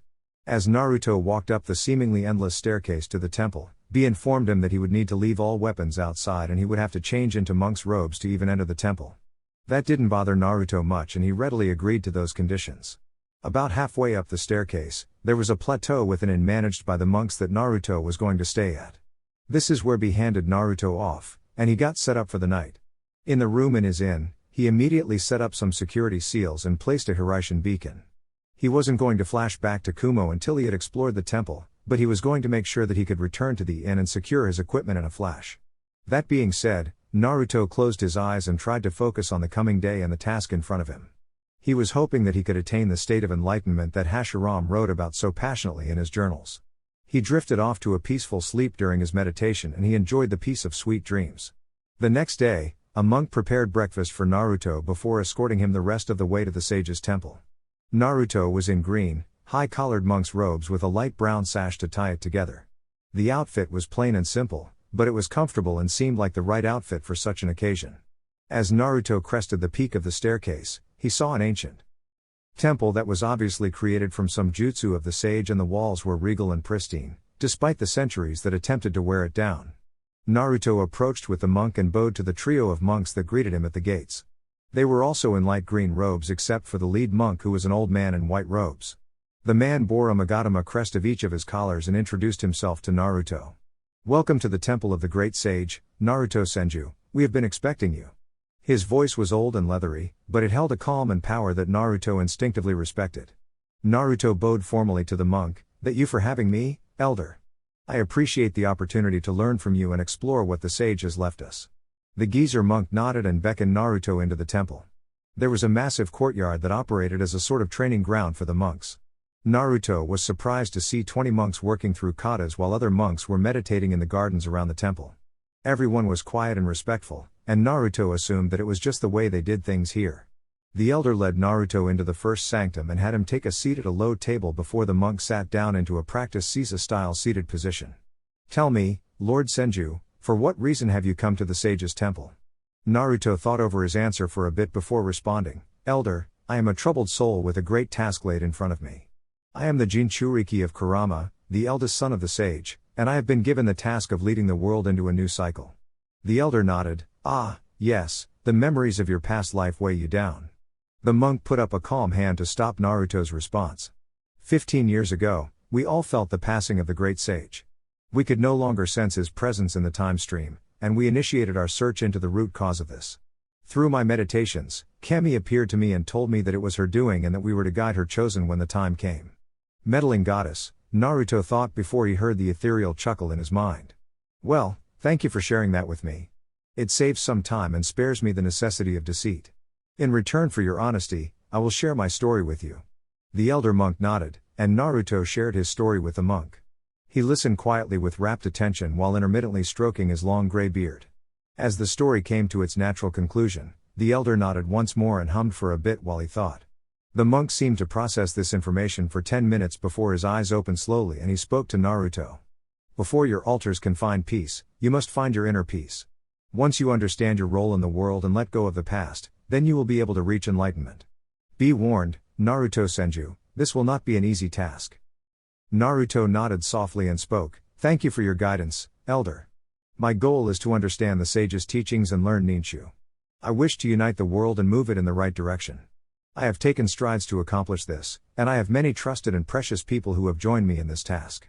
I humbly request your guidance." Naruto bowed his head to the elder of the sage's temple. The elder chuckled lightly. "Very well, Naruto Senju. We have seen your work and felt your power. We will work with you and train you in the sage's way." The following 5 days, Naruto didn't leave the temple once. He didn't eat, sleep or drink at all. He remained in a meditative trance guided by the elder of the temple. The elder instructed him in the teachings of Ninshu and helped Naruto understand and connect to his chakra first. It went beyond Naruto's journey to the seal, and it went beyond shaping or guiding his chakra. It was as if Naruto was riding the flow of his chakra through every tenketsu while getting to know it by name and nature. The tough part of this first task was not letting his meditation take him externally. As a sage, he was always connected to nature, and that connection had always taken precedence over the connection to his inner self. Thus, the first day was focusing on meditation separated from the outside world. The elder helped Naruto in this task by placing him in a room that was sealed off from the outside world. Evidently, the sage used this room for inner meditation because his sage mode was so powerful that he could feel everything in the elemental nations when he was in sage mode. Thus, a room created to help one center oneself and practice on focusing internally. The internal exploration was an eye-opening process for Naruto. By learning who he was, he found peace and understanding in the processes of the world. By making things right in his own body, his own temple, he could more easily make things right in the world. Sure, it was a monumental task, but it would only be possible if Naruto could reconcile himself and see the path forward. After the 5 days in the room of isolation, Naruto took a full day to recover and rest himself in the inn. The elder told him to do this because his hardest task would face him when he returned to the temple. Naruto took the elder's warning seriously, and he ate, rested and recharged at the inn until the morning of the 7th day. Upon returning to the temple, Naruto was greeted by the elder and all 40 monks that lived in the temple. Naruto Senju, today you will confront your past. Today, you will accept your future. Today, you will learn to live in the present. Come with me. The elder spoke in an authoritative tone. Naruto didn't speak, he simply followed the elder, and the 40 monks followed him into the temple. They walked around to the back side of the temple where a small reflective pool lay in the center of a trimmed, grassy patch. Naruto followed the elder's example when he stripped off his robes and placed them on a stone table. He walked through the cool mountain air, completely exposed to the elements and nature. He was so caught up in the calm trance that surrounded the temple that he didn't mind his nudity or the nudity of the elder monk. The 40 monks formed a prayer circle around the grassy patch and pool, and they all started humming in a deep and rhythmic tune. It was beautiful, menacing, hopeful and dark at the same time. All of their eyes were closed, but Naruto could feel that they were all connected spiritually to one another. The chant calmed Naruto's mind and prepared him for the task ahead of him. Young one, to accept one's past means to accept everything. Understand that the past was meant to stay where it is, and it is not meant to be shouldered by those that live in the present. I wish you luck, Naruto Senju. The elder spoke as he stepped into the pond. Naruto followed him in and was pleasantly surprised by the natural warmth of the water. He accepted the elder's hand and let the elder guide him into the water. The elder met his eyes briefly, and Naruto felt connected to the man and the man to him. It was deep and spiritual, displaying a level of trust that should be foreign to strangers that met a week ago. Despite that, Naruto felt like he could trust this man implicitly, and he relinquished himself to be dunked in the pool of reflection. Naruto's eyes snapped open, and he was in an ethereal white plane. He understood that this wasn't his mindscape or Kami's realm, but this was something else entirely. Then the landscape morphed and turned into Konoha. Images of Naruto's childhood and all of the feelings that came with it assaulted his senses. He couldn't keep track of it all, but he experienced it. It felt overwhelming, endlessly, torturous, lonely and full of despair. The assault stopped and a memory of the past flashed into clarity and paused. Naruto was in the Hokage's office with Hiruzen Sarutobi sitting behind the Hokage's desk while dressed in his robes. The elder looked down on Naruto with a look that was a mixture of regret, kindness, sorrow and pity. Naruto felt all of Hiruzen's emotions as well as the emotions of his child form in the room. He calmed his mind, took a deep breath and processed everything. Once he had attained the proper mental state, the memory started playing. It was the morning he was released from the hospital after his 8th birthday. It was the day that Naruto decided never to show anyone his true self again, and he firmly fixed his mask upon his face. It was the worst beating Naruto ever received, and the Anbu didn't step in until Naruto was raised on a cross and whipped ferociously. By that time, his arms and legs had already been broken and his body was a complete mess. Naruto closed his eyes in pain as he remembered this event. He remembered how completely broken he felt, how betrayed he felt, and the rage he felt when the Anbu that had been there the whole time finally stepped in. It was overwhelming and intense, and the sorrow and rage gripped Naruto's heart and tightened his chest. It took a monumental effort for Naruto to unclench his fists and accept that happened in the past. This didn't happen in this lifetime. Sure, the people of Konoha may have, and probably would have, done it in this lifetime, but they haven't done it yet. It took Naruto an indefinite amount of time to accept this memory alone, but after he accepted it, processed it and left it in the past, the next memory took form.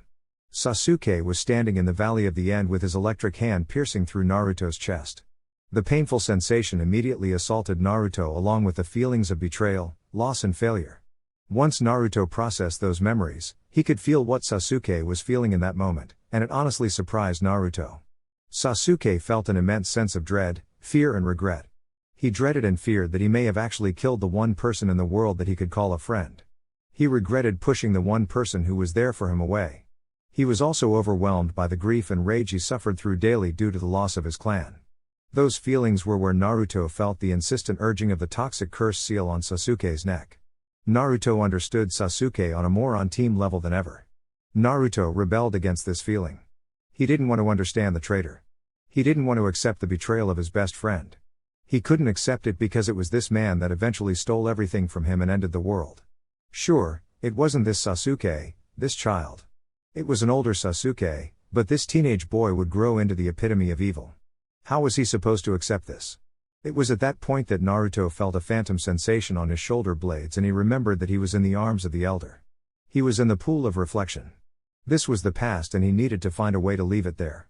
As Naruto looked at the frozen memory, he frowned deeply and realized why this task was so hard. Just like himself, Sasuke was a kid swept up in the tides of the time.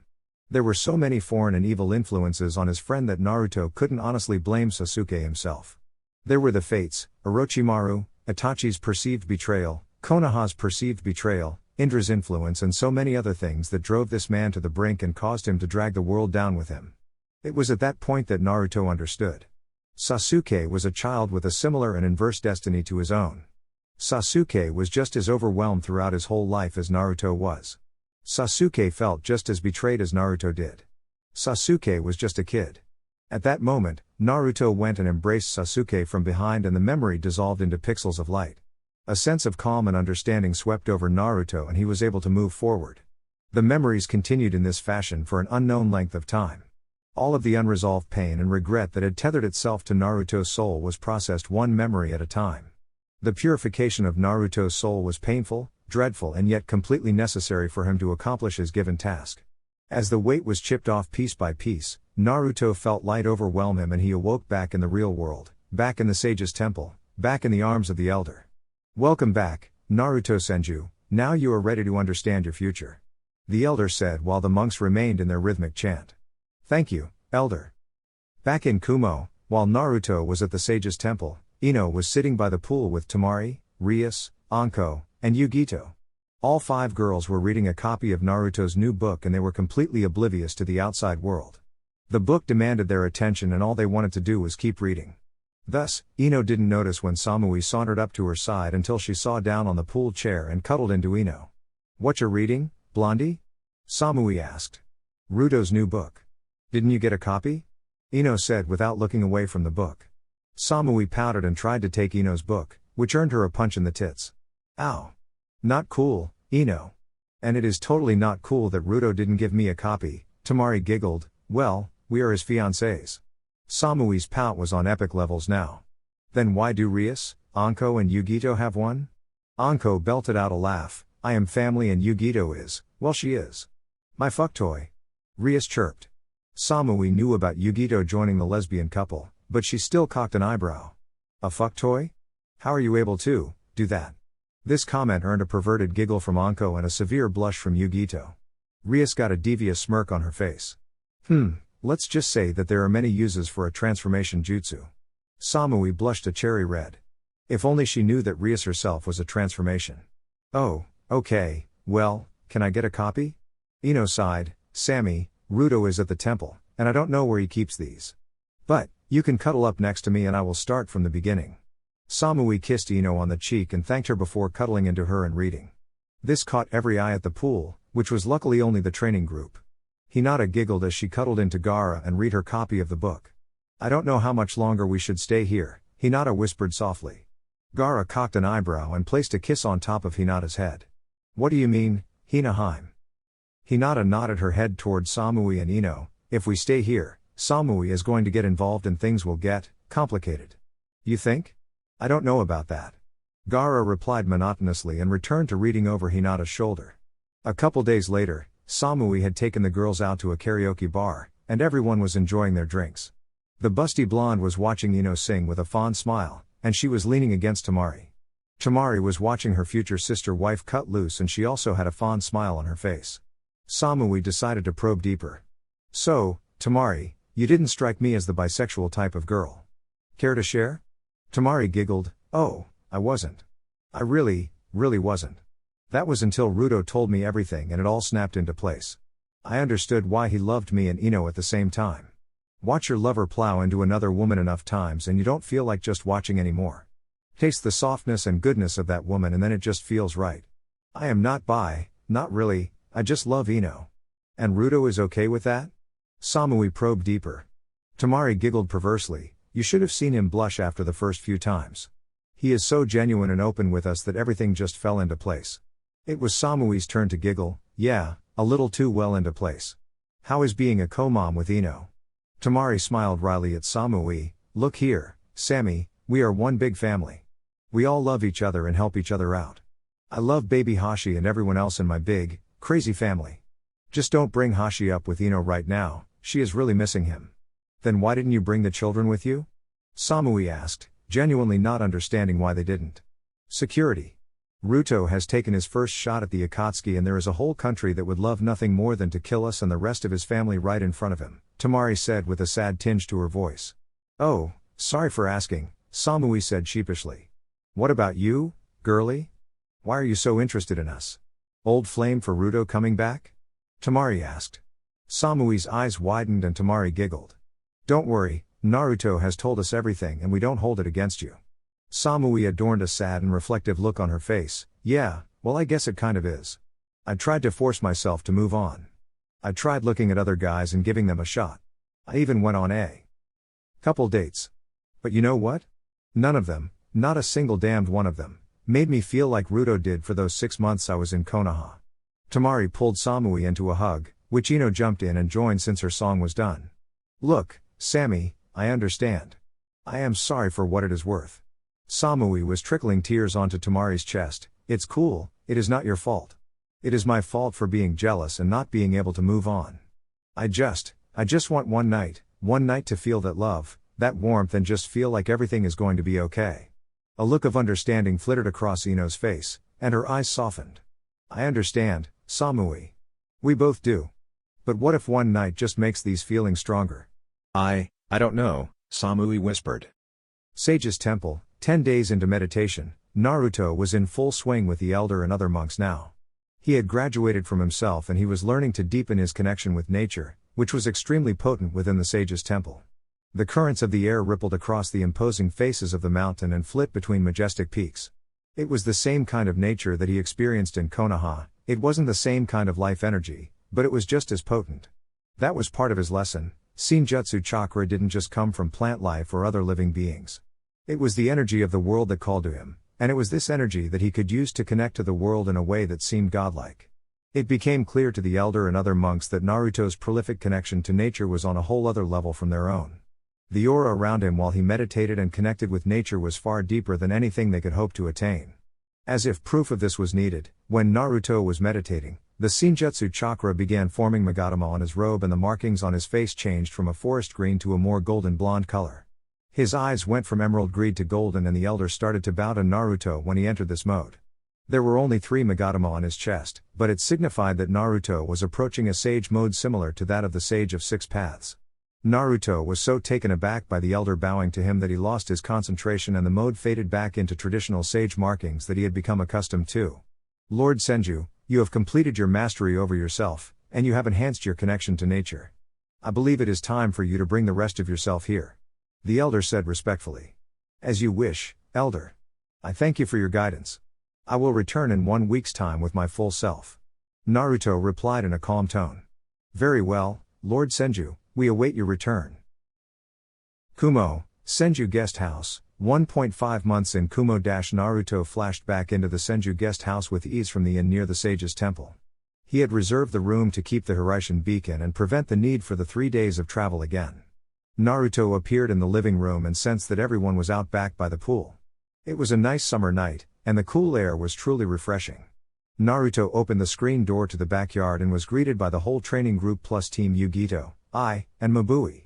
Naruto smiled when he saw Ai and Mabui were snuggled up together on a pool chair. "Good evening everyone, how are we all doing?"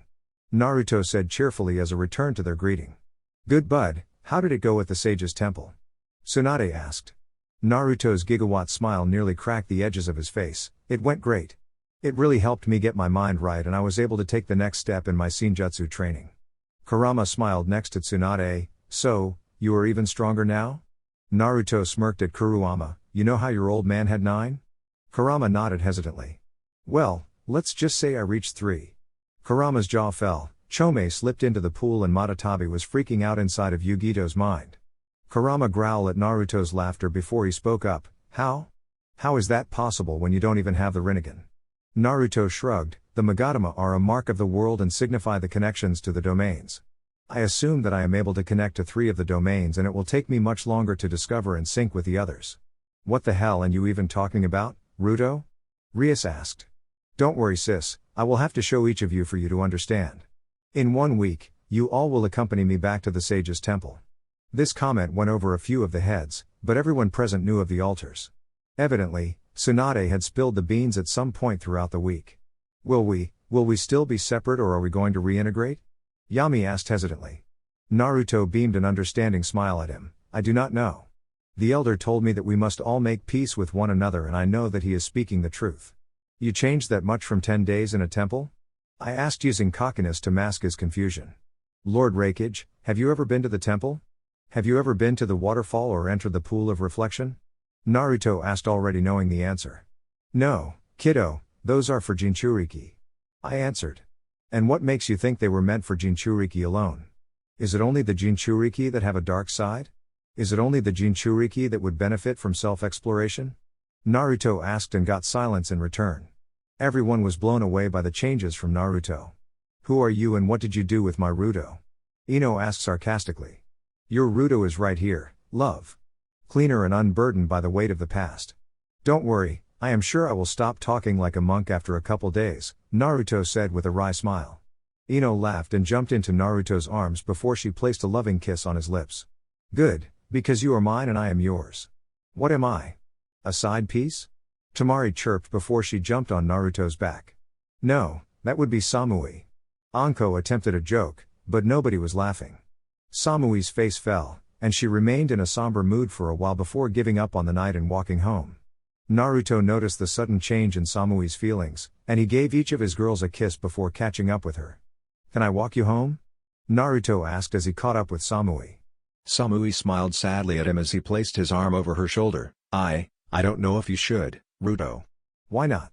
Because you love me? Because you want me in a way that is more than a friend? Does that mean I should treat you as less than a friend?" Naruto asked softly. Samui stopped walking and leaned into Naruto's shoulder. She suddenly turned and started crying softly into his chest. "It isn't cool. It really isn't cool. It hurts so bad, Ruto. My heart hurts and I feel guilty because it hurts. I feel guilty because Ino and Tamari are my friends and all I want is to have a piece of what they have." Samui's feelings were pouring into Naruto, and it was overwhelming. He felt everything she felt and understood exactly where she was coming from. If this was what his new link to Senjutsu did, he wasn't sure if he liked it. He felt like he was invading her privacy because he could feel everything, and he knew that she was being honest with him. He resigned himself to pulling her into a warm embrace and he used his natural aura to help her calm down. Once she stopped crying, he kissed her on her forehead. He did his best to ignore the 2 obvious presences that were following him and watching on. "Sammy, I know you are being open and honest with me. My heart craves you too, but I couldn't ask that of the women I love. You are an amazing girl and I want you to be happy. I don't want you crying over a fool like me," Naruto whispered so the onlookers couldn't hear. Samui sniffled and separated herself from his warm embrace, "Then walk me home and put me to bed. I will sleep this off then it will all be cool." She offered a weak smile with her request. Naruto did just that and he walked her home while trying to keep a plutonic barrier up, and Kami was it hard to keep a plutonic barrier up while holding a busty, blonde bombshell. He managed to do it though and he tucked her into bed before leaving her apartment. He didn't have to wait long for his 2 blonde lovers to make themselves known. "You 2 are terrible at hiding from me," Naruto said playfully. "Is she going to be alright?" Tamari asked, understanding that Naruto and Samui had something difficult that went beyond words. Naruto shrugged, I don't know, Mari. She is struggling with one-sided feelings. I thought I helped her deal with them in the past, but it seems like I was wrong. Ino and Tamari each took an arm as they walked back to their temporary house. Ino spoke next, are they really one-sided or are you denying yourself? Naruto sighed deeply, you know me too well. Yes, I am denying myself. You both know that Kami made an exception for me to be with you too. And I am sorry that I feel that way for her, I know it isn't appropriate. Tamari nudged Naruto's side.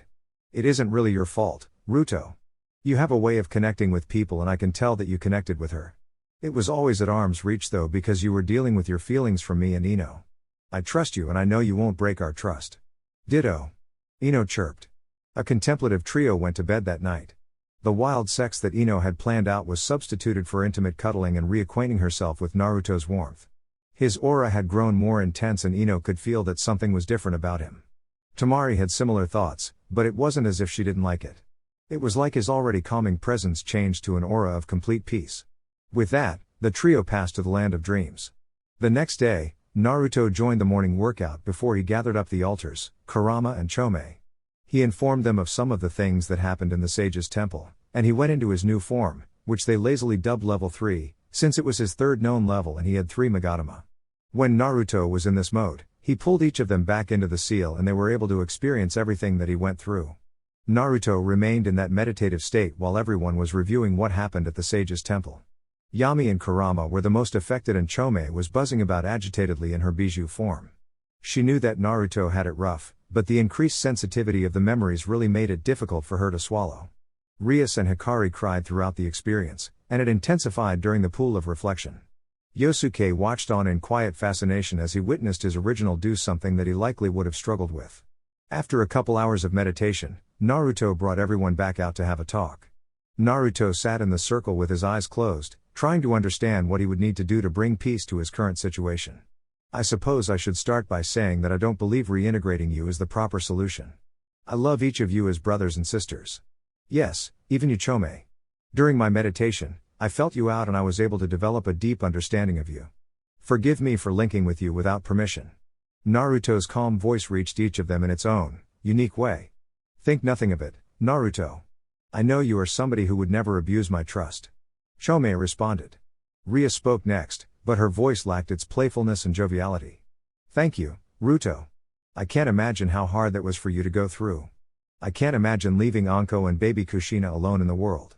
For you to accept me as myself, that means a lot. Naruto nodded, his eyes still closed as he felt his alternate personalities and realized that they weren't his anymore.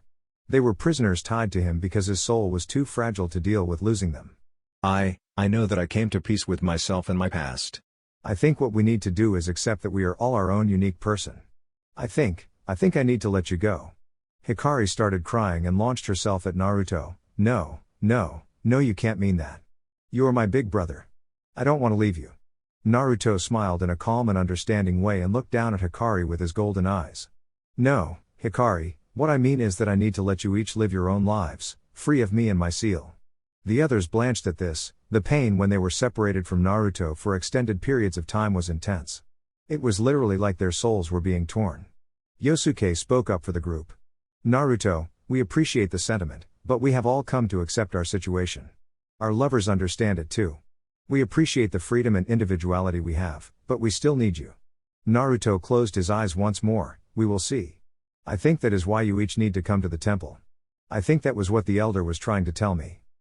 If that is what the old coot wanted to tell you, then why didn't he just say so? Ria shouted petulantly. Her fear of separating from Naruto was perhaps the greatest of the altars. 1 week later, Sage's temple, the elder of the temple was astounded by his newest pupil. The child had taken to the art of meditation naturally and his willpower to overcome himself was stronger than anything he had ever seen. Then, the child displays a connection to 3 of nature's domains within his first week at the Sage's temple. If he hadn't already attained enlightenment, he would have been jealous. If he hadn't dedicated his life to Ninshu and the sage's teachings, then he likely would have feared the boy. Instead, he was blessed by the opportunity to accompany the child on a journey of enlightenment and saw something truly unique. His awe for the child almost immediately faltered when his temple was invaded by the rowdy bunch. In addition, Two of the sage's children had returned to the temple and it made it difficult for the monks to focus. The overwhelming energy of the two bijou in human form distracted the monks' meditative efforts and made it nigh impossible to focus. The elder had done many things in his life, and he had trained many pupils. Never had he attempted to train 7 people at once. Never had he seen 7 people bound to the same soul. It was a truly vexing challenge, and he was praying to Kami and the sage's soul that his patience would last. He had assigned the meditative task to the group and they were having difficulties performing the task. The one named Yami was too dark and too short-sighted to see the light. The elder knew that he would be the greatest challenge. The young girl, Hikari, was too energetic and refused to settle her energy and calm down. The older girl, Rias, felt wild and untamable.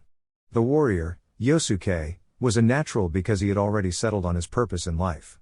Kurama, the oldest and strongest of the sage's children, was unexpectedly pure and he was able to mirror the sage's meditative practice. Chome, the positive child of the sage, was recently stricken with grief and couldn't overcome that.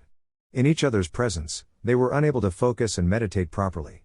They were too easily distracted, despite the original being there in a perfect state of meditative bliss. That gave the elder an idea. Naruto Senju, please come with me. The elder spoke softly yet his voice reverberated around the chamber. Yes, elder. Naruto responded before walking with the elder out onto the backyard. The elder proceeded to explain his plan and Naruto consented to it.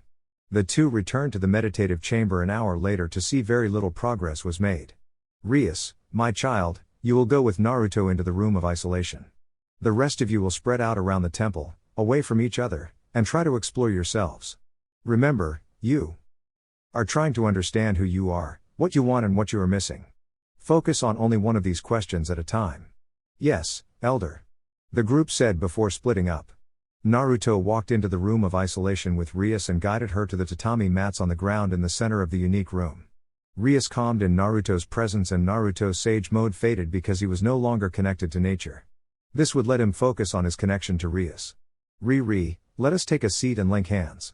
I want you to focus on what I am to you. I want to connect and understand you and how you have grown into a beautiful woman that is distinct from me, Naruto said calmly. If you say so, Ruto, Rias said with a smile before she sat and calmed herself. The two linked hands and focused on their connection. They focused on the other before drawing their attention into themselves. After a couple of motionless hours where Rias entered a trance state, she opened her eyes and understood. She understood what she was missing and what tied her to Naruto. I get it, Ruto. You are my anchor, my rock and my support. A wild child can only be so for so long before it hurts itself and those around them. You never let me lose myself or take it that far, Rias said as tears started percolating from her ducts. Naruto smiled but remained with his eyes closed. You, Ri, are the older sister I always wanted but never had.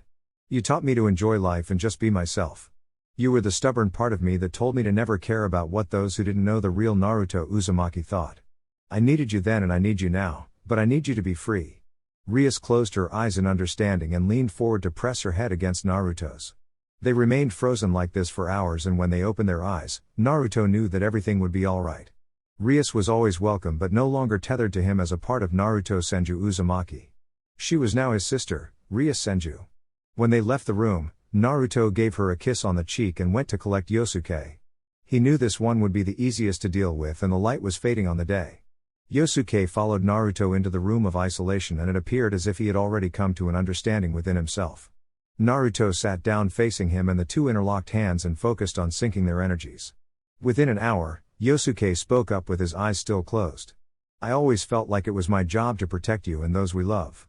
I still wish to do so, but the ones I must protect the most are my own family. I will always be loyal to you, Naruto Uzumaki. I will always love you, but I request you let me go to my family. They are the ones that need me most.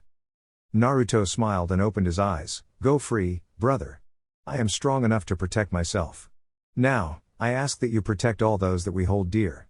The two rose to their feet and embraced in a snug man hug. It is a thing that only two men that love each other like brothers would ever understand and those two understood that. Naruto felt peace settle within himself and understood that Yosuke was no longer linked to him. Like Rias, he would always be an available retreat, but the tether was no longer there. Naruto and Yosuke arrived at the inn to find the rest of the altars, Kurama and Chome eating dinner in the dining area. They joined them at the table and shared their experience and mutual understanding. Naruto could sense Yami's apprehension and Hikari's nervousness. They didn't speak throughout the meal, and they went to bed without saying a word. Naruto understood that it was something that they needed to process alone, and he left them to it. The next day, Naruto escorted Hikari into the room of isolation and synced with her. Naruto took an hour to calm her agitation and excitable energy, but he managed to do it after a while. When he felt Hikari come to an understanding, he decided to take the lead. Little sister, that is what you are and what you will always be. You are the family I always wanted, and I was too scared to let you go. I was terrified of losing you because I felt like you were the strongest source of light in my life. You represented the purpose for me to always move forward and to never give up. I accept my own weakness and I have found my light. What I want from you is for you to live your own life and be happy. Hikari instantly started crying, but it was happiness and no longer fear that inspired her tears. I love you, Naruto. I always looked up to you like a big brother and you always showed me the right way in the world. You showed me how to spread my light. I will do my best to accept my new role as your true little sister. She paused here for a second and whispered in a rapid fashion. And I am dating Shikamaru. Naruto belted out a laugh and pulled Hikari into a hug. I know, Hikari, I had dreams of your time with him. I am happy for you. Hikari wanted to ask how long he has known or why he never said anything, but instead she relented and returned his hug. She came to peace with being her own woman and realized that she needed to grow up. I love you, Ruto. I love you too, sis. If Shika hurts you, I will not hesitate to whoop his ass. As Hikari skipped out of the room of isolation, Naruto saw Yami there waiting for him. Yami nodded toward the room and Naruto smiled. The two walked in silently and Yami wanted to have a conversation before they got into things. I am sorry, Naruto. I realized yesterday that you don't need me. I need you, Yami said hesitantly. Naruto smiled at Yami and did his best Itachi imitation by poking him in the head. Baka, I did need you. I still need you. But I don't need you as my dark half. I don't need you as a part of me. I need you as my brother. Yami started shedding tears and he closed his black eyes and red-slitted pupils. He calmed himself down and he felt Naruto's calming presence overwhelm him. He felt vines grow up out of the floor and wrap around him. He didn't feel anything happening with the vines, but he closed his eyes and sank into the meditative trance. The feelings of rage, bitterness and anger slowly faded and he was able to focus on his connection to Naruto.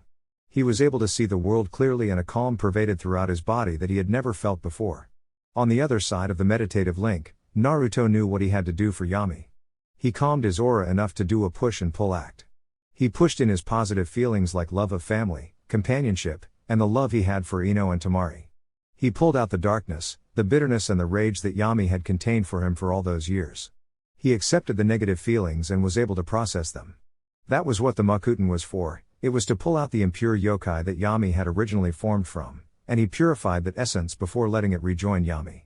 Naruto pulled his counterpart into an embrace before placing his forehead on Yami's. He spoke softly, yet firmly, brother, I no longer need you to carry my burdens of the past. I no longer need you to contain my rage and anger. All I wish for you is to find happiness. Be my brother and find the light that lights up your world. Tears poured from Yami's eyes and snot hung from his nose. It was as if the purification of Yami demanded that he cry it out. Yami felt drained of the anger, relieved of the resentment, and he felt peace overcome him as Naruto severed the tether that bound Yami to his soul.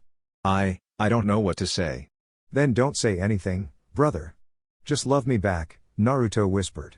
The two remained forehead to forehead for a while.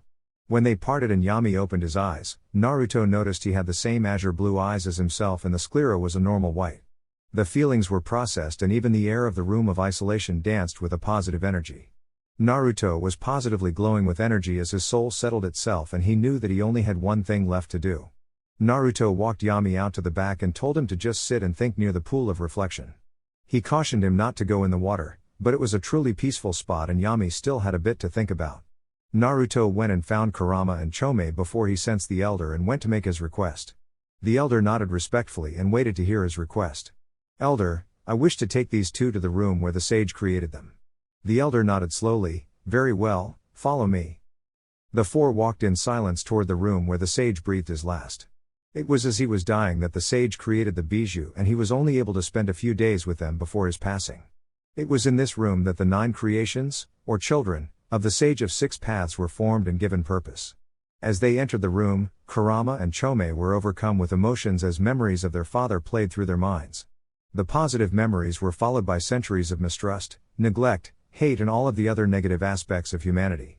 Naruto took a seat in the center of the circle of 9 Magatama when the elder had closed the door to the room.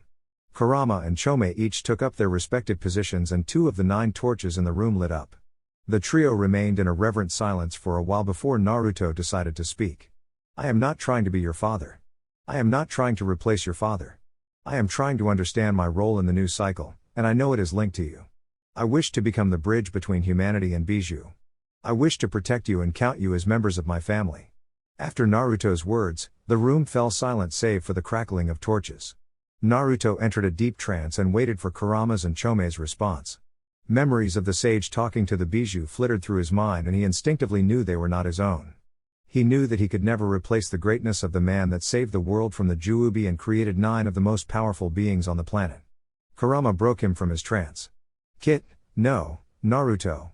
You have grown into a man that I respect. You are no longer my Kit because you are my partner. I believe that is what us Bijou need, is a partner. I will not speak for my brethren, but I committed myself to trusting you, body, chakra and soul. My place is with and within you. Kurama spoke seriously. Silence returned to the chamber for another couple of minutes. Naruto was linked to Kurama in a way that words weren't needed, and he knew that Chome had to come to a decision on her own. Finally, she did. Naruto Senju Uzumaki, I do not know if my place is within you, but I do know it is with you. I will work towards your goals and trust you. If you are my destined partner, then I will accept that. If you are not, I request your assistance in finding the human I am meant to be bound with. Chome spoke softly. Naruto beamed a smile that lit up the room, then join me in leaving the past in the past. We are here to drive the world forward into a new age. An age of Ninshu, or at least a more modern application of it. Naruto's serious tone faded here. I don't think I could be like these monks all of the time. I want to live life, enjoy love, revel in spontaneity and savor every second I have left on this plane. Kurama chuckled, thank Kami for that. You were starting to freak me out there, Ruto. Up in the heavenly realm, there was a viewing party for Naruto's whole time in the sage's temple.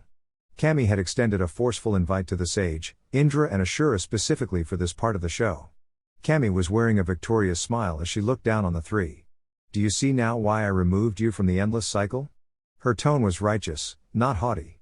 The sage bowed, yes, Lady Kami, it appears the world is in good hands. The 2 brothers humphed but said nothing else.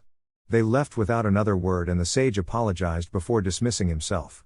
Kushina stepped up and nudged Kami in the side. I bet that felt good, Kushina said through giggles. You have no idea. Your son is more than I ever asked for, Kami said with a fond smile on her lips. A man's wailing interrupted the girl talk. Wah. Wah.